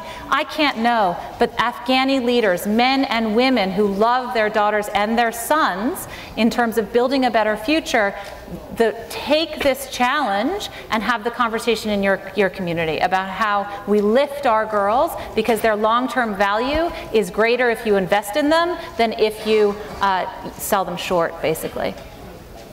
Anyone else on that? I was going to say, one of the other things is to make sure that governments are hearing you, because as much as we're understanding better now the importance of being in partnership with the NGOs and non-profits and with the private sector, you're not going to achieve it without everyone coming to the table together. So that partnership is growing, but nonetheless, government has to hear you, and government is subject to the vagaries of things like elections, rightly so for them to be in power, but it also means they'll make their decisions sometimes, just as business will have to look at what's right for its shareholders, and non-profits have to look at what their grant allocations are. Government will base their decisions around what they think people are telling them that they want, because that's where they've got to go back to get their mandate. And my experience on having been on the other side, on the inside of government, is when you've got an awful lot of different noises and everyone's got their own cause and it's too much noise to hear. What political leadership is nearly always looking for is a strong message that will deliver them a big, where there's agreement across a constituency of people. So I think having those very, very strong, clear messages, sometimes it's as simple as having the one hashtag that everyone uses, but that's an oversimplification. Having the richness of material that 10 by 10 is offering, you're looking, actually the messaging is still the same that's coming out, which is understand the value of your girls and know how to invest in them, and everyone in the community is rewarded for that. And it isn't actually more complicated than that, but there's so many different ways to look at it. And it is about the teacher in the school, but it's also about the water pump, so you've got to get all the pieces right, but you've always got to remember that if you're really wanting government to hear you and to make change, that message has to be really clear and come from the same message, come from a lot of different places. Elaine, and then Holly. Yeah, one thing I think is a really important point that you raised on the policy side. Well, we work programmatically on the ground with Connect to Learn with our partners at Millennium Promise and the Earth Institute. We're also working on another front, and that's where we were yesterday at the Broadband Commission for Digital Development, where they We worked together within the industry, but also with UN agencies and others to release a report called The State of Broadband, and that was delivered to Ban Ki-moon, but also served as a guide, as recommendations for governments to not to forget the importance of information and communication technology, because usually within any government, not every, but within most, you would have the education minister, the ICT minister, the health minister, you know, and so on, and they have never met each other. If many people together keep saying the same thing, they'll hear you. Yeah, so you have to go, you know, cross agency even within the government. So this report, one of the areas highlighted is of course education. And you know, and it's true also that sometimes we need to hear the unlikely messenger coming into the government, and so hearing from the head of Ericsson, who's usually in there talking about ICT tariffs, but actually is now in there talking about girls' education, is very powerful. Holly? Yeah, and this is where I wanted to jump in to say that what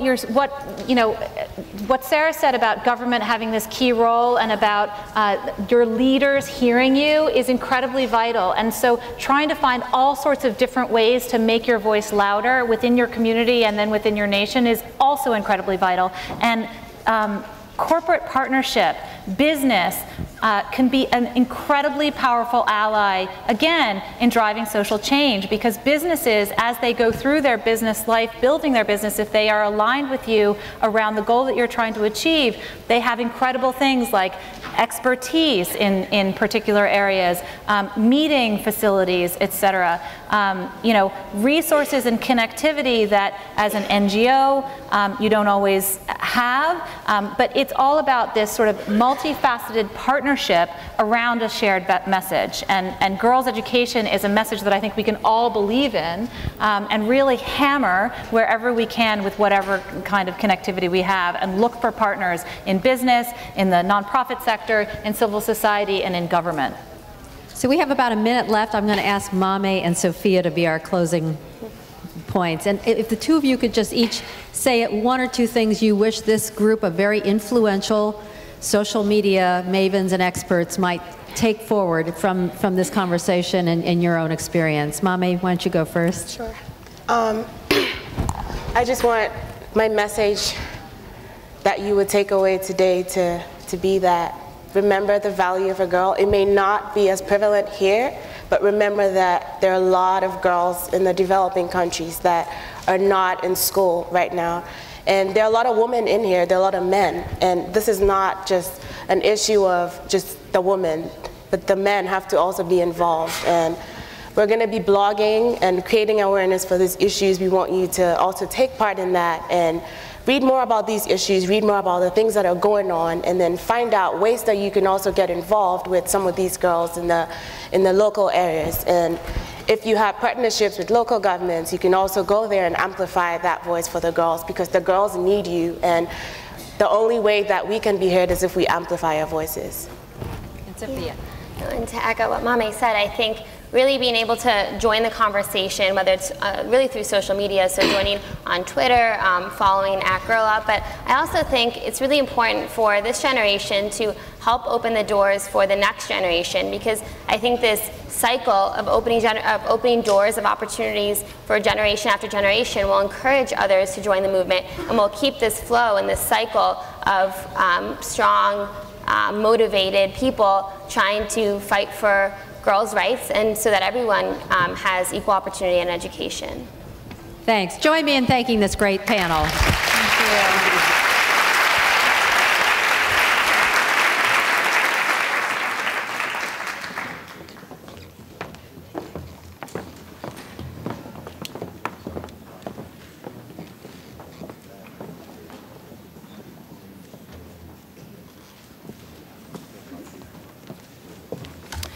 Continuing the discussions of women and girls in the developing world, it's my pleasure to introduce our next panel. Please welcome to the stage 4 incredible women: America Ferrera, Alexis Bledel, Claire Diaz-Ortiz, and Molly Kinder. Before we take the stage, we're going to show a short documentary from their recent trip to Honduras with the One Campaign. In Honduras, we say that poverty has the woman's face.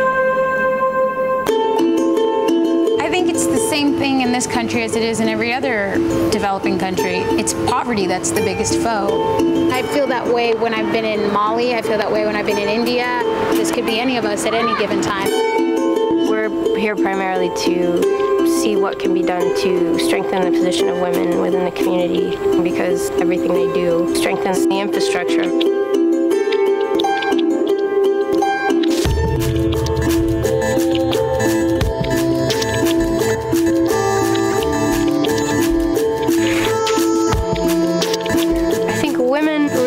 Are sort of the heart of a lot of these communities.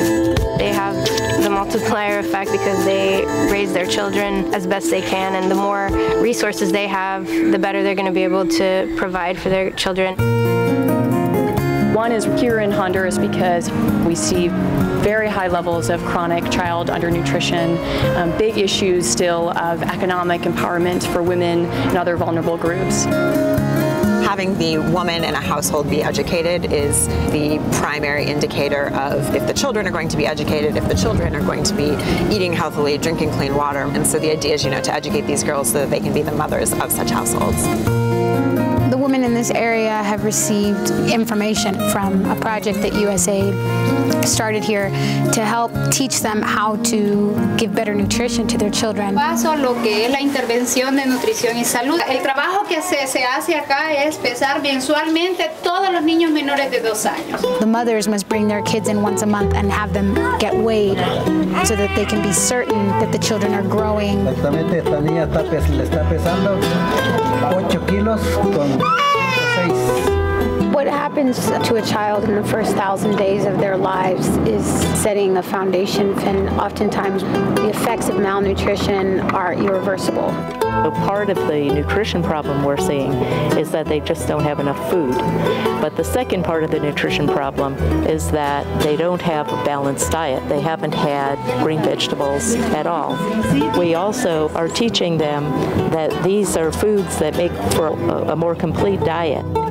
La idea es que lleve el hierro, que lleve la vitamina A también dentro de la tortilla. Así es más fácil que los niños coman los vegetales, ¿no? Es correcto, para ellos es más aceptable y no lo rechazan. When you look around here, I don't see any charity. I see education, empowering people to make the best out of where they are and what the land has given them.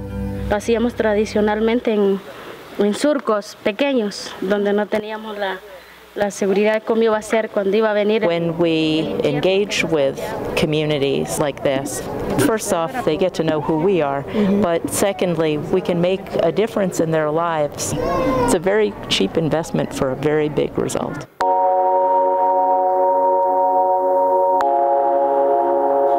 Having met the women, it kind of is clear that they want to do things for themselves. Lena's pretty amazing. She sort of identified a need in the communities and noticed that she could help. Tenemos para ustedes lo que es el chocolate. Tenemos con fresa. Cassava is a root, and what we do with that, we make it into a flour, and then we bake it, and we make a tortilla. A huge tortilla, like 22 inches wide. And from that, we add flavors like garlic, cinnamon, but everybody likes the garlic one. Do you think you can tell me about some of the people in some of these pictures here? Yes, this is a visit we made to the community of Siriboya. Here we have the other producers, and all these ladies are very dedicated. They're always making cassava. The cassava industry is in hands of women, from the farm to your table. Y cuando Lina empezó comprando tu yuca, ¿cómo cambió tu vida? De eso ni hablar. Porque Lina, con nosotros, yo no era 75 centavos, sino que ya eran 19 lempiras. Y con esos 1.900 lempiras, yo ya podía decir, esto es para mi hijo, esto es para mi hija, y algo así, ¿no? ¿Educación para que los niños estén en escuela? También. What I would want people to know about one is that their voices are being effective, that their voices are allowing one to continue their support for programs like Feed the Future, and that those voices are materializing in actual tools that are changing people's lives. When you're helping one woman, you're helping every woman.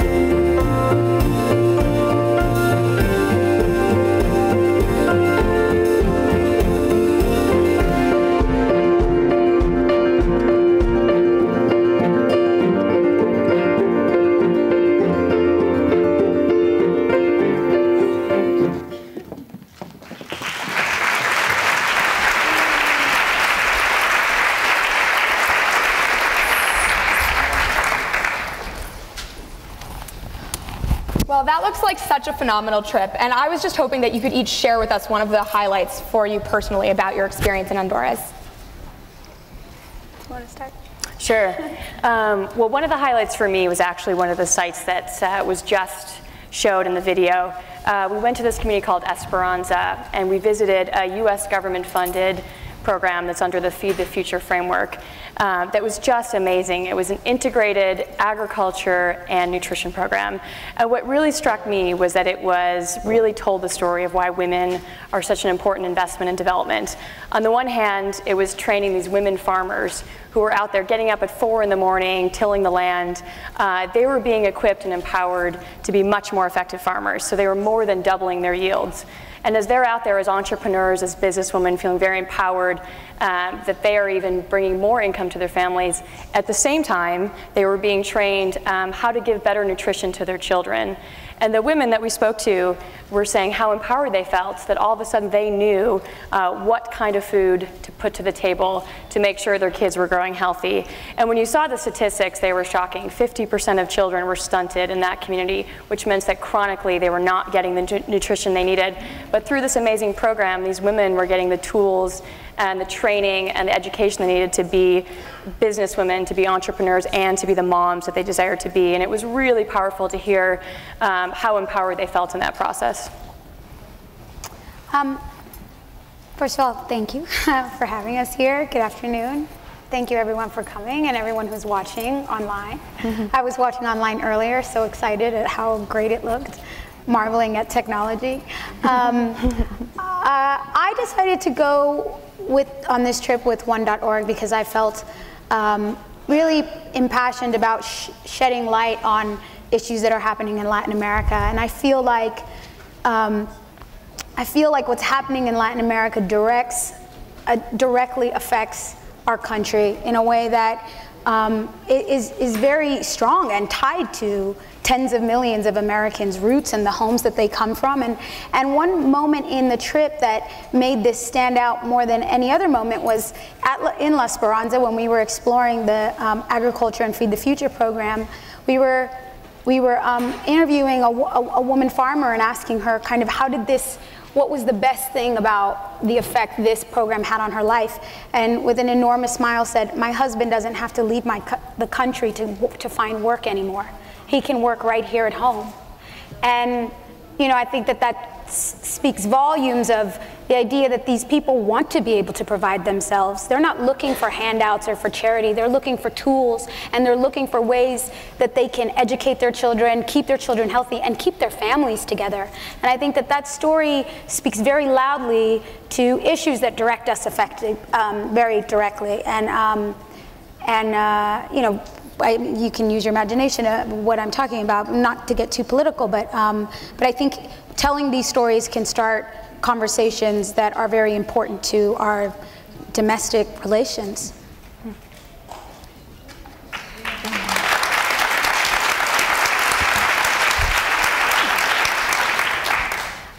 Well, one of the sites we visited was in a town called La Ceiba. It was a school that went from first grade, I think, to the 8th grade, probably. 6th grade, I think. To the 6th grade. And it had been funded by USAID for certain programs. One of the programs were lunches, and a lot of the aid it required a lot of help from the parents. So they had a very strong PTA at the school. The school was sort of the best school in Honduras. It served as an example to all the other schools, and everyone looked to them to see what they were doing. So we went to see what they were doing right, and what they were doing that was such an incredible example. And it really seemed to stem from these lunches, just the fact that USAID provided this food. The parents got involved, actually prepared the food for the children, but a lot of parents would send their children to the school because of the free food. So once all these parents came together and formed this strong PTA, they realized that there were a lot of different needs. The school needed to be cleaner, the school needed better books. They really became involved in very specific things that they wanted for their children. And that's one of the things that we also saw at the agricultural site. This very strong will on behalf of the mothers, really, of Honduran children to provide everything they can to give their children every opportunity. And it's just resources that they need and want and look to programs like USAID for. So they were talking to us about a lot of their successes, and they had one desire, that one thing that they said would make their school perfect, which was an English teacher. They really, really needed and wanted an English teacher, and they were so clear about that, and that really served as an example to me of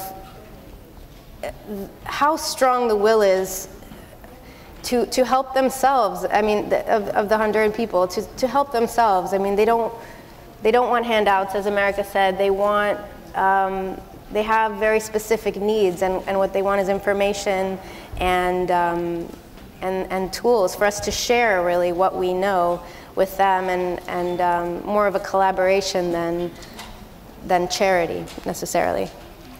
So do we have a volunteer to go to Honduras? English teachers? Anybody? Send them down. Tweet us. Looks like we have a few in the audience that are raising their hand. I think in terms of adding in sort of a powerful moment from the trip, over and over and over again, we saw in many of the programs that we were looking at that, education is really the backbone of making programs successful. And in the end of that video, you see a woman, Lina Martinez, who has this incredible cassava company, where they make incredible snacks. Cassava is gluten-free, in case you're not aware of that. and baking materials for cassava. It's this great company, but what's so interesting is Lina Martinez's individual story is one of, coming from this Garifuna Afro-Honduran community, getting a scholarship to go study, and then using that to basically bring it back to her people and to build an organization, a for-profit business that is able to completely uplift the lives of her community. And I think that was something really inspiring, and certainly not the only example of that we saw. So coming off of such an inspiring trip, and one that you could probably each talk for much longer than you just did about, how do you share those experiences in short, digestible snapshots for social media? How do you write a Facebook post about this experience? How do you write an 140-character tweet? How can you let people know what you experienced in a message that's digestible right now?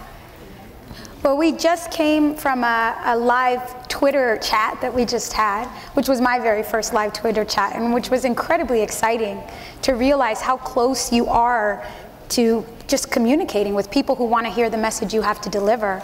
So that question came up a lot, actually, from the people wanting to engage with us. What do we do? What do we do next? How do we help? And I think an exciting thing is that if you want to get educated, it's so much easier to get educated now. It's so much easier to get involved and to find an organization or a group that is working on behalf of the things that you care about. I think Claire is our resident social media genius. Well, I think two things. So, first of all, people have said always, I would say, that, advocacy starts at home. And when they say that, they mean in your local communities. But in reality, with the power that we have to connect via digital media today, when we say advocacy starts at home, it really means at home, where you're sitting. Advocacy is not about traveling to Honduras, as we were all fortunate to do. It's about doing what you can from where you are. And we are incredibly fortunate to have tools like social media that not only allow you to do that, but also force you to really distill your message into, whether it's 140 characters or a little bit more in a Facebook post, to make sure that you're getting out what you want to say and creating a call to action to help bring others in on the fight. And then when you're trying to write these messages for Twitter or take one shot for Instagram, what are some of the pitfalls? What do you think that people don't get to see about your experience that you wish, this is one thing I wish I could share with people, but they can't find out with the limited information I'm going to share with them? Well, it's impossible to get a full picture of the experience that we had, for example, with a tweet that just kind of sums up, one aspect of the experience. But I think, Jesse's film is an incredible tool for people to get a sense of what it felt like to be there. The fact that he was filming us the whole time, we were there at every single site, and getting our visceral reactions to each place and each, interaction that we had with the people on the ground felt very useful, and just seeing it, brings back so many of those thoughts and ideas. And so to be able to share that is very powerful. Yeah, I think for me, one of the things that I struggle with is, especially when I'm in a place like Honduras, I'm having these quite emotional experiences, and I'm amazed by the people we're meeting. I'm totally inspired by their personal stories, but also I'm seeing the impact of what programs on the ground are doing, and I'm seeing the work of US government-funded programs in action or other types of charities. And you know, I know that, for example, on Twitter or on Facebook, it's really rewarding to share my impressions, but I also want to give people the sort of tools to say, well, here's how you can help. And I think in a tweet, sometimes that can be quite difficult, or in one Facebook, or certainly in a photo. You can capture that feeling, but then the follow-up of, well, then what can I do to do something? And I know for me, working at the One campaign, one of the things that is so great is that by being a member of One, or sort of following One on Twitter, then you can get those follow-up actions of, okay, if you cared about this experience, here's how I can use my voice, or use my tweet, or use my Facebook post to follow up. So I would say figuring out that way to connect your emotional feeling or your impression or your experience with giving people the tools to know how to make a difference. One of the most impressive things that I witnessed was a group of young people who formed a coalition to address the issue of violence in Honduras. Violence is a really big problem in Honduras, as it is all over the world. And these young people, it was actually an organization that started in Guatemala. And then through social media interaction and social networking, they opened a chapter in Nicaragua. And then they opened a chapter in Honduras. And then the day after we were there, one was opening in Costa Rica. So now you have this pan-Central American coalition of young people interacting with each other about an issue that affects them across those borders, but they can be talking about it and interacting with each other through all these social media tools. And to me, I mean, that sounded like a revolution, you know? I could see that turning into a revolution, and we have the power to then share that with our platform, our audience, with the click of a button. And I think that, you know, these children are going to be the most innovative and creative about how they're going to use the tools that they have to get their message across. And they had such good ideas. They could really see a lot of the problems very clearly and a lot of the solutions. You know, from noticing that when a young man is arrested and put in jail with a lot of other people and is influenced heavily by the people he's around in jail and then is released, there has to be some kind of program to help him get back on his feet. There have to be job opportunities that are alternatives to getting involved in the drug trade and crime, and there have to be more community centers like the ones that we saw all over Honduras, so that children and young people have a place to go, so they're not in the street, you know, where they're around others who might influence them to get into, you know, problematic situations that might lead them down the wrong path. And so they were telling us all of these things, and they, you know, are going and petitioning their own government, and the fact that they're all linked, as America said, through social networking is such an encouraging and incredible fact, because they can be learning from one another. They support each other, not only to keep doing their work, but also to go further, to be inspired by one another. And I think that's the point where everyone in this room and watching at home can enter the picture and really offer something really large to a group of people like that, where they know the situation, they know their problems, they know the solutions, they have the desire and the will to communicate, and what they might need for a hand up is a little bit more instruction, a little bit more education, one more little technological resource that will help them connect a little better to the young people that they're already trying to connect to. So matching up the people in this room with the kids trying to change their own situation is, I think, what this entire conference is about. And some of the solutions are so simple. One of the young women was saying that if they just had soccer balls to give to the young boys that they met on their location visits, then they would have a focus that didn't have anything to do with what their big brothers were getting into, and they might, you know, find a different way forward and have just a different recreational activity, and that's so simple for people like us to respond to. I mean, it's incredibly easy, and it makes such a difference. So this will be my last question, and I want to shift the focus a little bit. The topic of this panel is women and social media. So I just wanted to open up the conversation a bit about what you saw in Honduras that makes you think that women are really at the center of poverty eradication. Sure. I mean, really, we saw so many different types of programs when we were in Honduras. We saw everything from incredible HIV and AIDS clinics in communities where they've seen prevalence rates cut in half. We saw vaccination centers where we saw moms bringing in their babies. Honduras has an amazing track record of coverage of kids with vaccines, just really incredible. We saw agriculture sites, we saw nutrition sites, we saw schools. I mean, we saw every facet really of the development paradigm.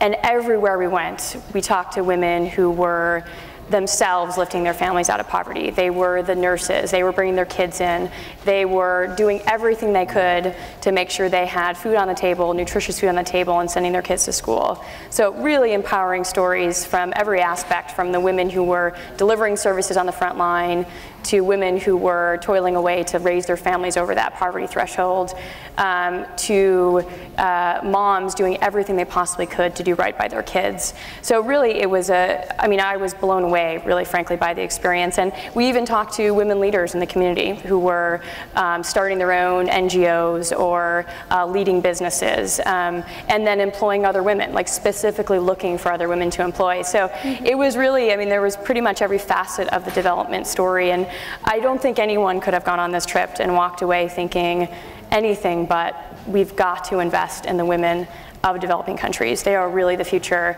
And you know, as an American taxpayer, I was quite proud to see that the US government funded programs we were seeing really had that message embedded into everything they were doing. Yeah. Earlier today we got the question, Alexis and I, of like, well, does investing in girls mean leaving boys behind? And you know, from what we saw, boys are raised by their mothers, you know, and the mothers will see that those boys have education and a different outlook towards women's roles in society. And so I think that investing in women isn't just about investing in the female sex, it's about investing in the provider, the educator, the first doctor that that child is gonna encounter. So I would say that investing in women is investing in boys, and I would say for men, we need men, we need you, we need the enlightened men around us to help change the discourse and to help change minds of other men who may not see the important role that women play and how they can be the key to these developing countries. Well, thank you all so much for being here, Molly, America, Alexis, and Claire. It's been such an honor to hear about your trip, and everyone continue to have this conversation with the hashtag SGS Global. Thank you all. Thanks.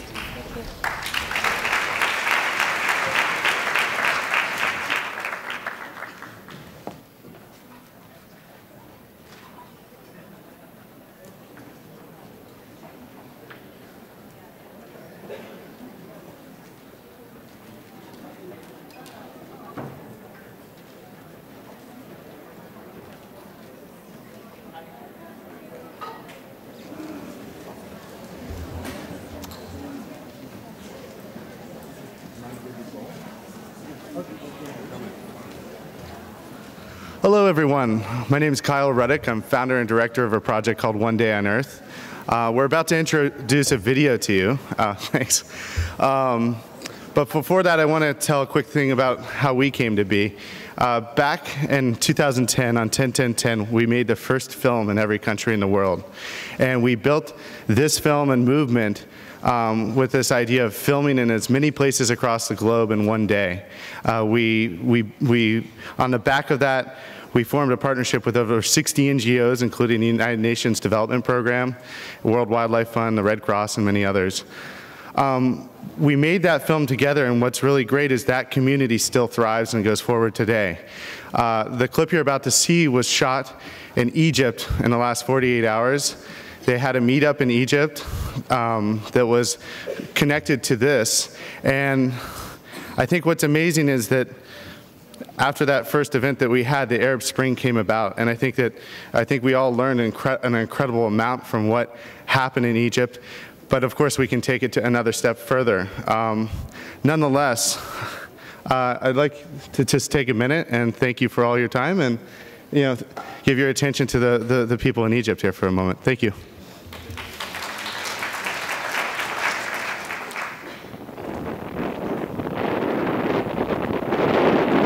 Some of the most challenging issues in my community, some of them are in a way abstract problems related to tolerance, to open-mindedness about how people perceive certain issues and deal with them in a creative manner, if you like. For starters, there has been an unprecedented surge in the use of social media in Egypt. It's not any more restricted to the elite. It has been a catalyst for our revolution, which took place a couple of years ago. It's a venue where people can voice their opinion, sometimes anonymously if need be. It's become a tool for even the government to gauge how the street feels about certain topics and how they react to certain decisions.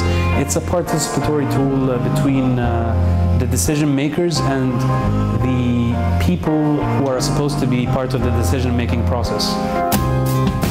I am passionate about digital media, about social media, about development, in a sense about my country and the well-being of its citizens. There are more direct challenges that face Egypt, my country. They encompass a wide range of issues, including illiteracy, problems related to the environment and cleanliness, congestion, planning. So we have a lot of problems, but I think we're able to overcome these problems. The world can learn a lot from Egypt, from our history, from how we react to major crises, and hopefully in the future from how we will have passed the obstacles that currently lie in our path. So we have a lot to offer, and I think the world will learn. I'm optimistic.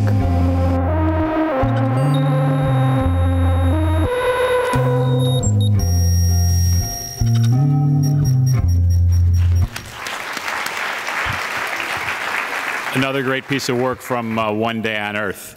I'm very excited about the next session, but I thought the crew was supposed to be off stage. Oh, I'm sorry, it's Dr. Rosling. I'm telling you, if you're not excited about what you're going to see, you will be when Dr. Rosling is finished. So we're very excited to present at Social Good Summit 2012, as part of the global conversation, Dr. Hans Rosling.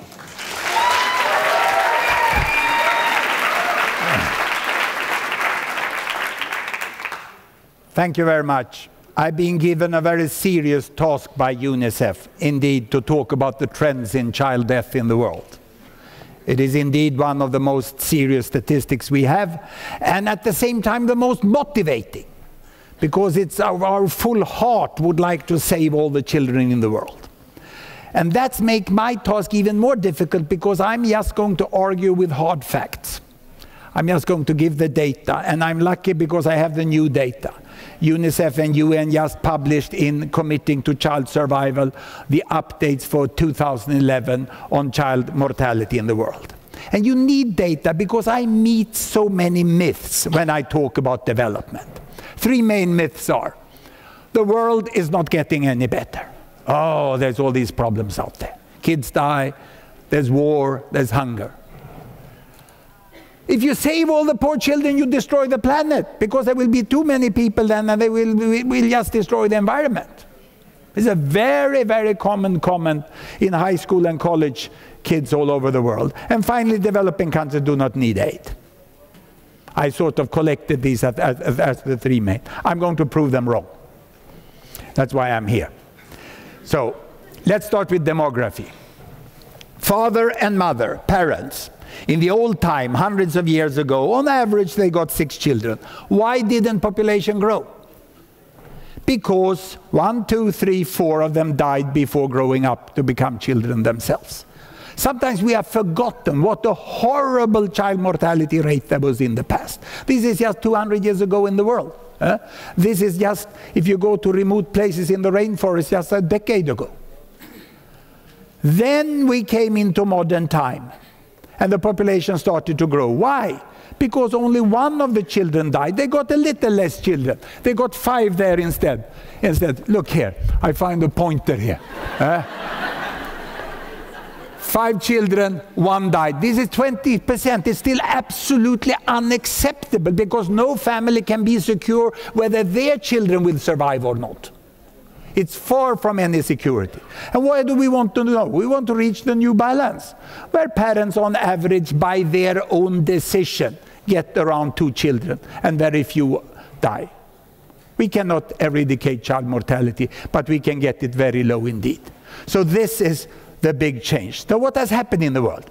Let me show you a prototype we are working on in Gapminder.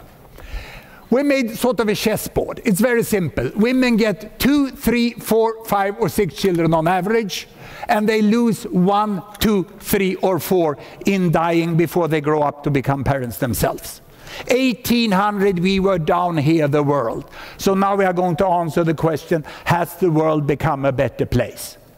There were 2 children who survived out of the 6 born. You see very clearly. So what happened in the beginning of the Industrial Revolution? Very little. It took 100 years to reach from there to there. So you could despair. Will it ever get better? Because where we want to go is up here. 2 born on average. I'm just talking about average. No force on families. And almost no one dying. How far have we come? How far have we come? Well, during the last century, this is what we managed. In only the 71st years to 1970, we made it up to here, losing 1 child out of 5 born on average in the world. And then, during the last 40 years, we did this. Ain't it fantastic?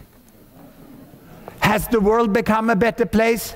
Yes. Right answer, right answer. Thank you very much. Now the difficult question. Is the world good? No. It's not. Because we don't live in an average world. Look, if I take Congo, this is where Congo is today. Democratic Republic of Congo, passing through all these challenges of civil war.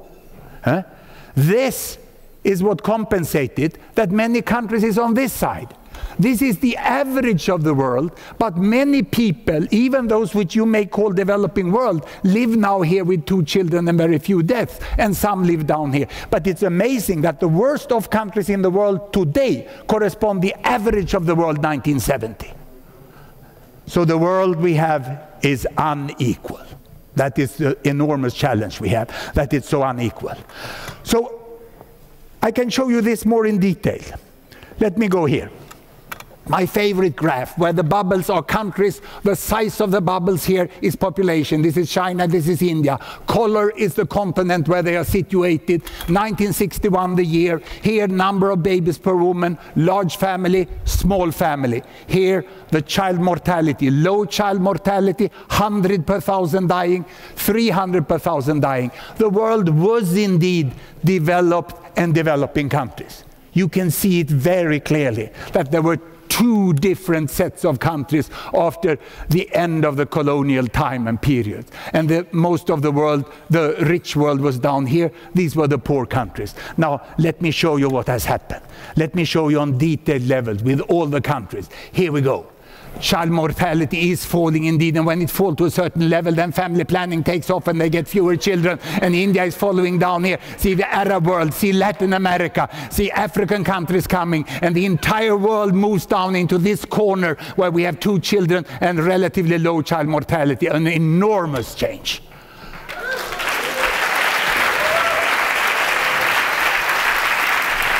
The world has become so much better, but it is not good. You must have these 2 thoughts at the same time in the head. You must have had enough for that, to know that it has improved and it's far from enough. Here Afghanistan, here Congo. Still large families, still absolutely unacceptable child mortality. But with this improvement also comes a message. It can be done. We can improve this enormously. Let me give you an example of 2 countries here. I've chosen Ethiopia and Tanzania. And we shall see what has happened. They were here in 1966. Just look at the countries, what they have done. oops, I'm going to give them trails by clicking here. Here we go. Did you see? They've gone almost half the way. A little different. Ethiopia is here. Tanzania, even lower child mortality, but more children per woman. There's no automatic relation in society. It's about female education, women's empowerment. It's about access to family planning. It's about very many different things. But also when families see that children survive, they can go for less children and give more attention and more investment in these children and afford to get them through schools, as communities and countries also can do. Now, also here, we must look within countries. Let me show you. This is Ethiopia. But if I split Ethiopia, its capital, Addis Ababa, is already here. People say, well, Africa is behind, they won't make it. They have already done it. The first Dreamline airline that landed in Stockholm airport was from Ethiopian Airlines. It's very, very strange in the order and sequence in which things happen. This, they have done it. On the other hand, there is still a tragic conflict and civil war in the Somali region, by some known from its main ethnic group, Ogaden. It's over here. Can you see, within Ethiopia, you go from here to over there, within one country. But the whole of the country and all areas is going in the right direction. And we are hopeful for the negotiations going on at present to solve that conflict. Let me then show instead Tanzania. I split Tanzania into urban and into rural. And you can see with urban is also higher educational level of women and higher income and less poverty. And it's most a rural problem. These areas, the poorest countries, is also the rural areas of the less poor countries. And after this, I need to show you the money. Because money is very important. As a professor of public health, I love money. I really love money because I know how to use it. I don't know how to produce it, but I know really how it should be used well. What sort of education there should be, what social welfare, what infrastructure is needed, how human rights can be secured if money is used well. So let me go and show you money here. Here we are. I go to the next. Because here I've changed my graph. I've changed my graph in the following way. I still have child mortality here. And I now have income here, $400, $4,000, $40,000. That's how unjust the world is. I have to have 2 zeros more there, 1 zero more there, and here just 400. It's 100-fold richer difference between the richest and the poorest countries. And same with child mortality. It goes from 2 almost to 20 to 200. 100-fold difference. And I made this sort of rubber scale, which some called logarithm, but you don't like logarithm, so let's call it rubber. I push the high incomes together, I push the high mortalities together, and you find an almost linear relation like this. Can you see this? And I go backwards with the countries, and you can see that this is where the world was. This is when I was born, and then data is adding from all these other countries, and we come down here. It's really progressing in a good way. But what I've done here is that I show the size of bubble is the size of population. I prepared another one. Look here. Now the size of bubble is the number of child deaths. Very few children dying here because the rate is low. Only you see United States because it's a big country. Many children are born. China, many children are born. Mexico and Brazil. But the child death is a problem from $4,000 and below. This is where we have a problem. And especially out in the rural areas. Don't make a mistake and think developing world. UNICEF took away the division between developing and developed countries because the countries are on all levels, all economic levels and all health levels. Look here, when we expand this and I take it backwards in time like this. Can you see how big the bubbles were? Look at the huge Chinese bubble here in 1970. So many children, 3.6 million children were dying every year in China. At a very high death rate. And here was the big Brazilian bubble. 500,000 children dying every year. And as the countries progress towards more money and lower child death rate, you can see how the bubble shrinks. The bubble shrinks like this. And Brazil is quite advanced today, has a much smaller bubble, and they are down here. In fact, when we look at these ones, I've chosen Bangladesh here. Can you see that there's a very straight line here? It seems that at each income level, you can reach one level of child mortality, but you cannot go beyond. That's why I love money. Because you need more money to go even further. But you can use your money very differently. Some countries are up here. Some with the same amount of money are down here. So don't just ask for money. Use the money you have well. That's the best thing countries can do. This I called the maximum equity, this line.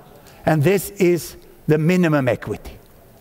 The world drives here. And don't think developing world, the definition of countries who get aid is here. These countries are so different. This is like US when Mayflower came. This is US when Eisenhower ruled. Don't put Eisenhower and Mayflower in the same chapter in the history book. It doesn't make sense. Don't think about developing countries as one place. There are so many different levels. And when you split Bangladesh, you can see that the richest 20% are there. The next there, the poorest 20% are here. Up here is the problem with child mortality. The big Indian bubble, if I would split them, I would have 20% of the Indians down here with low child mortality and many more up there with very high child mortality. Inequity within countries. We look at the world, we look at the regions, we look at the countries, we split the countries. This is the way to go forward and thinking. And we can really make a difference because, look here, if I choose United States and I pick my own little country here, Sweden, we are, oh, it's so small I can't even catch it. There we are. Oh, I even got Finland. Oh,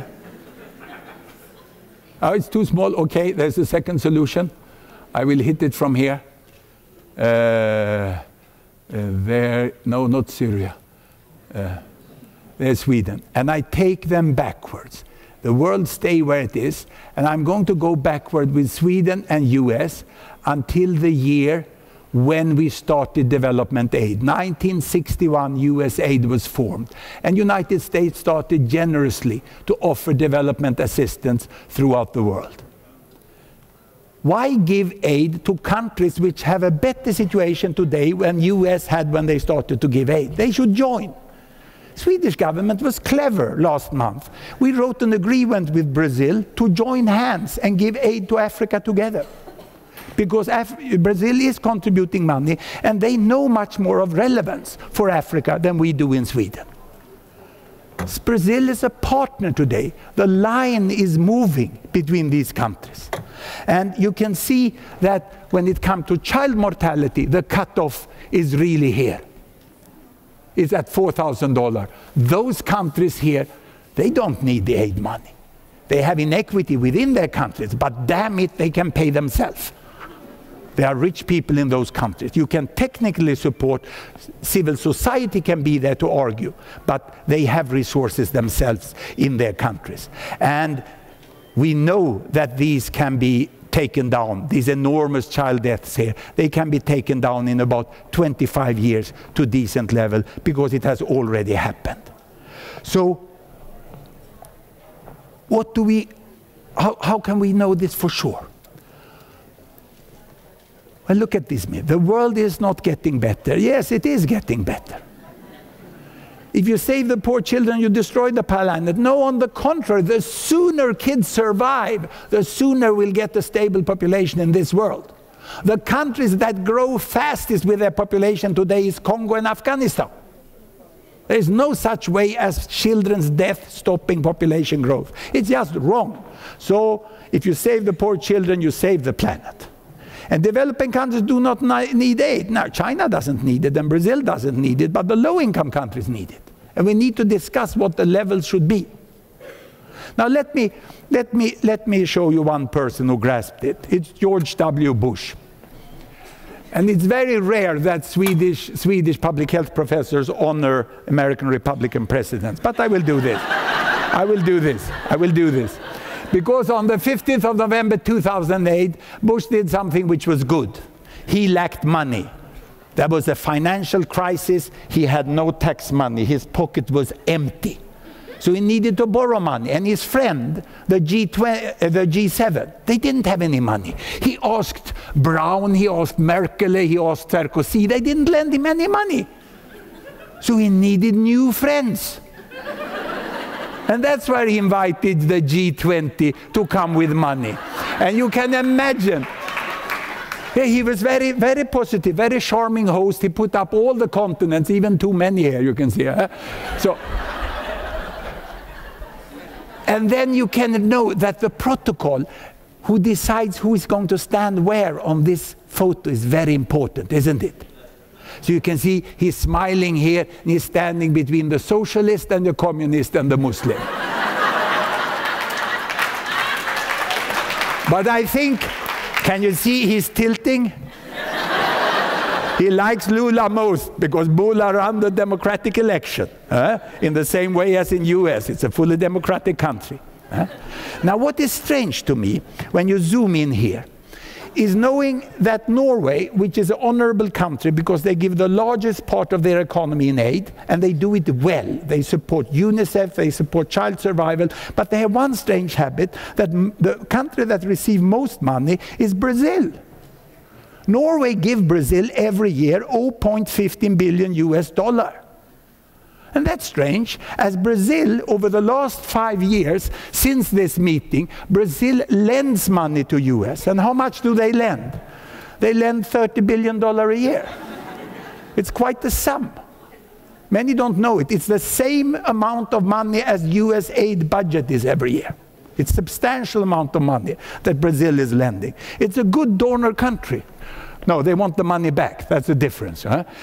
But you can really see that it's this. We say, why don't we give aid to China? Never give aid to a country that buys car factories in Sweden. This is South Korea. We have a new world. We have to focus on inequity, inequalities. We have to go to the poorest countries, to the rural areas, and there is no cell phone coverage. There is no electricity. The poorest 1 billion is outside the reach. You have to have census. You have to have the data that makes it understandable. We have to continue to do survey. And this lecture wouldn't have been possible hadn't it been for the statistical bureaus of these poorest countries who do the work in collecting the data. I wear the tie of Uganda Statistical Bureau here. That's why I have a tie today. UNICEF and USA are doing great in steadily financing surveys through DHS that measure child mortality.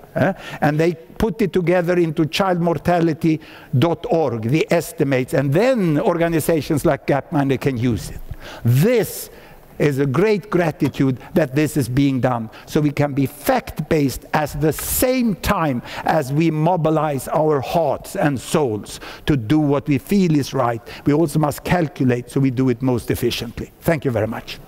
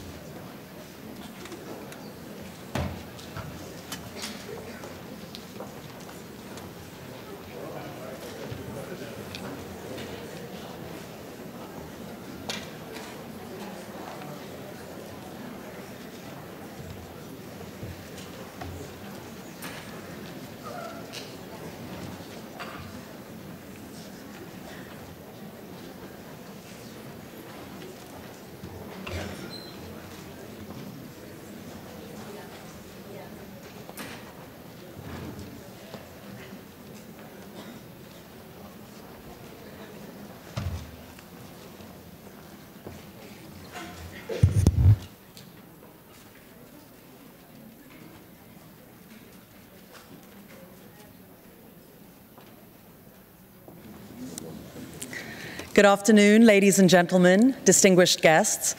Welcome to the UNICEF panel on child survival and a promise renewed. My name is Zain Verjee. I'm with CNN International, and unfortunately, I don't have such a fabulous pointer. I've never also enjoyed numbers so much. That's how come I ended up in TV. But on this panel, what we want to do today is look at how technology and social media really influence and impact different developmental approaches. What we really want to look at specifically is how child survival is impacted. The good news over the past few years is that the number of child deaths for those under the age of 5 years old have actually dropped by 40% globally over the years, but there's a lot more to do. And that's really what we want to talk about here this afternoon.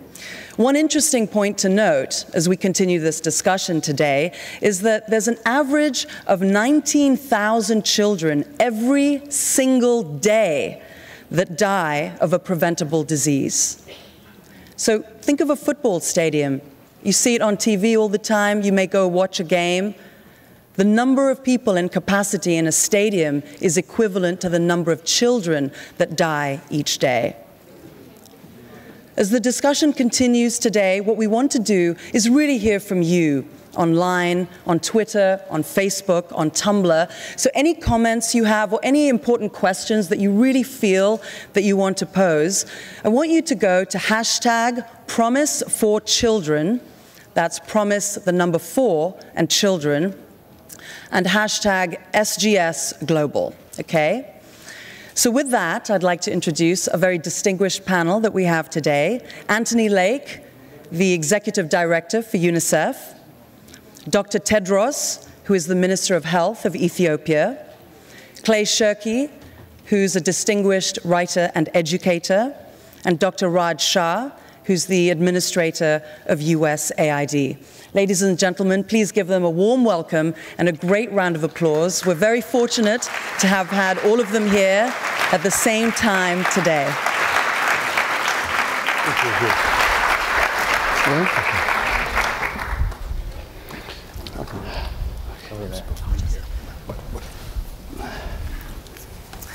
We practiced musical chairs earlier. So let's start the discussion straight away with you, Tony. What is it that you want people to do that will have the greatest impact on child survival? Thanks very much, Zain, and thank you all, and thank Mashable, everybody who did so much to put this together. And thank you for giving me a brief opportunity to speak about an issue that I am really passionate about in my own charismatically challenged and New Englandy sort of way, and that is child survival.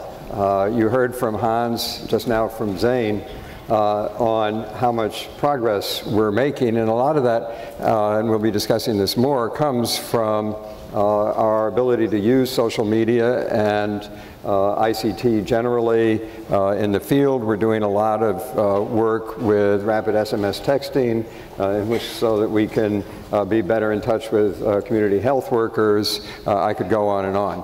But what's tremendously important today is through the Social Good Summit, we have an opportunity to reach millions of people, asking them to get involved themselves. And let me make a pitch for that.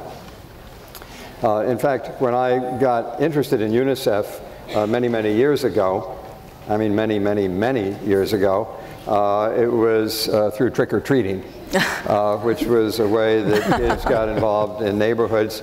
And in a way now, through social media, you're doing trick-or-treating as well and creating this broad base. You heard the great news from Hans and Zain. We have cut, we the world, have cut under 5 child mortality by over 40% since 1990.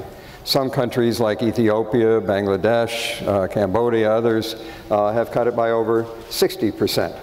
And that's great news. It means that in 1990, over 30,000 kids were dying every day. And now, as Zain said, it's less than 20,000 every day. And those are all individual lives. These are not just statistics. And that's a great thing. But the fact is that today, 19,000 kids will die. And just imagine that football stadium or Madison Square Garden full of those kids who are going to die today. If they were all there and the world knew, we could see them, that these kids are going to die, do you think the world would be paying even more attention than it does now? I think it would. So we got to do more. It's not just the number of kids, it's also which kids and where they are. And the fact is that the kids who, through an accident of birth, are, for example, born in sub-Saharan Africa, they have a 14 times the likelihood of dying before the age of 5 as a child who is born in a hospital here in New York. That's a moral obscenity. And this is not just among nations, but it's within nations as well. In the United States, I have a granddaughter that was born 2 years ago. She has twice the chances of living to age 5 as if she had been born in Mississippi. And that's just wrong.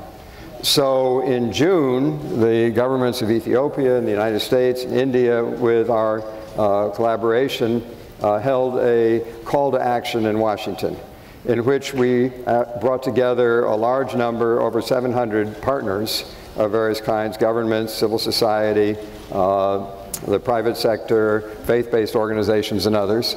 And we looked at modeling that I think Raj will be talking more about, which showed that in fact we can accelerate our progress even more. And by 2035, reach goals that will not only cut overall child mortality, but greatly reduce this obscene difference between the industrial nations and the rest of the world. We can do it. We know how to do it. We've been making progress because we know that if we concentrate on the communities in greatest need, you get the greatest results. We can do it through new vaccines, through anti-malarial bed nets, through water, through sanitation, through girls' education, through all of these things. And since we know how to do it, there is absolutely no excuse for not doing it. So in June, we began, and today we're launching a movement, a global movement called A Promise Renewed, built around governments and others signing a pledge that they will do everything they can to accelerate their progress on this issue. Already now, almost 150 governments since June have signed up. And hundreds of NGOs, of faith-based organizations, others have signed up as well. And what I am asking is that you all sign up as well. And if you go on the website of apromiserenewed.org, you'll be able, all of you here in this room and who are listening in, to sign a pledge, which will mean that you are pledging to do what you can in your communities to change behavior in those communities, to encourage other NGOs, faith-based organizations, others to sign the pledge, to work harder, and to advocate with your governments to follow through on their pledges and to make real, practical progress for children and saving their lives. You can make a difference. You can make a difference not just for all the children, but for every child. And please do it. Thank you. Minister Tedros, you have passionately believed in these goals to reduce child mortality. Give us an idea of what it is and why it is that you so believe in these ambitious goals and how you've seen it being done successfully. Yeah, thank you so much, Zainab, and thank you so much to the organizers, especially UNICEF, for inviting me to be part of this very important initiative. In Ethiopia, I think Hans had already helped me during his presentation before this session. Ethiopia is one of the countries that cut under 5 mortality significantly by around 61%. And the reason behind that is, one is political will. And I would like to mention my former Prime Minister, the late Prime Minister, Meles Zenawi, who was really a champion and who really made us believe in the importance of child survival. And it's his championship that helped our country to achieve this very significant progress. And the approach was not only the political will, which is rhetoric or in theoretical terms, or the talk, but we managed to translate it into action. And we did that by prioritizing first, what the major areas are, which are in line with the MDG goals, of course. So child survival is one of these important priority areas. And then immediately after that, we said primary health care is the answer. So it's by building institutions, primary health care institutions, that we can make a difference. And our government decided to achieve universal coverage of primary health care in just 5 to 6 years. And we started building primary health care in 2006-07, and we have almost close to universal primary health care coverage in Ethiopia. So the political will was translated into practical action by having primary health care institutions at grassroots level. And how did you integrate social media and technology into the successes that you've had, if any? What we did is, first of all, before you talk about the social media, especially Ethiopia is primarily rural, we trained and deployed more than 38,000 health exchange workers. So each and every village is covered in Ethiopia now. It has a health post. And the 38,000 women health exchange workers are going house to house to educate communities. So that's how we did it, face to face. And then when the communities were educated on health promotion and disease prevention, they started to take responsibility. So we created a mobilized community. That's a community which is not only mobilized, but empowered also. That knows what to do in order to save their children. Then based on the priorities, we selected, for instance, when I say priorities, the priorities in relation to those major diseases that kill children. And we selected the technology around that, for instance, pneumonia, malaria, and diarrhea.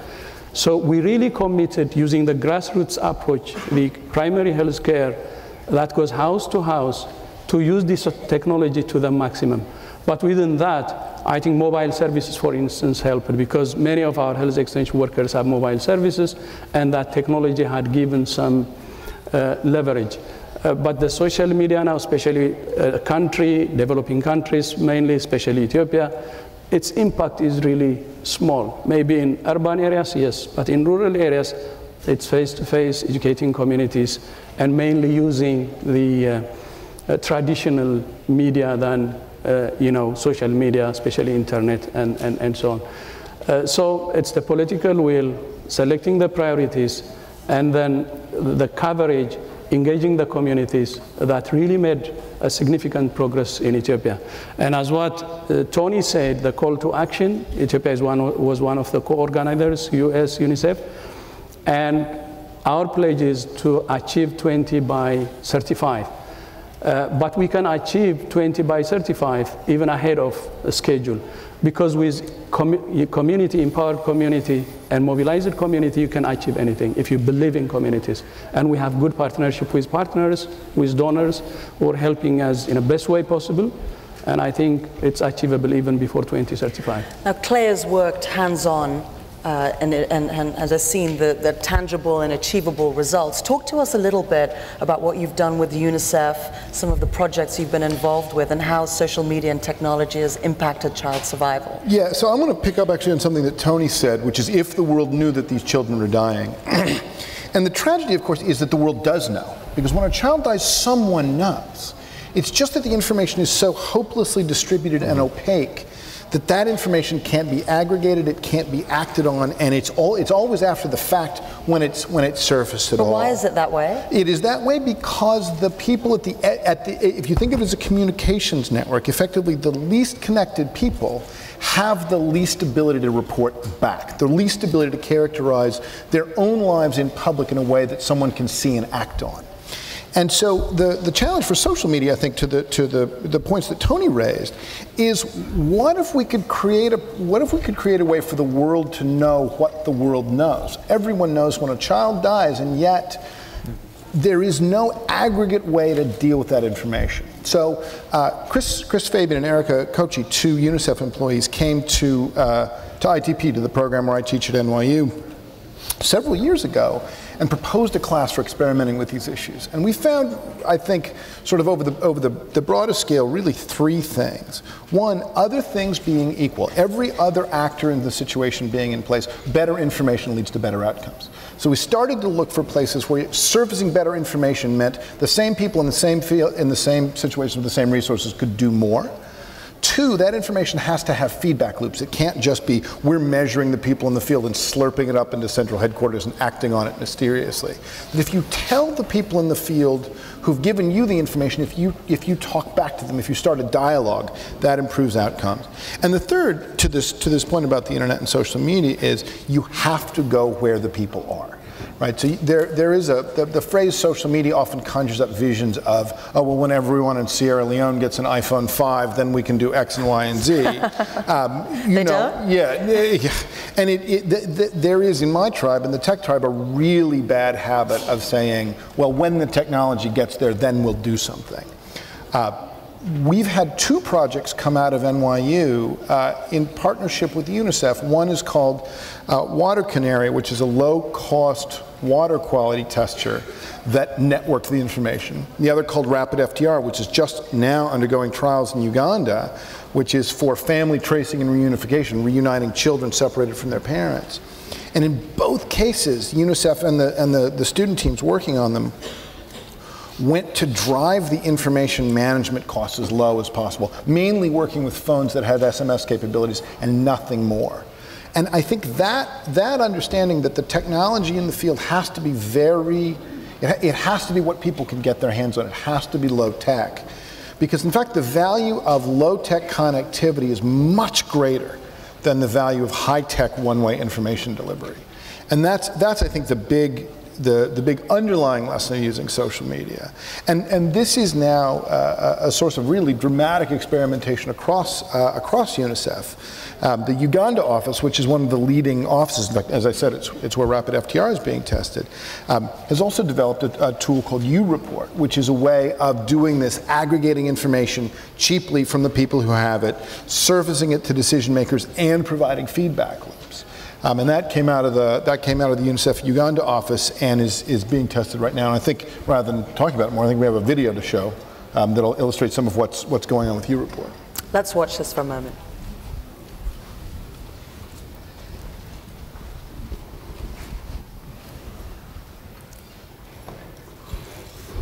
They're wonderful photographs. Yeah. That one was about 20 years ago.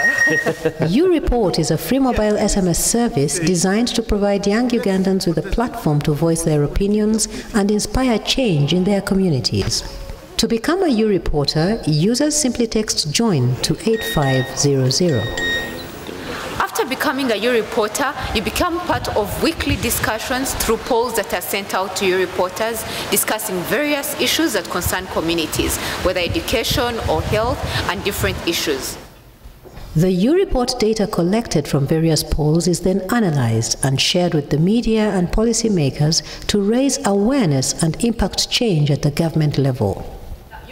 Partners with a number of Since launching in May 2011, there are 142,000 registered UReporters, and that number is growing daily. Now, village health teams are being trained to educate communities on issues concerning child survival and maternal health. As a VHT, a UReporter, I'm going to use a UReporter to advise the mothers to attend the antenatal clinic, to take the child for immunization, to be on good feeding, to sleep under mosquito nets, and so on. UReport will improve the children's lives in such a way that we, the midwives, will be giving information to mothers, and afterwards we will be reporting to UReport what is coming from the community, the mothers. This particular health-related data is having a significant impact on government policy. We are so surprised to get all that information. We have felt that as members of parliament, we use the YouReport system effectively to get a better information that we can use to change even service delivery in this country, especially in terms of health. By using a simple technology, YouReport is an example of how innovation is improving the lives of children and mothers in Uganda. Raj, let me bring you into this discussion, looking at some of those examples. What is it that USAID has taken on board in terms of the approach using social media and technology with your broad strategy? Well, thank you. You know, I guess we're all here because, as you see in the video, it's very, very simple things. Sleeping under a bed net, getting a very cheap vaccine, some of which were just invented for these problems in the last few years and distributed recently. Taking zinc and oral rehydration to avoid childhood death from diarrhea, just very, very basic stuff. And once you start to empower these community health workers with mobile phones, with new technological systems, and with resources, this takes some money. Not much, but it does take some investment. You can start to see the 61% decline in child mortality that Tedros mentioned, and you can start to imagine the world that Tony described, where you essentially have eliminated preventable child death. And so we were very motivated to partner with UNICEF, with Ethiopia, India, so many others that are taking this on. And we were proud to be part of this meeting in June. What's been amazing is since then, how far this has come, how fast. 141 countries have signed a pledge and said, if 19,000 kids are dying every day today, let's work to get that to as low as we possibly can. Tony? 146. 146. Tony's on the front line of getting those signatures. 5 yesterday. 120-ish civil society organizations are saying, look, we're in this. We'll do everything we can. 260 interfaith leaders have said, okay, we're going to take our 90 faith-based organizations, all kinds, bring them together, and we're going to communicate healthy behaviors to get vaccines and immunizations, to do the right things, to promote sanitation and clean drinking water. And we're going to reach hundreds of millions of people because people believe in us, because we're faith-based institutions and settings where often there's no other place to go for support and services. And basically what I think we want from everyone here and all the folks that you guys can reach is to get people motivated, to just say, isn't it easy to make a promise to every child around the world that we will commit that every child can experience a 5th birthday? If we can do that basic thing, which is now for the first time within our reach, we can really change the world for the better in a fundamental way. And we have a few ways that people can get engaged. One is you can go online and actually submit your photograph from when you had your own 5th birthday, or someone you know. And we have great people. We have, you know, conservative Republicans, former presidents. Here in the United States, we had a lot of people, more than 1,000, post their 5th birthday photo as a way to demonstrate their commitment. But you can do more than that. You can invent new solutions for the kinds of settings we work in. Some were the solutions you were talking about. We worked with a team at Tulane University of graduate students that actually started with an Nalgene bottle, invented some kind of a device that helps babies breathe when they're born. And you know, we have that kind of equipment that costs thousands of dollars here in American hospitals. You don't often have that in a community setting like the one you saw in the photograph. If we can invent new solutions, if you're an engineer or a scientist or just a tinkerer, we can harness that energy and use it to solve this problem. And I also believe there are opportunities to actually go out and do this service work. I would like to give Tony Lake the final word on this. What do you think is the most important thing that people today online, on the internet, Twitter, Facebook, and here in this room need to understand about child survival and technology and social media today? First of all, I would say please get in touch with everybody you can on #PromiseForChildren. I'm reading this bracelet. I said that partly because I want to be able to tell my grandchildren that I know what a hashtag is, because I think they doubted it. But the main thing is if you can go on a promiserenewed.org sign the pledge, that's a beginning, not an end. And what everybody can do is to then alter behavior in communities, as I said, bringing in more NGOs, and especially advocating with governments to live up to their commitments that they're making now around the world to do everything we can to save children from what is, as I said, a moral abomination. That we know how to do this. Ethiopia and others are showing us how to do it, and if we don't do it, shame on us.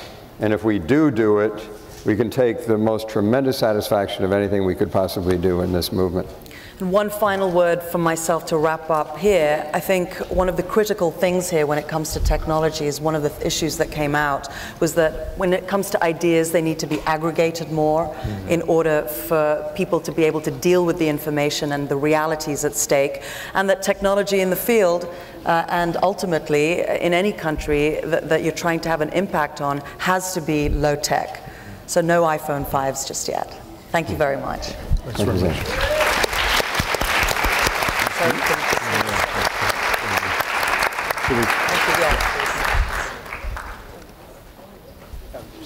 Okay, Raj, thanks so much. There you go. Thank you.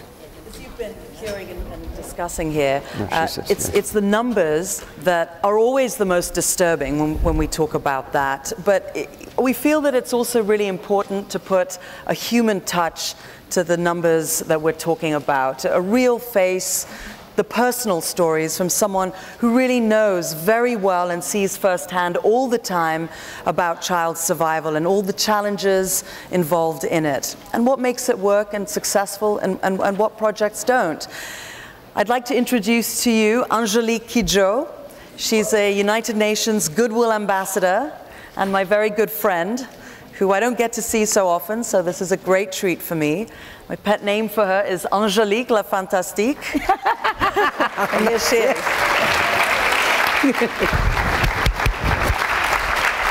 Zen La Fantastique. No, merci. Oh yeah, you are. We are all fantastic, right? Everybody here is fantastic. You know, the best thing about Angelique is the passion that she brings to everything that she does. So let's talk a little bit about that and what it is that you go out and you talk to people and what it is that they tell you when it comes to child survival. Wow. In 30 seconds. In 30 seconds, all right. No, I'm joking. First of all, I have to give a shout out to all those bloggers in Africa, because most of the time I'm here doing what I do without really getting the message to my people in Africa, and I cannot do this without their support. So stay on the message, help us do better work, and hooray to everybody. I love you all. So now let's get back to me. All right, my passion comes from my mom and my dad.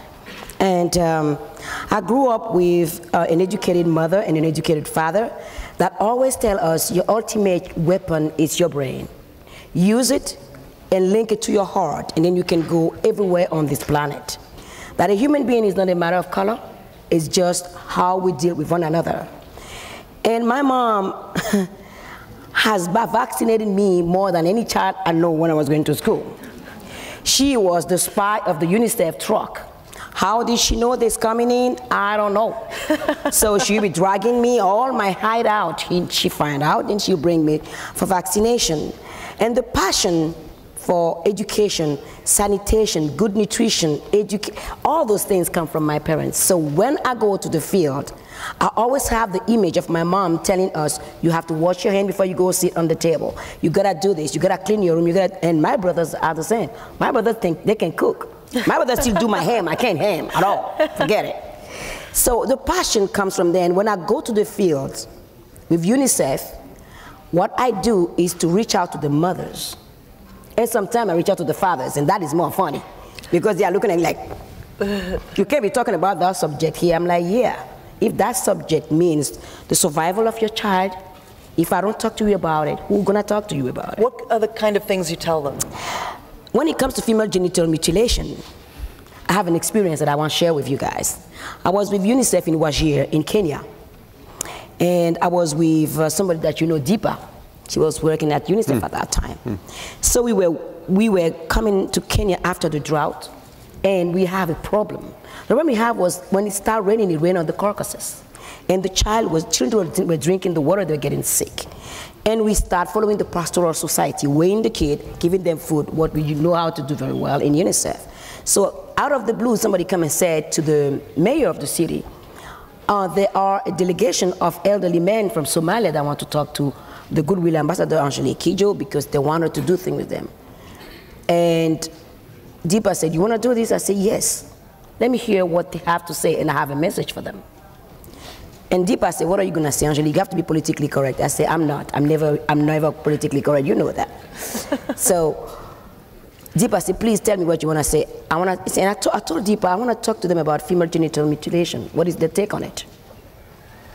So we arrived, and you have all those elderly men, and I let them speak, because that's the respect in Africa. The elderly people have to speak first, and then you have anything to say, then you can say. So they said to me, we want you to come for girls' education. We know you're passionate about girls' education. We want you to come and help us put up schools in Somalia, and they lay out all their wishes. I said, I will do that at one condition. You help me fight female genital mutilation. Death, silence. You see Deepa hanging on the tree. Everybody's like, and you can see the face of the man. How dare you? But I was like, okay, I'm waiting. And the elderly man said, you're right. What we are doing to our girls, our daughters, is not good. It's not fair. We will help and work in this. But you have to know that the women are the ones that go for female genital mutilation, that practice female genital mutilation. I said, why don't you men refuse to marry a woman that is cut? If you start saying that, there will be no more. If you take the excuse of tradition and go ahead and marry a woman that had been cut, then it won't stop.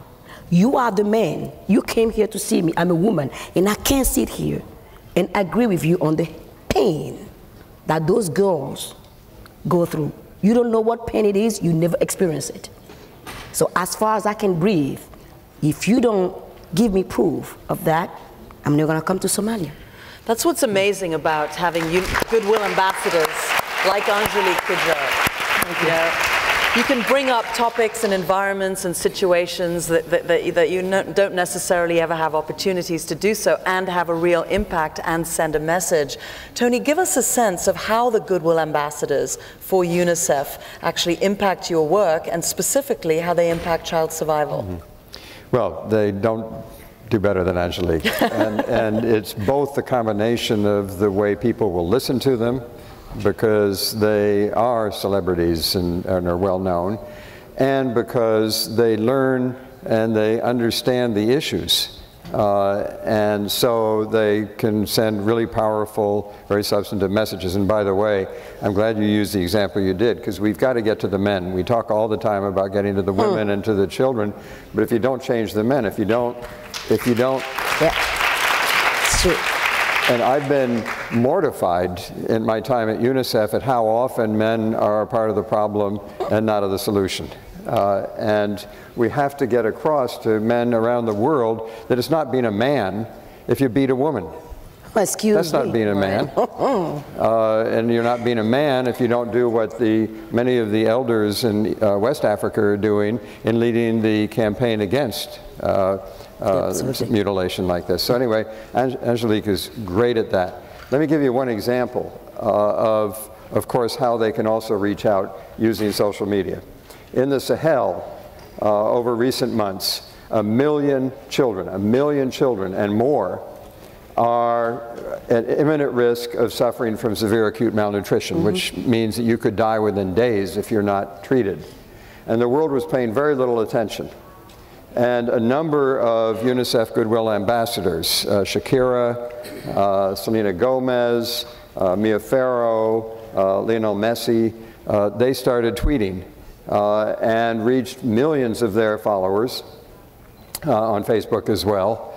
And that helped us then at hashtag Sahel Now, thank you very much, at hashtag Sahel Now, we've reached something like 160 million people around the world, which meant additional resources, additional attention that the traditional media wasn't bringing to the issue, and that saved a lot of children's lives.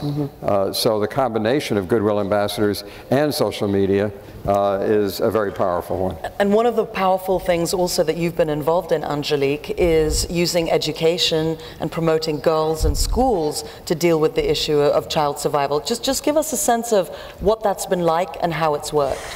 I mean, the first trip with UNICEF was in Tanzania, because I started working in 2002 and I made a lot of PSA, a radio announcement, TV announcement.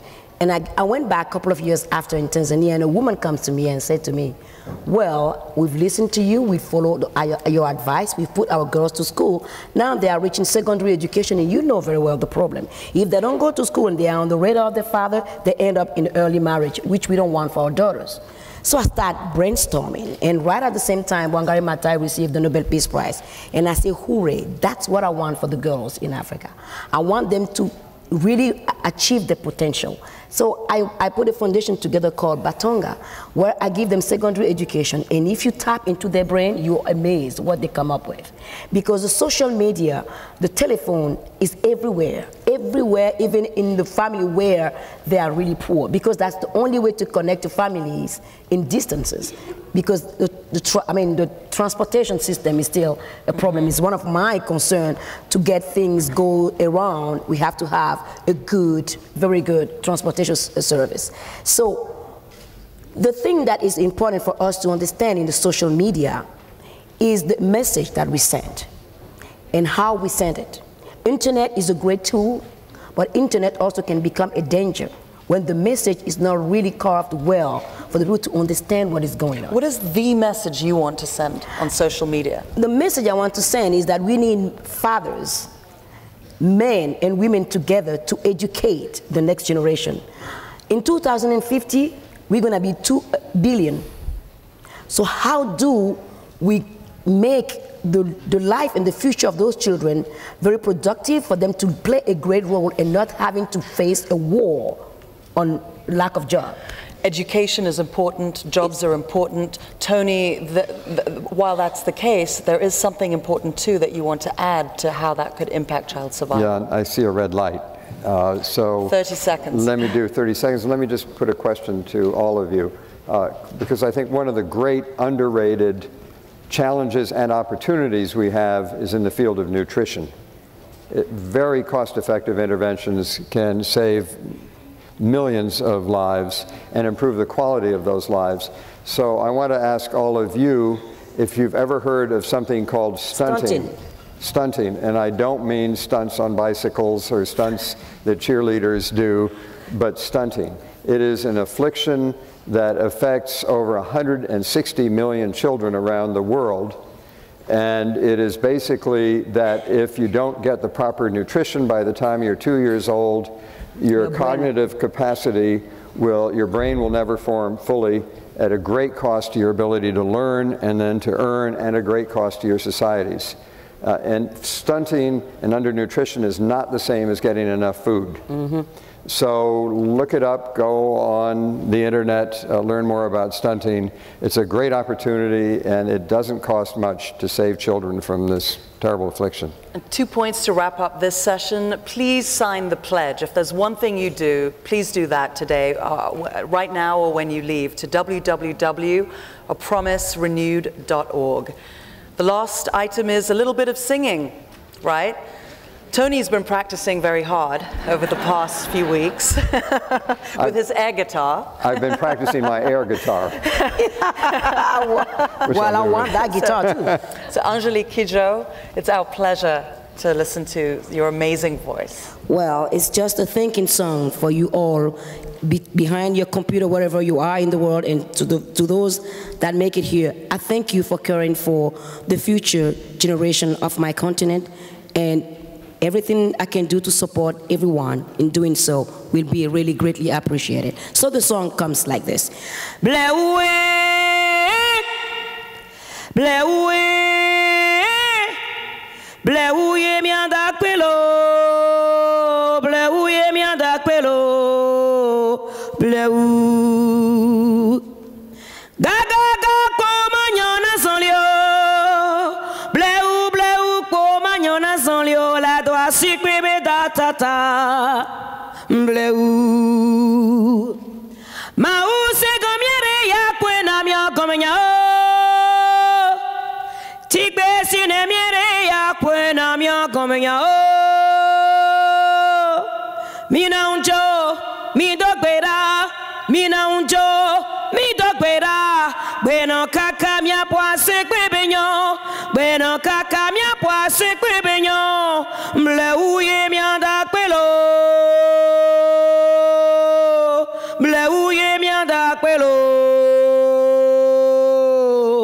mle u. I thank you.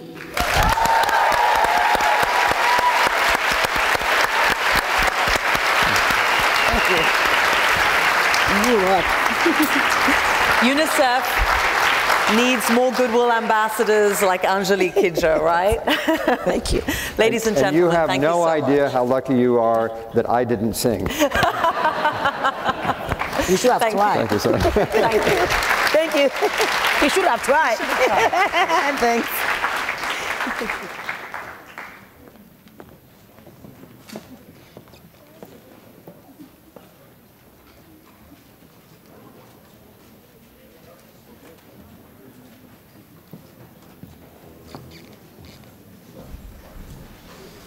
Hi there, I'm Tom Scott with the Bill and Melinda Gates Foundation.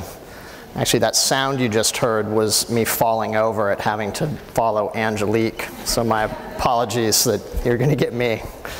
I want to talk to you a little bit about what's next and what we can do with the collective energy of this group to take this conversation and take what we've been discussing the last few days and go to the next step. And I want to talk about an idea. Earlier today, you heard from Nick Kristof, and he said the NGO community and the nonprofit world is terrible at marketing. And I agree.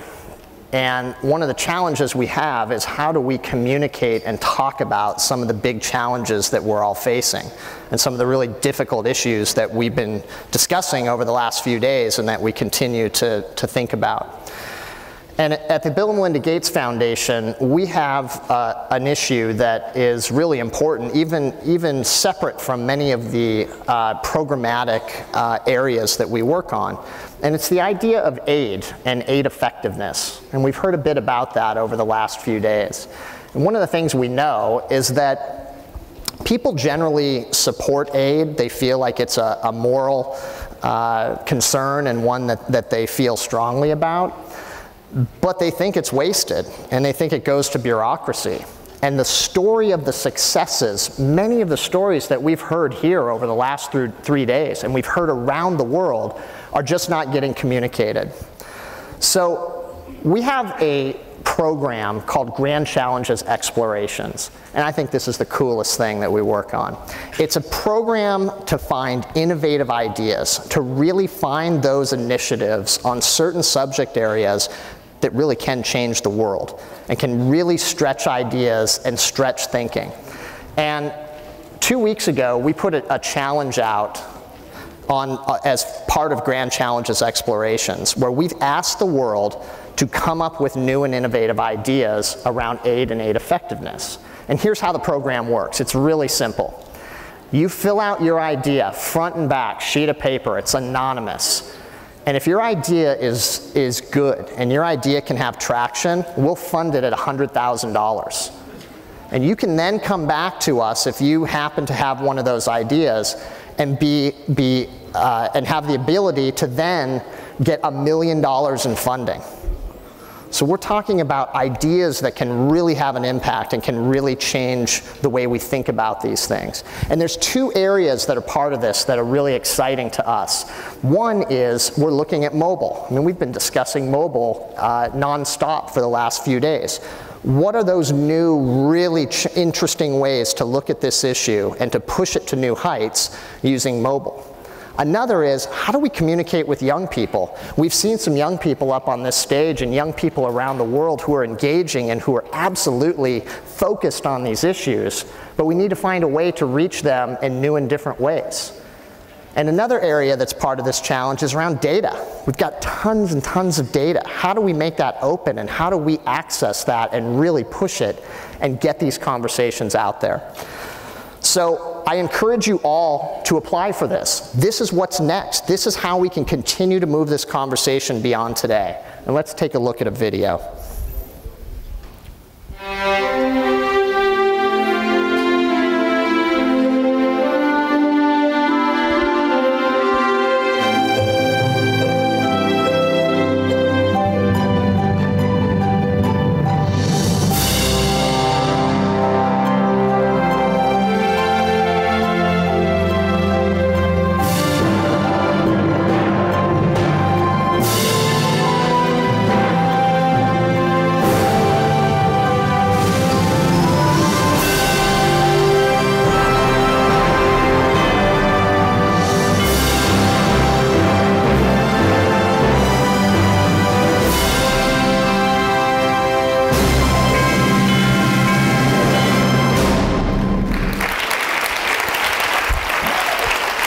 Anyone can have a great idea.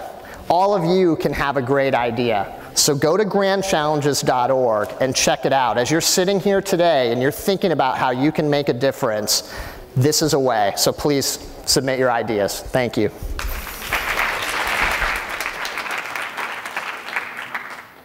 Ladies and gentlemen, with no further ado, 3 people who know a thing or two about ideas. Pete Cashmore, the founder of Mashable, Jimmy Wales, the founder of Wikipedia, and Gabriel Jaramillo of the Global Fund.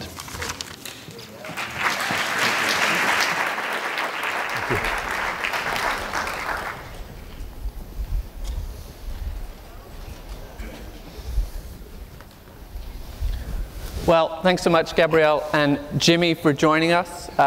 Thanks, everyone, for keeping up the energy levels as we head towards the end of the Social Good Summit. I hope you're learning a great deal about technology and social good. So, to kick it off, Gabrielle, the Global Fund, for people who don't know what it is, maybe you could give a little quick 2-minute background on what the Global Fund's about. The Global Fund is one of those few ideas that were formed to do something and actually did it, which was formed to save lives by dominating AIDS, tuberculosis, and malaria around the world. And we're now at 10th year, and it's been a fascinating experience. The amount of people we save, 100,000 lives a month, and we could actually produce the list of the people that are treated through our interventions, and their lives are saved. So how does the Global Fund function? We are an investor. We invest, the countries provide to us plans to attack these 3 diseases. We evaluate those plans, and we actually make the investment and monitor the impact. So our return is basically the reduction in cases, morbidity, and the reduction in mortality. Okay, so today you are kicking off something that I think is unique and really the starting point for your efforts in social media and technology. Can you tell us a little bit about what the Big Push is? The Big Push is a partnership with the Huffington Post and also with the Special Envoy for Malaria, the United Nations Special Envoy, Ray Chambers. And the idea is to put out a platform to galvanize people that are interested in joining the effort of global health and saving lives. Fantastic. So, but Jimmy, you're also involved in this, and first off, you know, thanks so much for Wikipedia. It's been the source of many of my my later high school essays, so been very handy for me personally. How did you get involved in the Big Push? Well, I've been aware of the Big Push. Primarily, I got involved because I knew some people from RED, and of course. Tell them what you told me backstage. Oh. He said I knew Bono. He restated what I said in that way. I met Bono, and of course Bono was involved heavily in the starting of RED. And so, you know, when you buy RED branded products like a RED Nano iPod, they've got several things out there. Then the money that's raised goes to the Global Fund. So I first initially learned of the Global Fund in that way, and just, you know, I've met lots of the different people through the years and been to different events with the Global Fund. So, yeah. Great. So maybe you could tell us a little bit about how people are getting involved in social media. What's it about? I mean, it's about taking photos, right?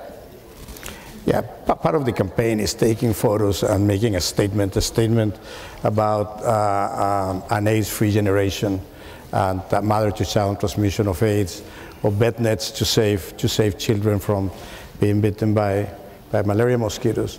But it's really trying to get everybody involved, because in this final big push after 10 years, we've shown that we can get the job done.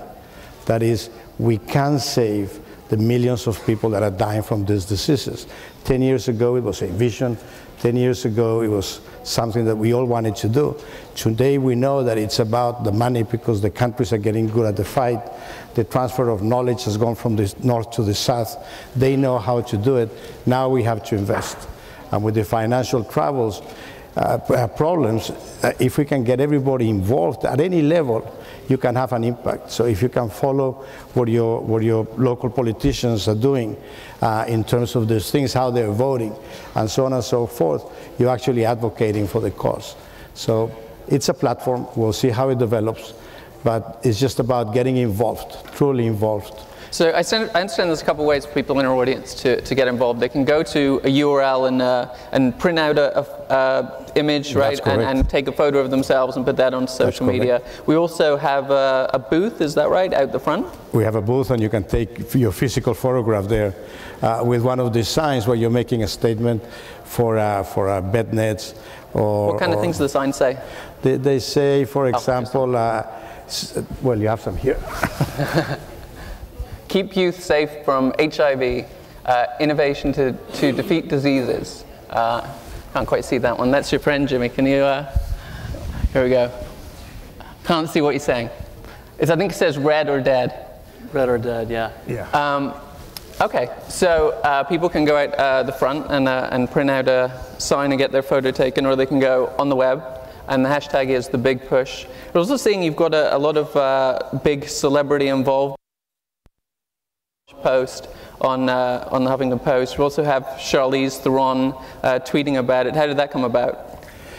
I think it came about by the fact that the community that is truly involved in the push to save lives, and the fact that we have achieved so much in such a short period of time, and that it's just around the corner, we can get the job done. People are just getting excited from all sides of the world, from statesmen and stateswomen and politicians to people in your world, which is so fascinating. And we need everybody's involvement, if you will. And what do you hope to achieve? What will be the metrics of success? Our metrics of success is 0 deaths from malaria in 2015. It's an intellectual zero. It'll never be zero, but it'll be close to zero. Just 3 years ago, 1 million people were dying of malaria every year. 90% were children. Today went down to 600,000. We think we can get down to 0 by the year 2015. We can also wish and have an AIDS-free generation. And to do that, by 2015, we should have 0 transmissions of HIV from mother to child. And that is achievable. And we have achieved it in several countries. You were now with Minister Tedros in this stage. And they have done fascinating things in Ethiopia, and they will achieve 0 deaths from malaria and 0 vertical transmissions of HIV, mother to child, by the end of 2015. We want to do what has been done in Ethiopia all over the world. I got to say, it's a pretty innovative idea that's obviously going to spread a lot on social media. Do you know about how the idea came about? The idea came about, I think, from out of Ray Chambers, who's a machine of ideas and a tremendous partner, and then from the Huffington Post, and it just grew, and the whole health community has come around. And it's being done under an umbrella of Every Woman, Every Child, which is a United Nations drive. Fantastic. So the hashtag is #BigPush, and people can take the photos right here. I think it's out in the VIP room Absolutely. out front. I'd like to broaden the conversation a little bit. Jimmy, you obviously have a great deal of experience with raising money online. Obviously, Wikipedia it seems to be A/B testing various banners at all times, but also has had huge success with with raising money online. What works, what doesn't work, and how much have you raised? Oh well, how much have we raised? I don't know the total. Every year we have our annual giving campaign. Our budget last time around is $29 million or so, and we get the bulk of that during our fundraiser. So last fundraiser, I think we got 26 million. Just during that period in December when my face is bothering everybody on the planet. But I think what works, and this is, for me, this is what's really important about the Global Fund and about how people can participate and why people will participate, is people will contribute if they believe in something. If they look at it and they say, you know, actually this is exciting, it's working, it's good, it's worth doing. So people contribute to Wikipedia because, well, they use it every day, they think it's worthwhile, they don't want us to put ads on the site and so forth. And for me, the thing that's so exciting about the Global Fund is I think it's hard for people to grasp the sheer scale of this. We hear about this, that, and the other. This charity's helping with malaria, or this is that and the other. This is by far, Gabriel could give us the numbers, but it's by far the largest single health funding for AIDS, TB, malaria, and they're having an impact. I mean, it's actually working. And so for me, what makes it really super exciting is just think about smallpox. Smallpox now, the only smallpox left in the world is in a deep underground in Atlanta in the CDC laboratories or something. Polio, we're just this far away. It just keeps eluding us, but we've nearly eliminated polio. And it's hard to conceive of the idea that we might actually not have HIV/AIDS anymore, that we might actually get the number of deaths from malaria down to nearly negligible numbers. But I think we can do that. I think it's really important that we realize, though, all the progress we've made so far could be lost. If we stopped working on it now, these diseases will just spread again and so forth. But there is the chance of actually changing the course of the world. And I always think that people are more excited, more willing to participate in an ambitious, audacious, giant idea than in some small ideas. As counterintuitive as that might be, you know, when I said, let's, you know, a free encyclopedia for every single person on the planet in their own language. I mean, that's just huge. It seems impossible and daunting. You think people will be so intimidated by such a big goal they won't even get started. But in fact, they did get started. They got really excited by that because it's just like cool. It's like worth doing. If I had said, why don't we write 100 articles about history? You know, people would have said, okay, well, I don't really care. So I think with the Global Fund, because of the sheer scale of what they're trying to do, of what they have already accomplished and what we could accomplish in the world that we could have if we just keep pushing, so the big push, I think people will contribute. And it's that meaningfulness that I think will get people talking about it online and thinking about this in that light to say, let's not have fatigue, you know. AIDS, oh God, yeah, we've been working on that for years, right? It's actually, things are starting to move and we're starting to actually make progress, and we need to have that big push to get to where we want to be. Absolutely. And Gabriel, perhaps you could talk a little bit. I mean, we've heard a great deal about how much progress has been made on malaria. I think the wider public maybe isn't aware of how much progress has been made with HIV and AIDS. I mean, how close are we? We're still a long way because scientifically we haven't found a vaccine. But the treatment is prevention. That is, people that go a long period of time with the ARVs stop being infectious. So if country by country we can actually have on treatment 100% of the people that qualify for treatment that have the infection up to a certain level, as specified by WHO, then we have stopped the transmission of cases. And fascinating stories, for example, in Cambodia, we have 900 transmissions a year, which is less than Australia, which is one of the best countries in this business. So we're beginning to have in the list names of countries that a few years ago were huge problems in burden and mortality and morbidity. But the other fascinating thing, it's a very good investment. I'm a banker by tradition. I retired last year, and I decided to join Global Health to make a difference. So I know when I see a good deal, this is just good investment. It's not just So you came over from the dark side there and made up for it. Well, I don't know from what side, but I'm on a very good side now. Great. But it's just a fantastic investment, as Jimmy was saying. It's, you know, when you dominate malaria in an area, school attendance goes up 70%. We empty thousands of hospital beds. And when you empty hospital beds, in the past, what doctors were doing in many countries were just helping people to die. Today, they're being doctors again. And that's not a small change. It's a fascinating change. And you know, you see this growth in the African countries around 7 and 8% during these difficult times. And it's got to do with a lot of things, but clearly it's got to do with the fact that thousands of people are not dying, they're not sick, they're now members of society. You can be optimistic in that kind of a situation. And that it just makes a huge difference in terms of economic development and well-being. So the Global Fund is just that one rare exception where you can identify money and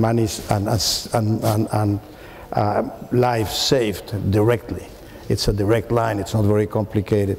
You invest in the programs, you give the treatment, you do the prevention, lives are saved. Fantastic. So the core takeaways are the Big Push hashtag, and you can take a photo back in the booth. Jimmy, perhaps just some final thoughts to wrap up on how people should get engaged with the Big Push. Well, I think I'm actually a little bit skeptical of people taking pictures and posting them on Twitter. I think well, that's a question that's often raised, and we've been doing this conference for 3 years. It's great, but I think there's something deeper and more important that's possible. So first of all, you can get yourself informed. That's really easy to do today. There's this online encyclopedia. You can go and read all about everything. But also, one of the things that's really exciting about social media, I don't really like that term, but about the internet is we have the opportunity to actually talk to people in different parts of the world, one-on-one, directly. Just get to know some people who are living in a place, and it doesn't have to be a formal conversation about HIV/AIDS or whatever. One of the things that is really incredibly powerful is the way that the internet is allowing us for the first time to really experience other people in foreign, remote, strange parts of the world as human beings. They're just people like us. And I think that human connection is what makes all this worthwhile. This isn't just about, oh, let's help these poor people in Africa. These are people just like us, and they're actually they're coming online in massive numbers. I mean, what's going to happen in the next 5 years with people coming online is absolutely phenomenal. So I would say, yeah, go get your picture and put it up, that's great. But really take the opportunity to just get involved in talking to people around the world, get to know people. Instead of chatting with the same bloggers you usually chat with, go seek out some bloggers that you've never talked to, who live in a country that you are kind of curious about, and just email. You know, people will answer email, just email them and say, hey, I saw your blog, it's really interesting. Comment on what they're talking about. How do you think that changes, you know, the world of nonprofits and charity when you have that one-to-one connection? I mean, does it build more empathy? Is there because essentially, you know, and we're such a connected world now that you know, whenever something happens around the world, we think, you know, it used to be that we think, well, I don't know anyone there, you know, how can I relate to that? But now it seems like whenever a global event happens, we all have friends around the world who, is it building empathy, being more connected on social media? It's building empathy, and it's also just, it's helping break through to the point of recognizing people as people. A story I like to tell around this is I was in Taiwan. I was there for a conference, and a local Wikipedia volunteer had volunteered to drive me around. So I got to chat with this young man all day. And he said he was raised in a very nationalist Taiwanese household. And his parents had raised him, and everybody he knew said, oh, the mainland Chinese are just brainwashed. They've got, you know, all false history. They've got everything all wrong. And then he said, but then I started working in Wikipedia, and I met a lot of people, other Wikipedians from Beijing, Shanghai, from mainland China. And he said, well, they're still wrong about a lot of stuff, but on some things I actually think they kind of have a point. And so what we got to there was from someone who had been raised, and by his natural thinking, he thought of them as robots, as foreign robots with bad, wrong thinking. There was no point in talking to them. They were hopelessly brainwashed, to going, oh, actually, we disagree, but I respect, you know, I met this guy and he's really smart and I liked him, and all that. So it's that kind of connection where we begin to say, oh, okay, wow, actually, you know, if people are, you know, look at the numbers in some of these countries at its worst, and you realize, wow, what would life be like if, you know, X% of the population has HIV/AIDS untreated, which is where we were a few years ago. So I think it's just that you know, people always think I'm going to come and talk about technology, Right. but what I talk about is love, humans caring about each other. It's really what makes all of this work. Thanks so much. I think that's a great note to end it on. Thanks so much, Gabrielle and Jimmy. And check out The Big Push. Thanks so much. Thank you very much. Thank you.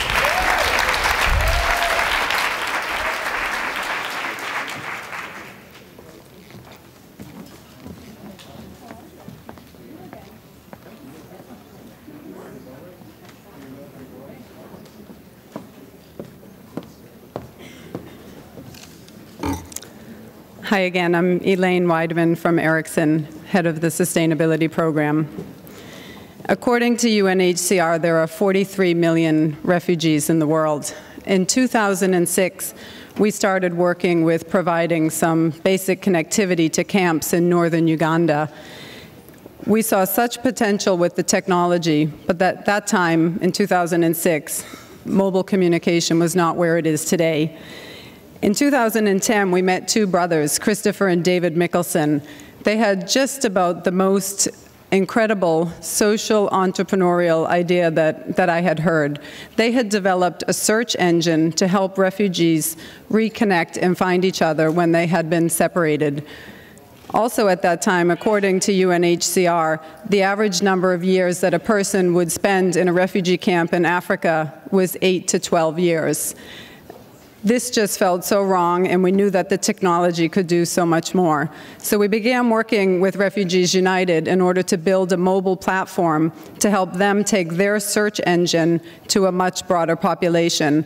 When they first launched their search engine, they were targeting a population where less than 2% of the people had access to internet. But we knew also at that time that more than 40% of sub-Saharan Africa had cell phones. So we've worked with them, and over the last 2 years, we've managed to register close to 200,000 refugees on this platform, and we're starting to see some reconnections.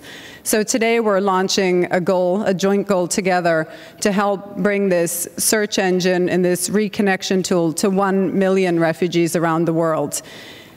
But before you hear more about that, Christopher is going to tell you what it's like to be just one of those refugees living in Africa. So please cut the lights.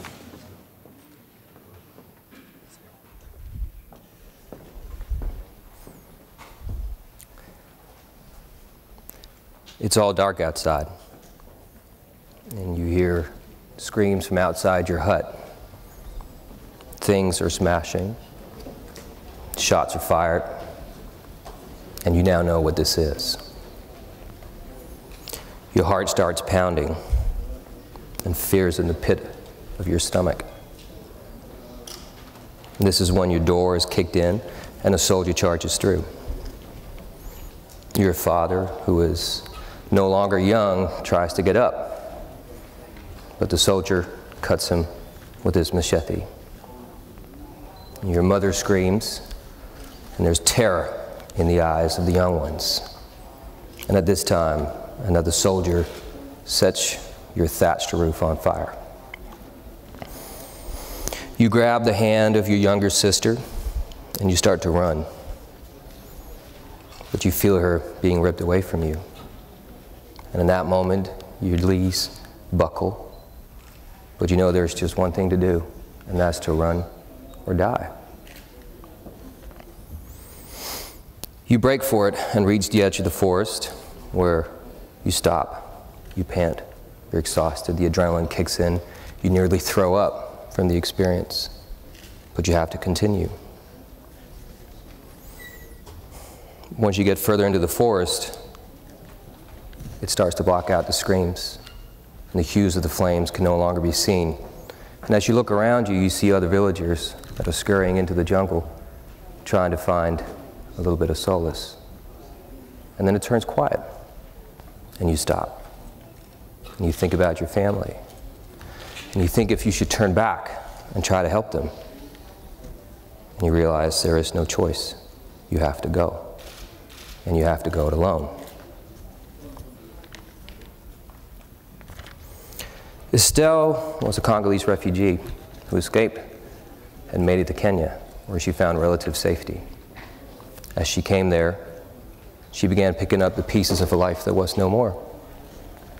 She began collecting memories, and she began trying to build a future that was hard to see. But life continues, and as the years passed, Estelle worked, and Estelle tried to suppress the memories of her family that she left behind that night in the Congo. It's no easy feat. Every night when she went to bed, the thoughts would come rambling in. The pictures of her family would roll over and over and over. But some months back from today, actually, Estelle met a young Congolese refugee named Bahati, who himself had escaped the Congo and was now working for an outfit called Refugees United, an organization I helped found which helps specifically refugees that have lost contact with their family members to reconnect using simple mobile platforms. Estelle had heard about Refugees United, but seeing that it had now been 16 years since she was separated from her family, didn't think that we could help her. But Bahati is a great young man, and he's very convincing when he needs to be, and he explained to her how the tracing platform works, how SMSs are a component of it. And seeing that Estelle is like many other refugees, poor, close to being illiterate, but in a sense connected because she has a $10 phone, we could draw into that and we could assist her. And Bahati convinced her to be signed up, and they started searching the platform together. And it didn't take that long for them to go through names and villages and clan structures and try to dig out information until Estelle ran across a profile that made her heart stop. And she stepped back and she looked at it. And the information that the person had given correlated with what she knew might be her sister. And together they shot off a message and sat back and waited. And hours felt like days, and days felt like weeks. But within long, a very innocent little ping ticked in on Estelle's phone, and she had a message. And that message turned out to be an impossible message. We had found Patricia, her sister that she last saw 16 years earlier. And to double that up, we found out that as Patricia had escaped Congo as well, she too had fled to Nairobi and was living less than 5 kilometers from Estelle. 5 kilometers to you and me are nothing, but to a resource-deprived refugee, it can be an insurmountable distance.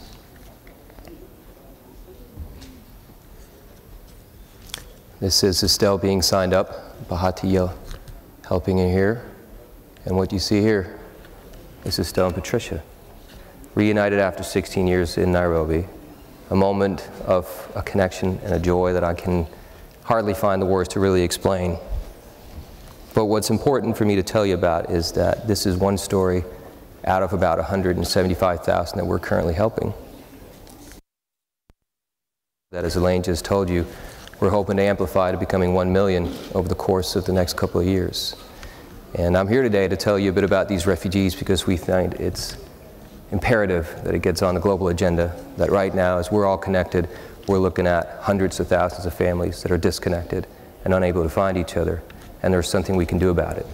So I invite you in the audience and the people following this from the safety of their homes to help us help them get back to their homes and to their families. Thank you very much.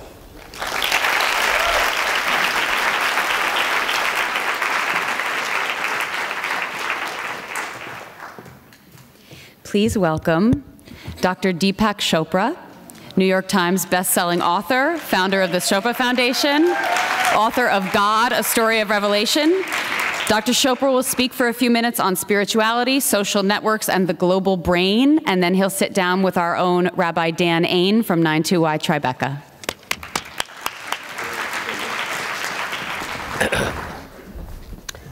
Hi, thank you for having me. And in the few minutes I have, I want to tell you what I think is the next evolution of the human mind, the human spirit, and our identity. So just to encapsulate in very few minutes, your body is a luminous stardust confluence of space-time, information, matter, and consciousness. All the cells in your body right now, they come from the dust of stars. And you are literally a luminous stardust being that is bringing together space-time and consciousness. Your mind is an embodied and relational process that regulates the flow of energy and information, not only in your body, but through the whole ecosystem. So I'll repeat that. Your mind is a relational, it's in relationship to each other and embodied. It's not just in your brain, it's in all the cells of your body, and it regulates the flow of energy and information. Two of the biggest breakthroughs right now in science are, well, let's say more than two. The first is that your body is actually a process. It's not a structure. It's a verb. It's not a noun. In fact, there are no nouns in the universe. Nouns are just conventions of language because the universe is in activity at all times. So your body is that process. And two things that we are discovering is that your genes are not deterministic. They do not determine your destiny, except for 5% of genes that we people have genetic mutations. The rest are influenced by how you live your life.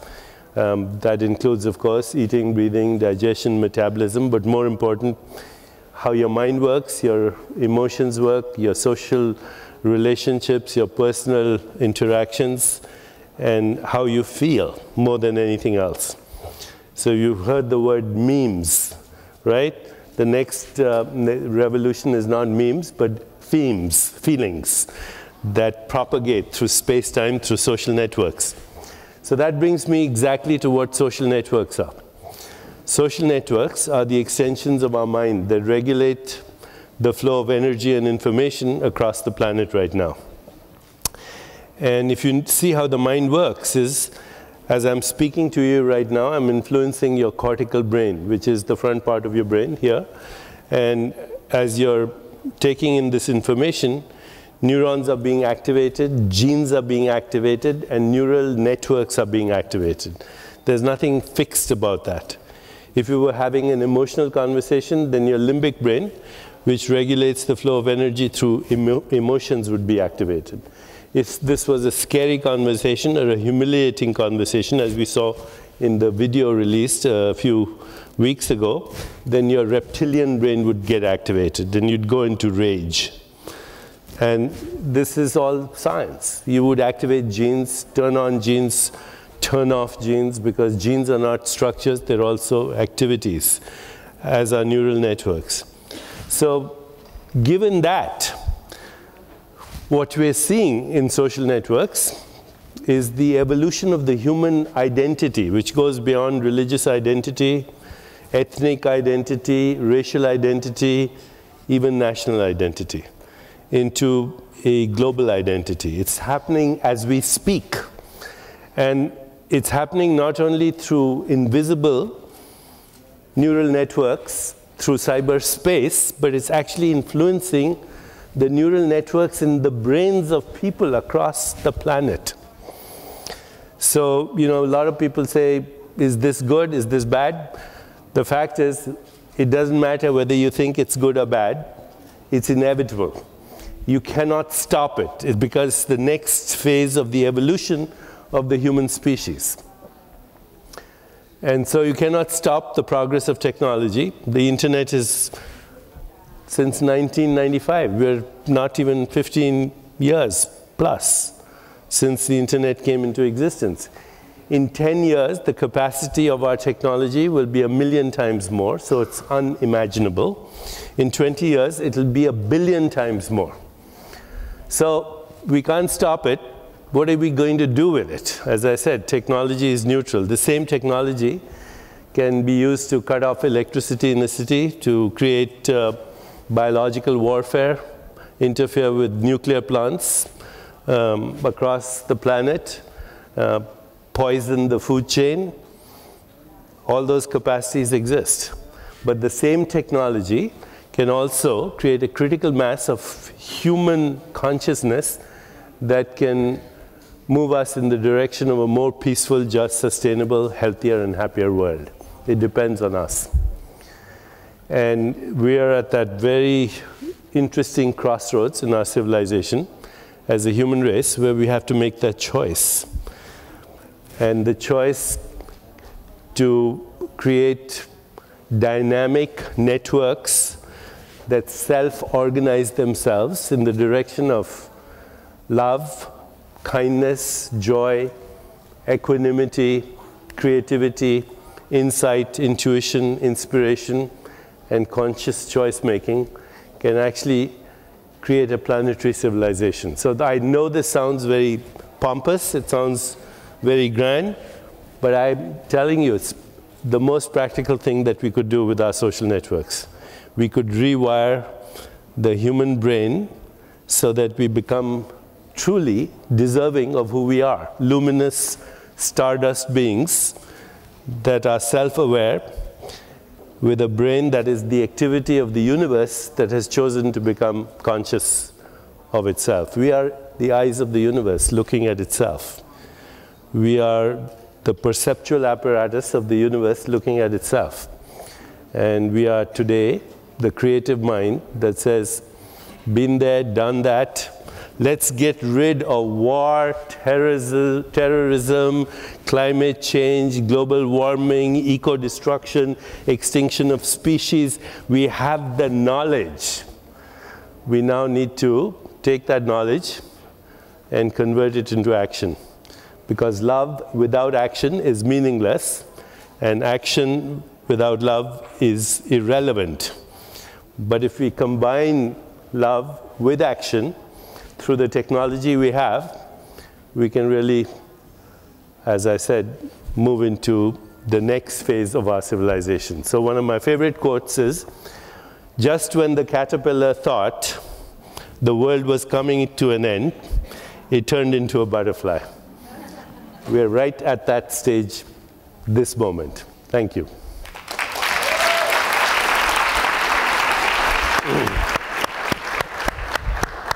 Thank you so much, Dr. Chopra, for coming here. It's a particularly interesting and really blessed time to have you here. It comes in the days in between Rosh Hashanah and Yom Kippur. Yom Kippur, Jews around the world will be observing tomorrow night and having an opportunity to take a step back and have some reflection about where everything is going.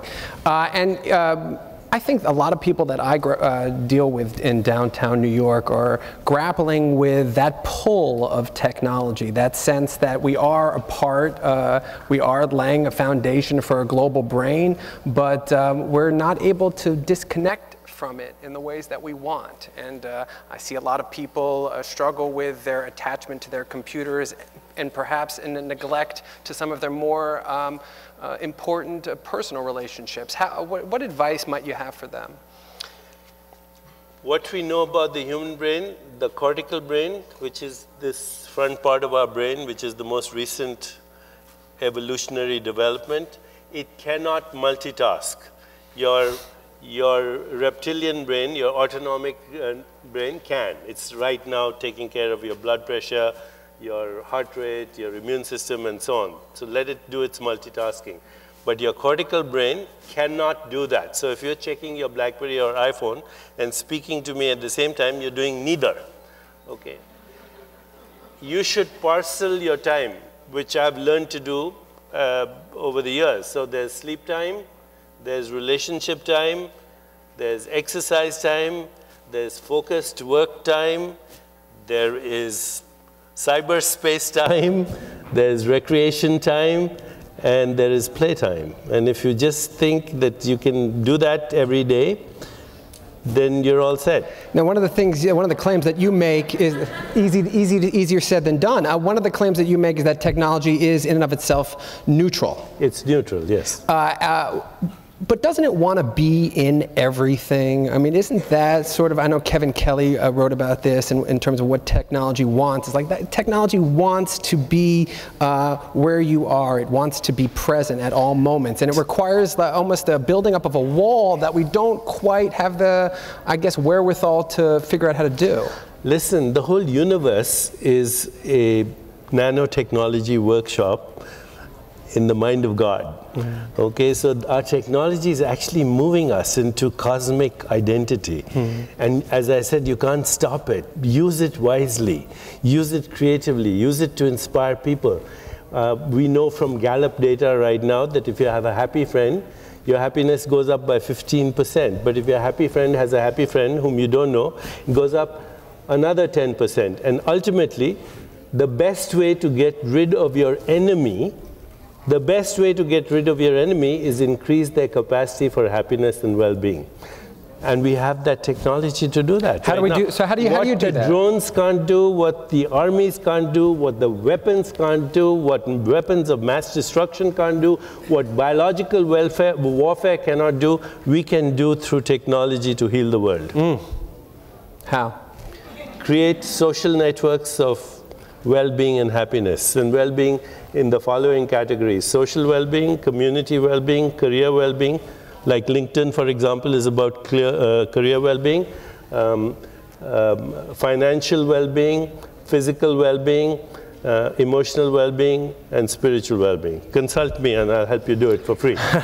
One of the things that I see, you know, in this town, maybe about 15 years ago, people used to look at each other, they used to say hi, they used to offer seats to pregnant women or to elderly on the subway. But now I find that people are connected. They've got their earpieces in, they're listening to, you know, they're listening to music, or they're listening to perhaps your podcasts, and they don't see what's going on in front of them. How do we reconcile that? We're in adolescence with technology. We're in puberty. This is a rough time, but as we, as we grow into maturity, we'll use it wisely, because Darwinian principles and natural selection will weed out those people who are ruining their brains by being distracted.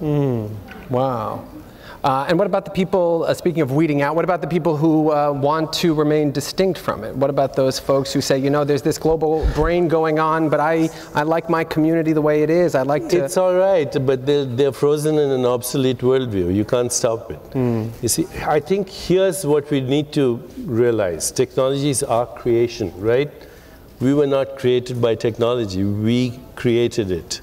Let's use our creation to bring about a healing. And you know, you're talking about atonement. It's called at-one-ment, right? That's the origin of the word atonement. So this is the right time to atone from a place which says that at the most fundamental level, we're not just connected, we're inseparable. We're inseparable.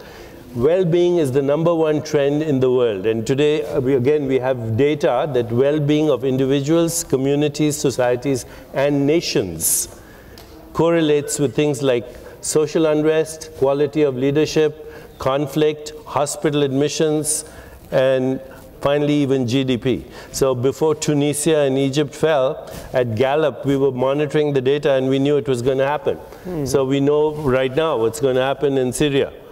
Okay, and we also know that as we learn from these experiences, we need to help everybody increase their capacity for well-being, because once they're your friends, you know, what are people looking for? They're looking for 4 things. Again, I'm not making this up. This is data. They're looking for hope, trust, stability, and compassion with respect.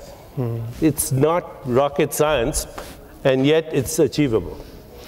I'm happy to have you here because one of the things that I've been grappling with is some of these singularity folks. I'm sure you're familiar with Ray Kurzweil, and I'm sure the folks here at Mashable are very familiar with his book, The Singularity is Near. And he imagines that there is this eschaton, this point at which we'll reach 20 years from now, in which we'll all be uploaded into our technology, our personalities will make its way into the clouds, and we could live forever in a state of technological bliss. And so, do you agree with? I love Ray Kurzweil. I know a lot of his work, which is pretty close to the truth, but it's not the truth, because algorithms are based on mathematical logic, but human creativity is not mathematical logic. Human creativity is spiritual. Insight, intuition, inspiration, creativity, and choice making cannot be put into an algorithm, no matter what. And there's a theorem that says that. I'm sure you know about that, Gödel's theorem. You got it. Gödel's theorem says that you can never program true intelligence into a computer. Artificial intelligence systems can simulate intelligence, but the intelligence that your child has, even as it's in its infancy, can never be programmed. It certainly cannot. And you know, one of the things that people are grappling with is online time versus offline time, and this idea that all of the networks that we're creating now and the people that we're getting to know, we're becoming closer to and developing these bonds. And yet there is something about the nature of technology, which is, I guess, fundamentally based upon a binary code of ones and zeros that can't account for, I guess, what we feel in our heart or in our souls. And how do we reconcile, I guess, that huge tug that we feel from technology with our own, creative sense of self? Social networks are self-organizing, dynamic networks of, if I may use the word, karmically connected souls. And so they find, like birds of a feather flock together, they find their common interests. I would say to everyone who's listening to us now or watching to us, just ask yourself, what kind of world do I want to live in? What kind of world do I want my children, my grandchildren to live in? And then ask yourself, how can I help that happen? And you know the answer. So are we, as we develop this global brain, will we come, I guess, will we be different people? I see that Sergey Brin was walking around with the Google glass. Anyone see the Google glasses that Sergey Brin had? And so that, and so the connection between, do we have, are we online or are we present? How do we, are we going to be fundamentally different people 15 years from now? We're fundamentally different people today than we were 100 years ago. And so, creativity and evolution is a never-ending horizon. What's that poem of Rumi? When I die, I will soar with angels. When I die to the angels, what I shall become, you cannot imagine. So, there are 4 levels of existence: being, feeling, thinking, and doing. Doing comes last. Okay? Yet we live in a society that's frenetically doing and quite mindlessly. Start with being. Right now, as you're all watching me and listening to me, try this. Turn your attention to who's listening. As you're listening to me, be aware of the listener. That's your spirit, that's your soul, that's being. Start from there. And from there, evoke the feelings of love, compassion, joy, equanimity. And from there, ask, how can I help? And then go into action. Wow. Well, thank you very much. What a wonderful...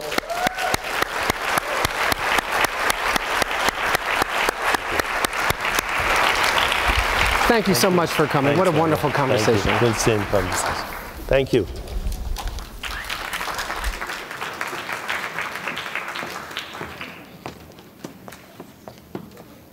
Hello, everyone. I'm Aaron Sharinian with United Nations Foundation. And while we've been able to be here today and to connect with this conversation, and while it's been easy for people to connect in 7 languages via the live stream or to connect around the world, there are a number of people who've been part of a conversation, a global conversation, that haven't been here in the room with us. And we today are going to spend a couple of minutes helping tell that story.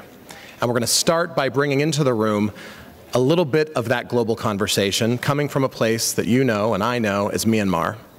But today they're a part of our global conversation because they went to great lengths to make sure that their voice was heard as part of this conversation.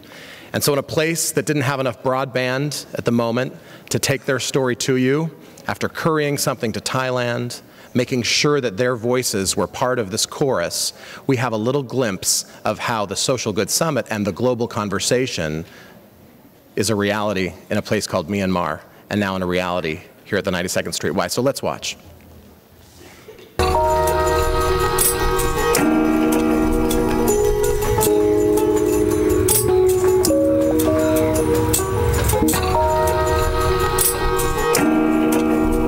Myanmar is in the midst of unprecedented changes since the election of the new government in 2010. We have many challenges ahead of us. Primarily, we're addressing three issues. One is sustainable peace. We do need peace in our country. We've been at war for the past 60 years. The second major challenge we have is promoting democracy and human rights. This is very critical for the development of our country. The third element that we need is sustainable human development. New media is very important for the new knowledge economy. We've seen in the world where countries that can use new media and technology effectively upgrading the lives of the general public. Myanmar is opening up rapidly. We are still learning the technology as well as we are still learning the rules of the society, how the civic society is formed. New media is quite important nowadays because we can use things like Facebook and Twitter and YouTube to inform each other and empower each other through the social networking tools. The media, the technologists, the academia could collectively find creative solutions to address the fundamental changes that is happening in this country.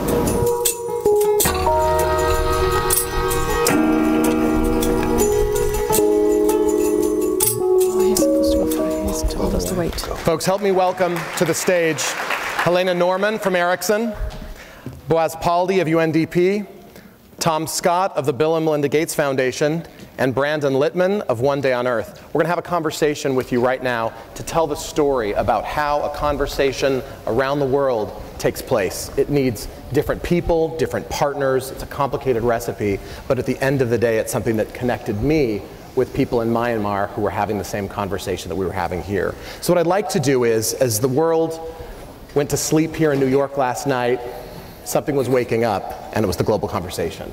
And around 2:30ish or so, something started in Beijing, China. And I'd like to ask Tom to tell us what happened in Beijing and give us a sense for how the global conversation begins. Sure. It's so exciting that Beijing was a part of this, and a big part of this. When we all sat down and were thinking about how to really stretch this out and make this an even bigger and more global conversation, the people and the teams in Beijing really stepped up and showed us that is a conversation worth having. So last night for us, kind of all day for them, wonderful partnership with local university, all of the major social media companies in China, stars like Jet Li, Olympians. So we had gold medalist Olympians talking about polio and different issues, and it, by all accounts, was just a fantastic, fantastic show. So really exciting. So something kicks off like that in China, and how does it get to over 200 places? Boaz, tell us how it gets to this scale and how these people are finding each other around the world. So what we did is basically go to our country offices, to the UNDP country offices, and we brought them the idea of the Social Good Summit.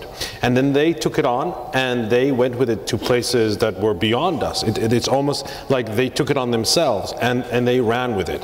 So we had in Bangladesh yesterday, it's already yesterday in Bangladesh, we had a global conversation that was in a university with 400 people and streamed live to 600 students in 5 provinces.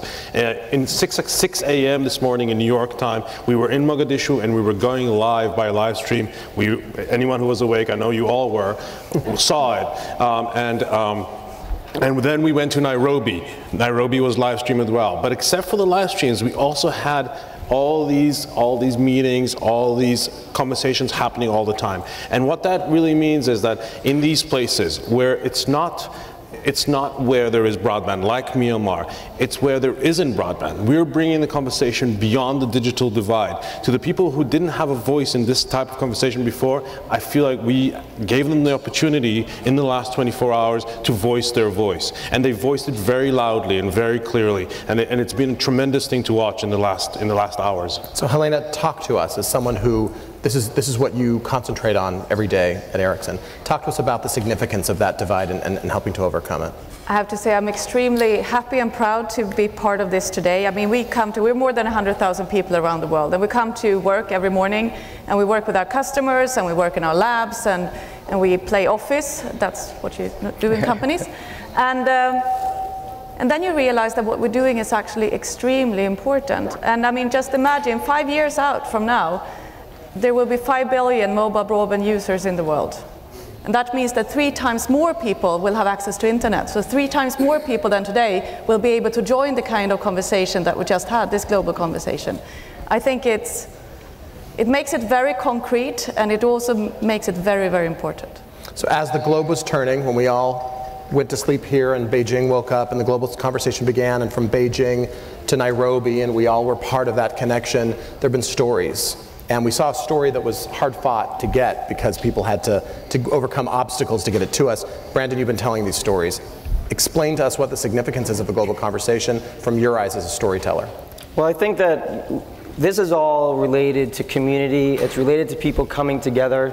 You know, we are a community here. We all came to the summit here, and it happened all around the world in record-setting numbers, right, Boaz? And so with that in mind, we have an opportunity to keep that community together. And what it really means is what do we do next? When you feel that energy, and if there's one thing that we've realized at the One Day on Earth is that you could have something like we started with a feature film, but we realized the real equity was the community that came together. And that's the reason why we're able to mobilize around the world, to take video around the world. So the real question is, what do we do next? Where do we go from here? And that's something that we all should be asking ourselves.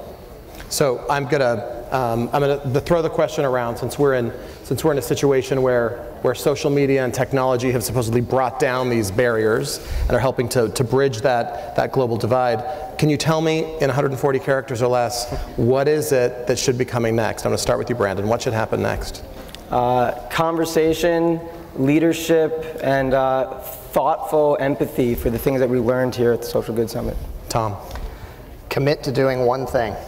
Take it away, leave this, and do something, and engage. Boaz? Have a conversation with everyone. Everyone should be included in this conversation. This is not about the Western world talking to itself. This is about the most inclusive moment in history where social media can overcome all these barriers. Helena? Continue to connect the world. Make sure that everyone can be part of it. Boaz told us earlier that it's already yesterday in Mogadishu, but a conversation that had never taken place like this before today tells me that it's tomorrow everywhere. And I'm grateful for your role and on behalf of the partners that put this together and the recipe of hundreds of people, some of whom did this putting themselves in danger, a lot of whom did this with sacrifice. I want to thank you and all of the partners who were able to do that. And in that spirit of partnership, it's important that we're not the ones who have the last word on this. There are some people in Somalia who should have the last word. And so in the spirit of the global conversation, while that world is still turning, we're going to leave the stage and we're going to let the people of Somalia, people who've been having the same experience with you, talk to you about why this global conversation just changed the world. Let's roll the film.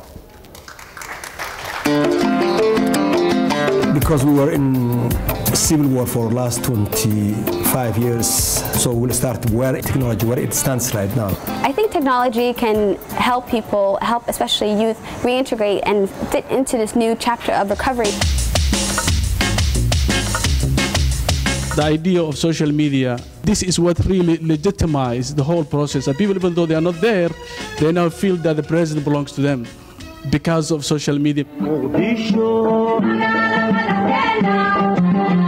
I have a Twitter and I have Facebook, and people follow me. The importance of communicating with the diaspora and people that are here is that they can share ideas, we can all communicate to make a prosperous Somalia where people are actually together.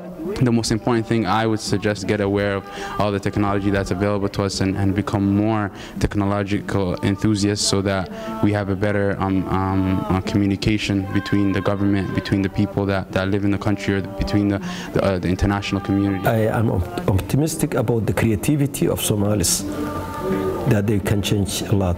Somalia is going through a change right now, and this will be casted as the day that we have changed our country. Usually you don't see in your lifetime a country being rebuilt from ground up. So technology will really bloom next actually year. We all need to communicate.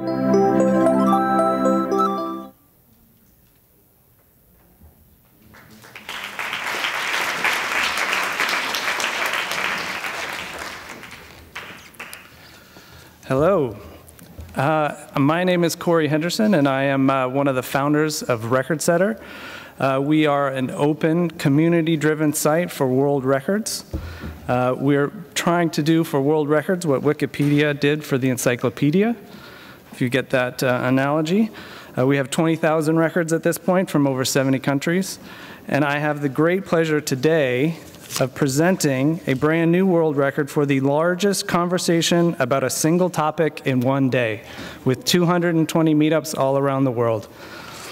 And here to accept these certificates from RecordSetter are Helena Norman from Ericsson. There we go. We have Rob Skinner from the United Nations Foundation. And thanks to all of you for being here. You've been great. We have Tom Scott from the Bill and Melinda Gates Foundation. Thanks, man. Thank you.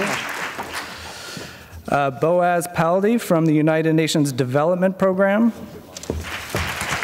There we go. Oops. We have Sharon Federer from Mashable.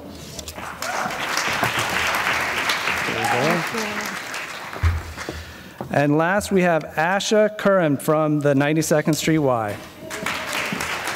Asha. Thank you so much. Thanks. Very exciting stuff. So we are nearing the end of a very amazing 3 days, and we have one last act for you guys. First, I just want to thank all of you for being here, everybody who's here in-house, everybody who is watching and engaging from all over the world. We will see you and talk to you on an ongoing basis, and certainly next year. But before we break, we've thought a lot of deep thoughts in the past 3 days, and now we're going to end on a little bit of a lighter note. So please welcome 92nd Street Y's very, very good friend, comedian Andy Borowitz. Thank you. Thank you, ladies and gentlemen. Let's hear it for everybody who's been involved in the Social Good Summit. Come on, let's really...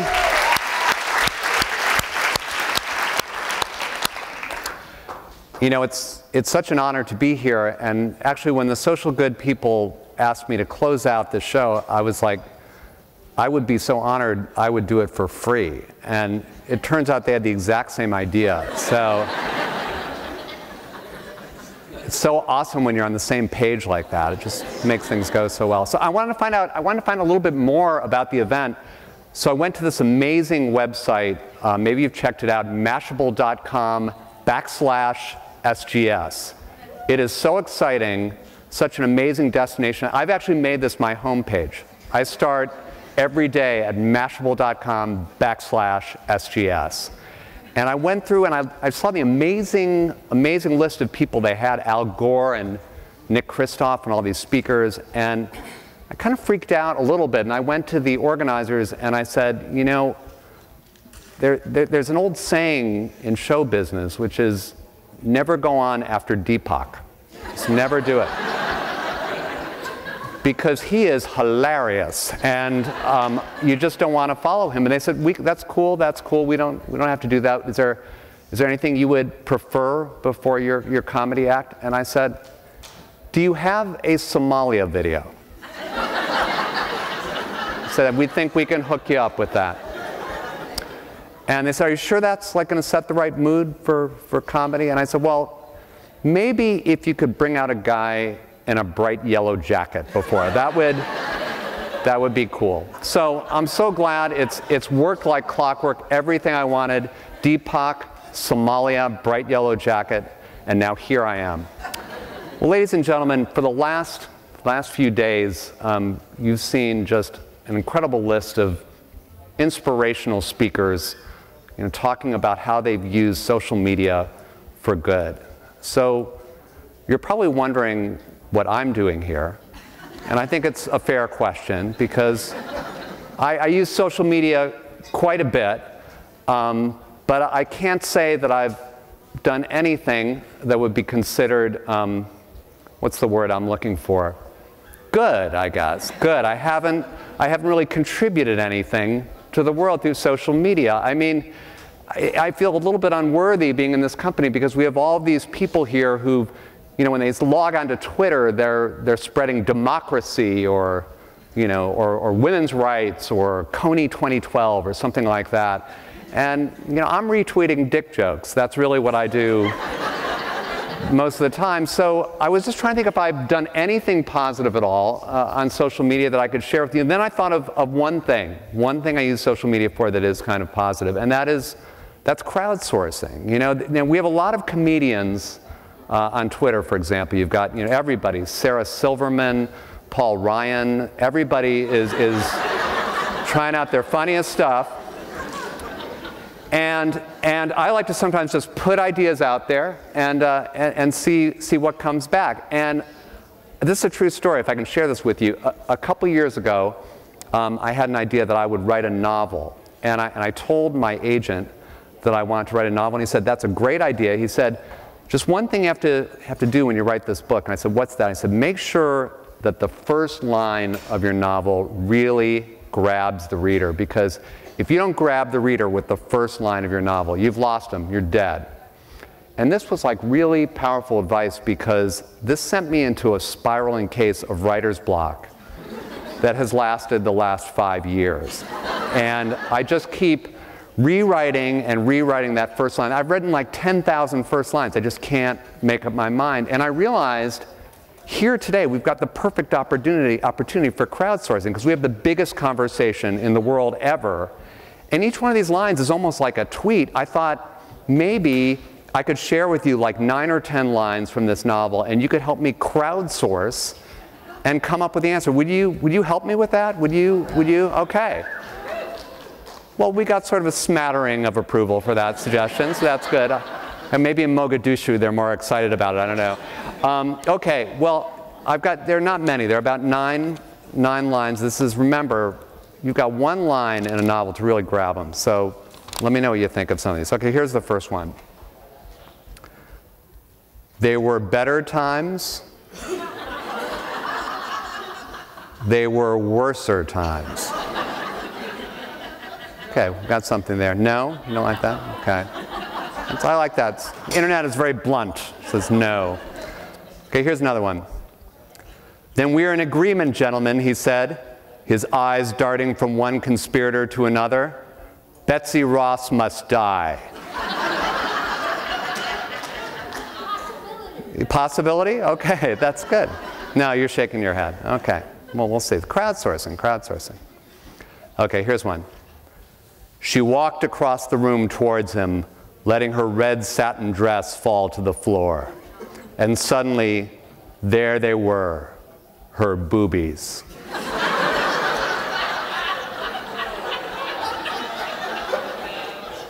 Okay, now that's hot. I'm sorry, that's very arousing. One thing I don't understand is people say that it's really hard to write a sex scene, but I don't get it. It's just butted boobies and you're in. It's very, very hot. Okay, here's another one. They were better times and worser times, all wrapped up together in one big package of times. Okay, writing is all about rewriting. That one's getting closer, I feel it. Here's another one. We were a ragtag team at best, with just a map of a prison and a rusty shovel. But we were bound together by a common goal, to free O.J. Simpson.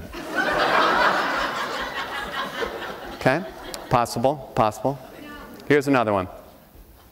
When I was 14 years old, I fell in love with the girl next door, Mary Margaret McGee, and I have been stalking her ever since.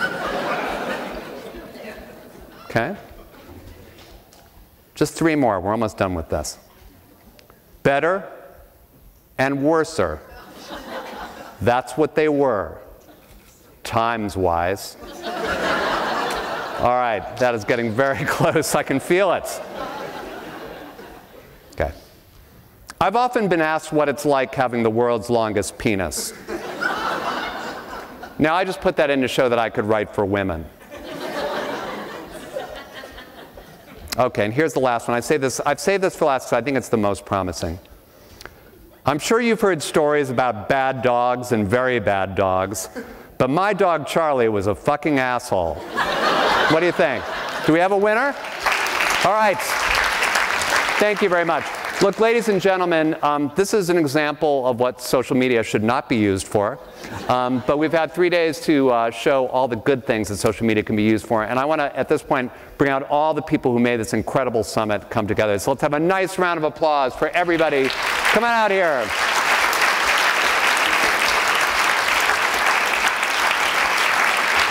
Here they come. All right, big applause, big applause.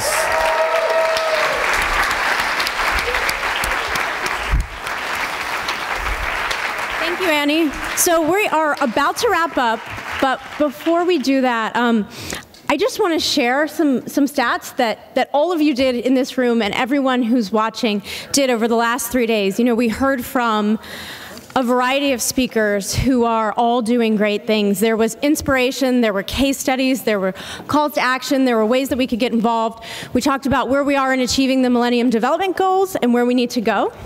There were over 60,000 tweets shared with SGS Global, so good job. We trended globally, we trended nationally, and we trended locally in many places. Our content was viewed in 163 countries. And it was viewed on 230 different kinds of mobile devices. How incredible is that? So as we close the Social Good Summit and really kick off UN Week, I think it's important to know that we talk about digital innovation, we talk about social media, we talk about technology, and that's our lifeblood. But social good is our soul, and that's why you're here, and that's why we do this every year. So I want to close just saying that we need you. We need to continue the global conversation, and we're all committed to doing that, all the partners here. Mashable, 92Y, UN Foundation, Ericsson, UNDP, Bill and Melinda Gates Foundation, but we need you to stay involved. So this is not goodbye, it's just see you later, and I really want to thank all the people behind the scenes who have spent many months putting this together so that it could be the most incredible Social Good Summit yet. So to the team, to all of you here, to all of you watching, to all of you on the internet, thank you, job well done.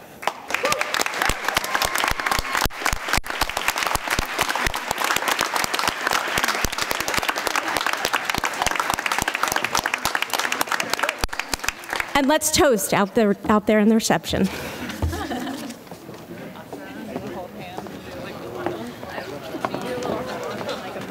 Let's go do it.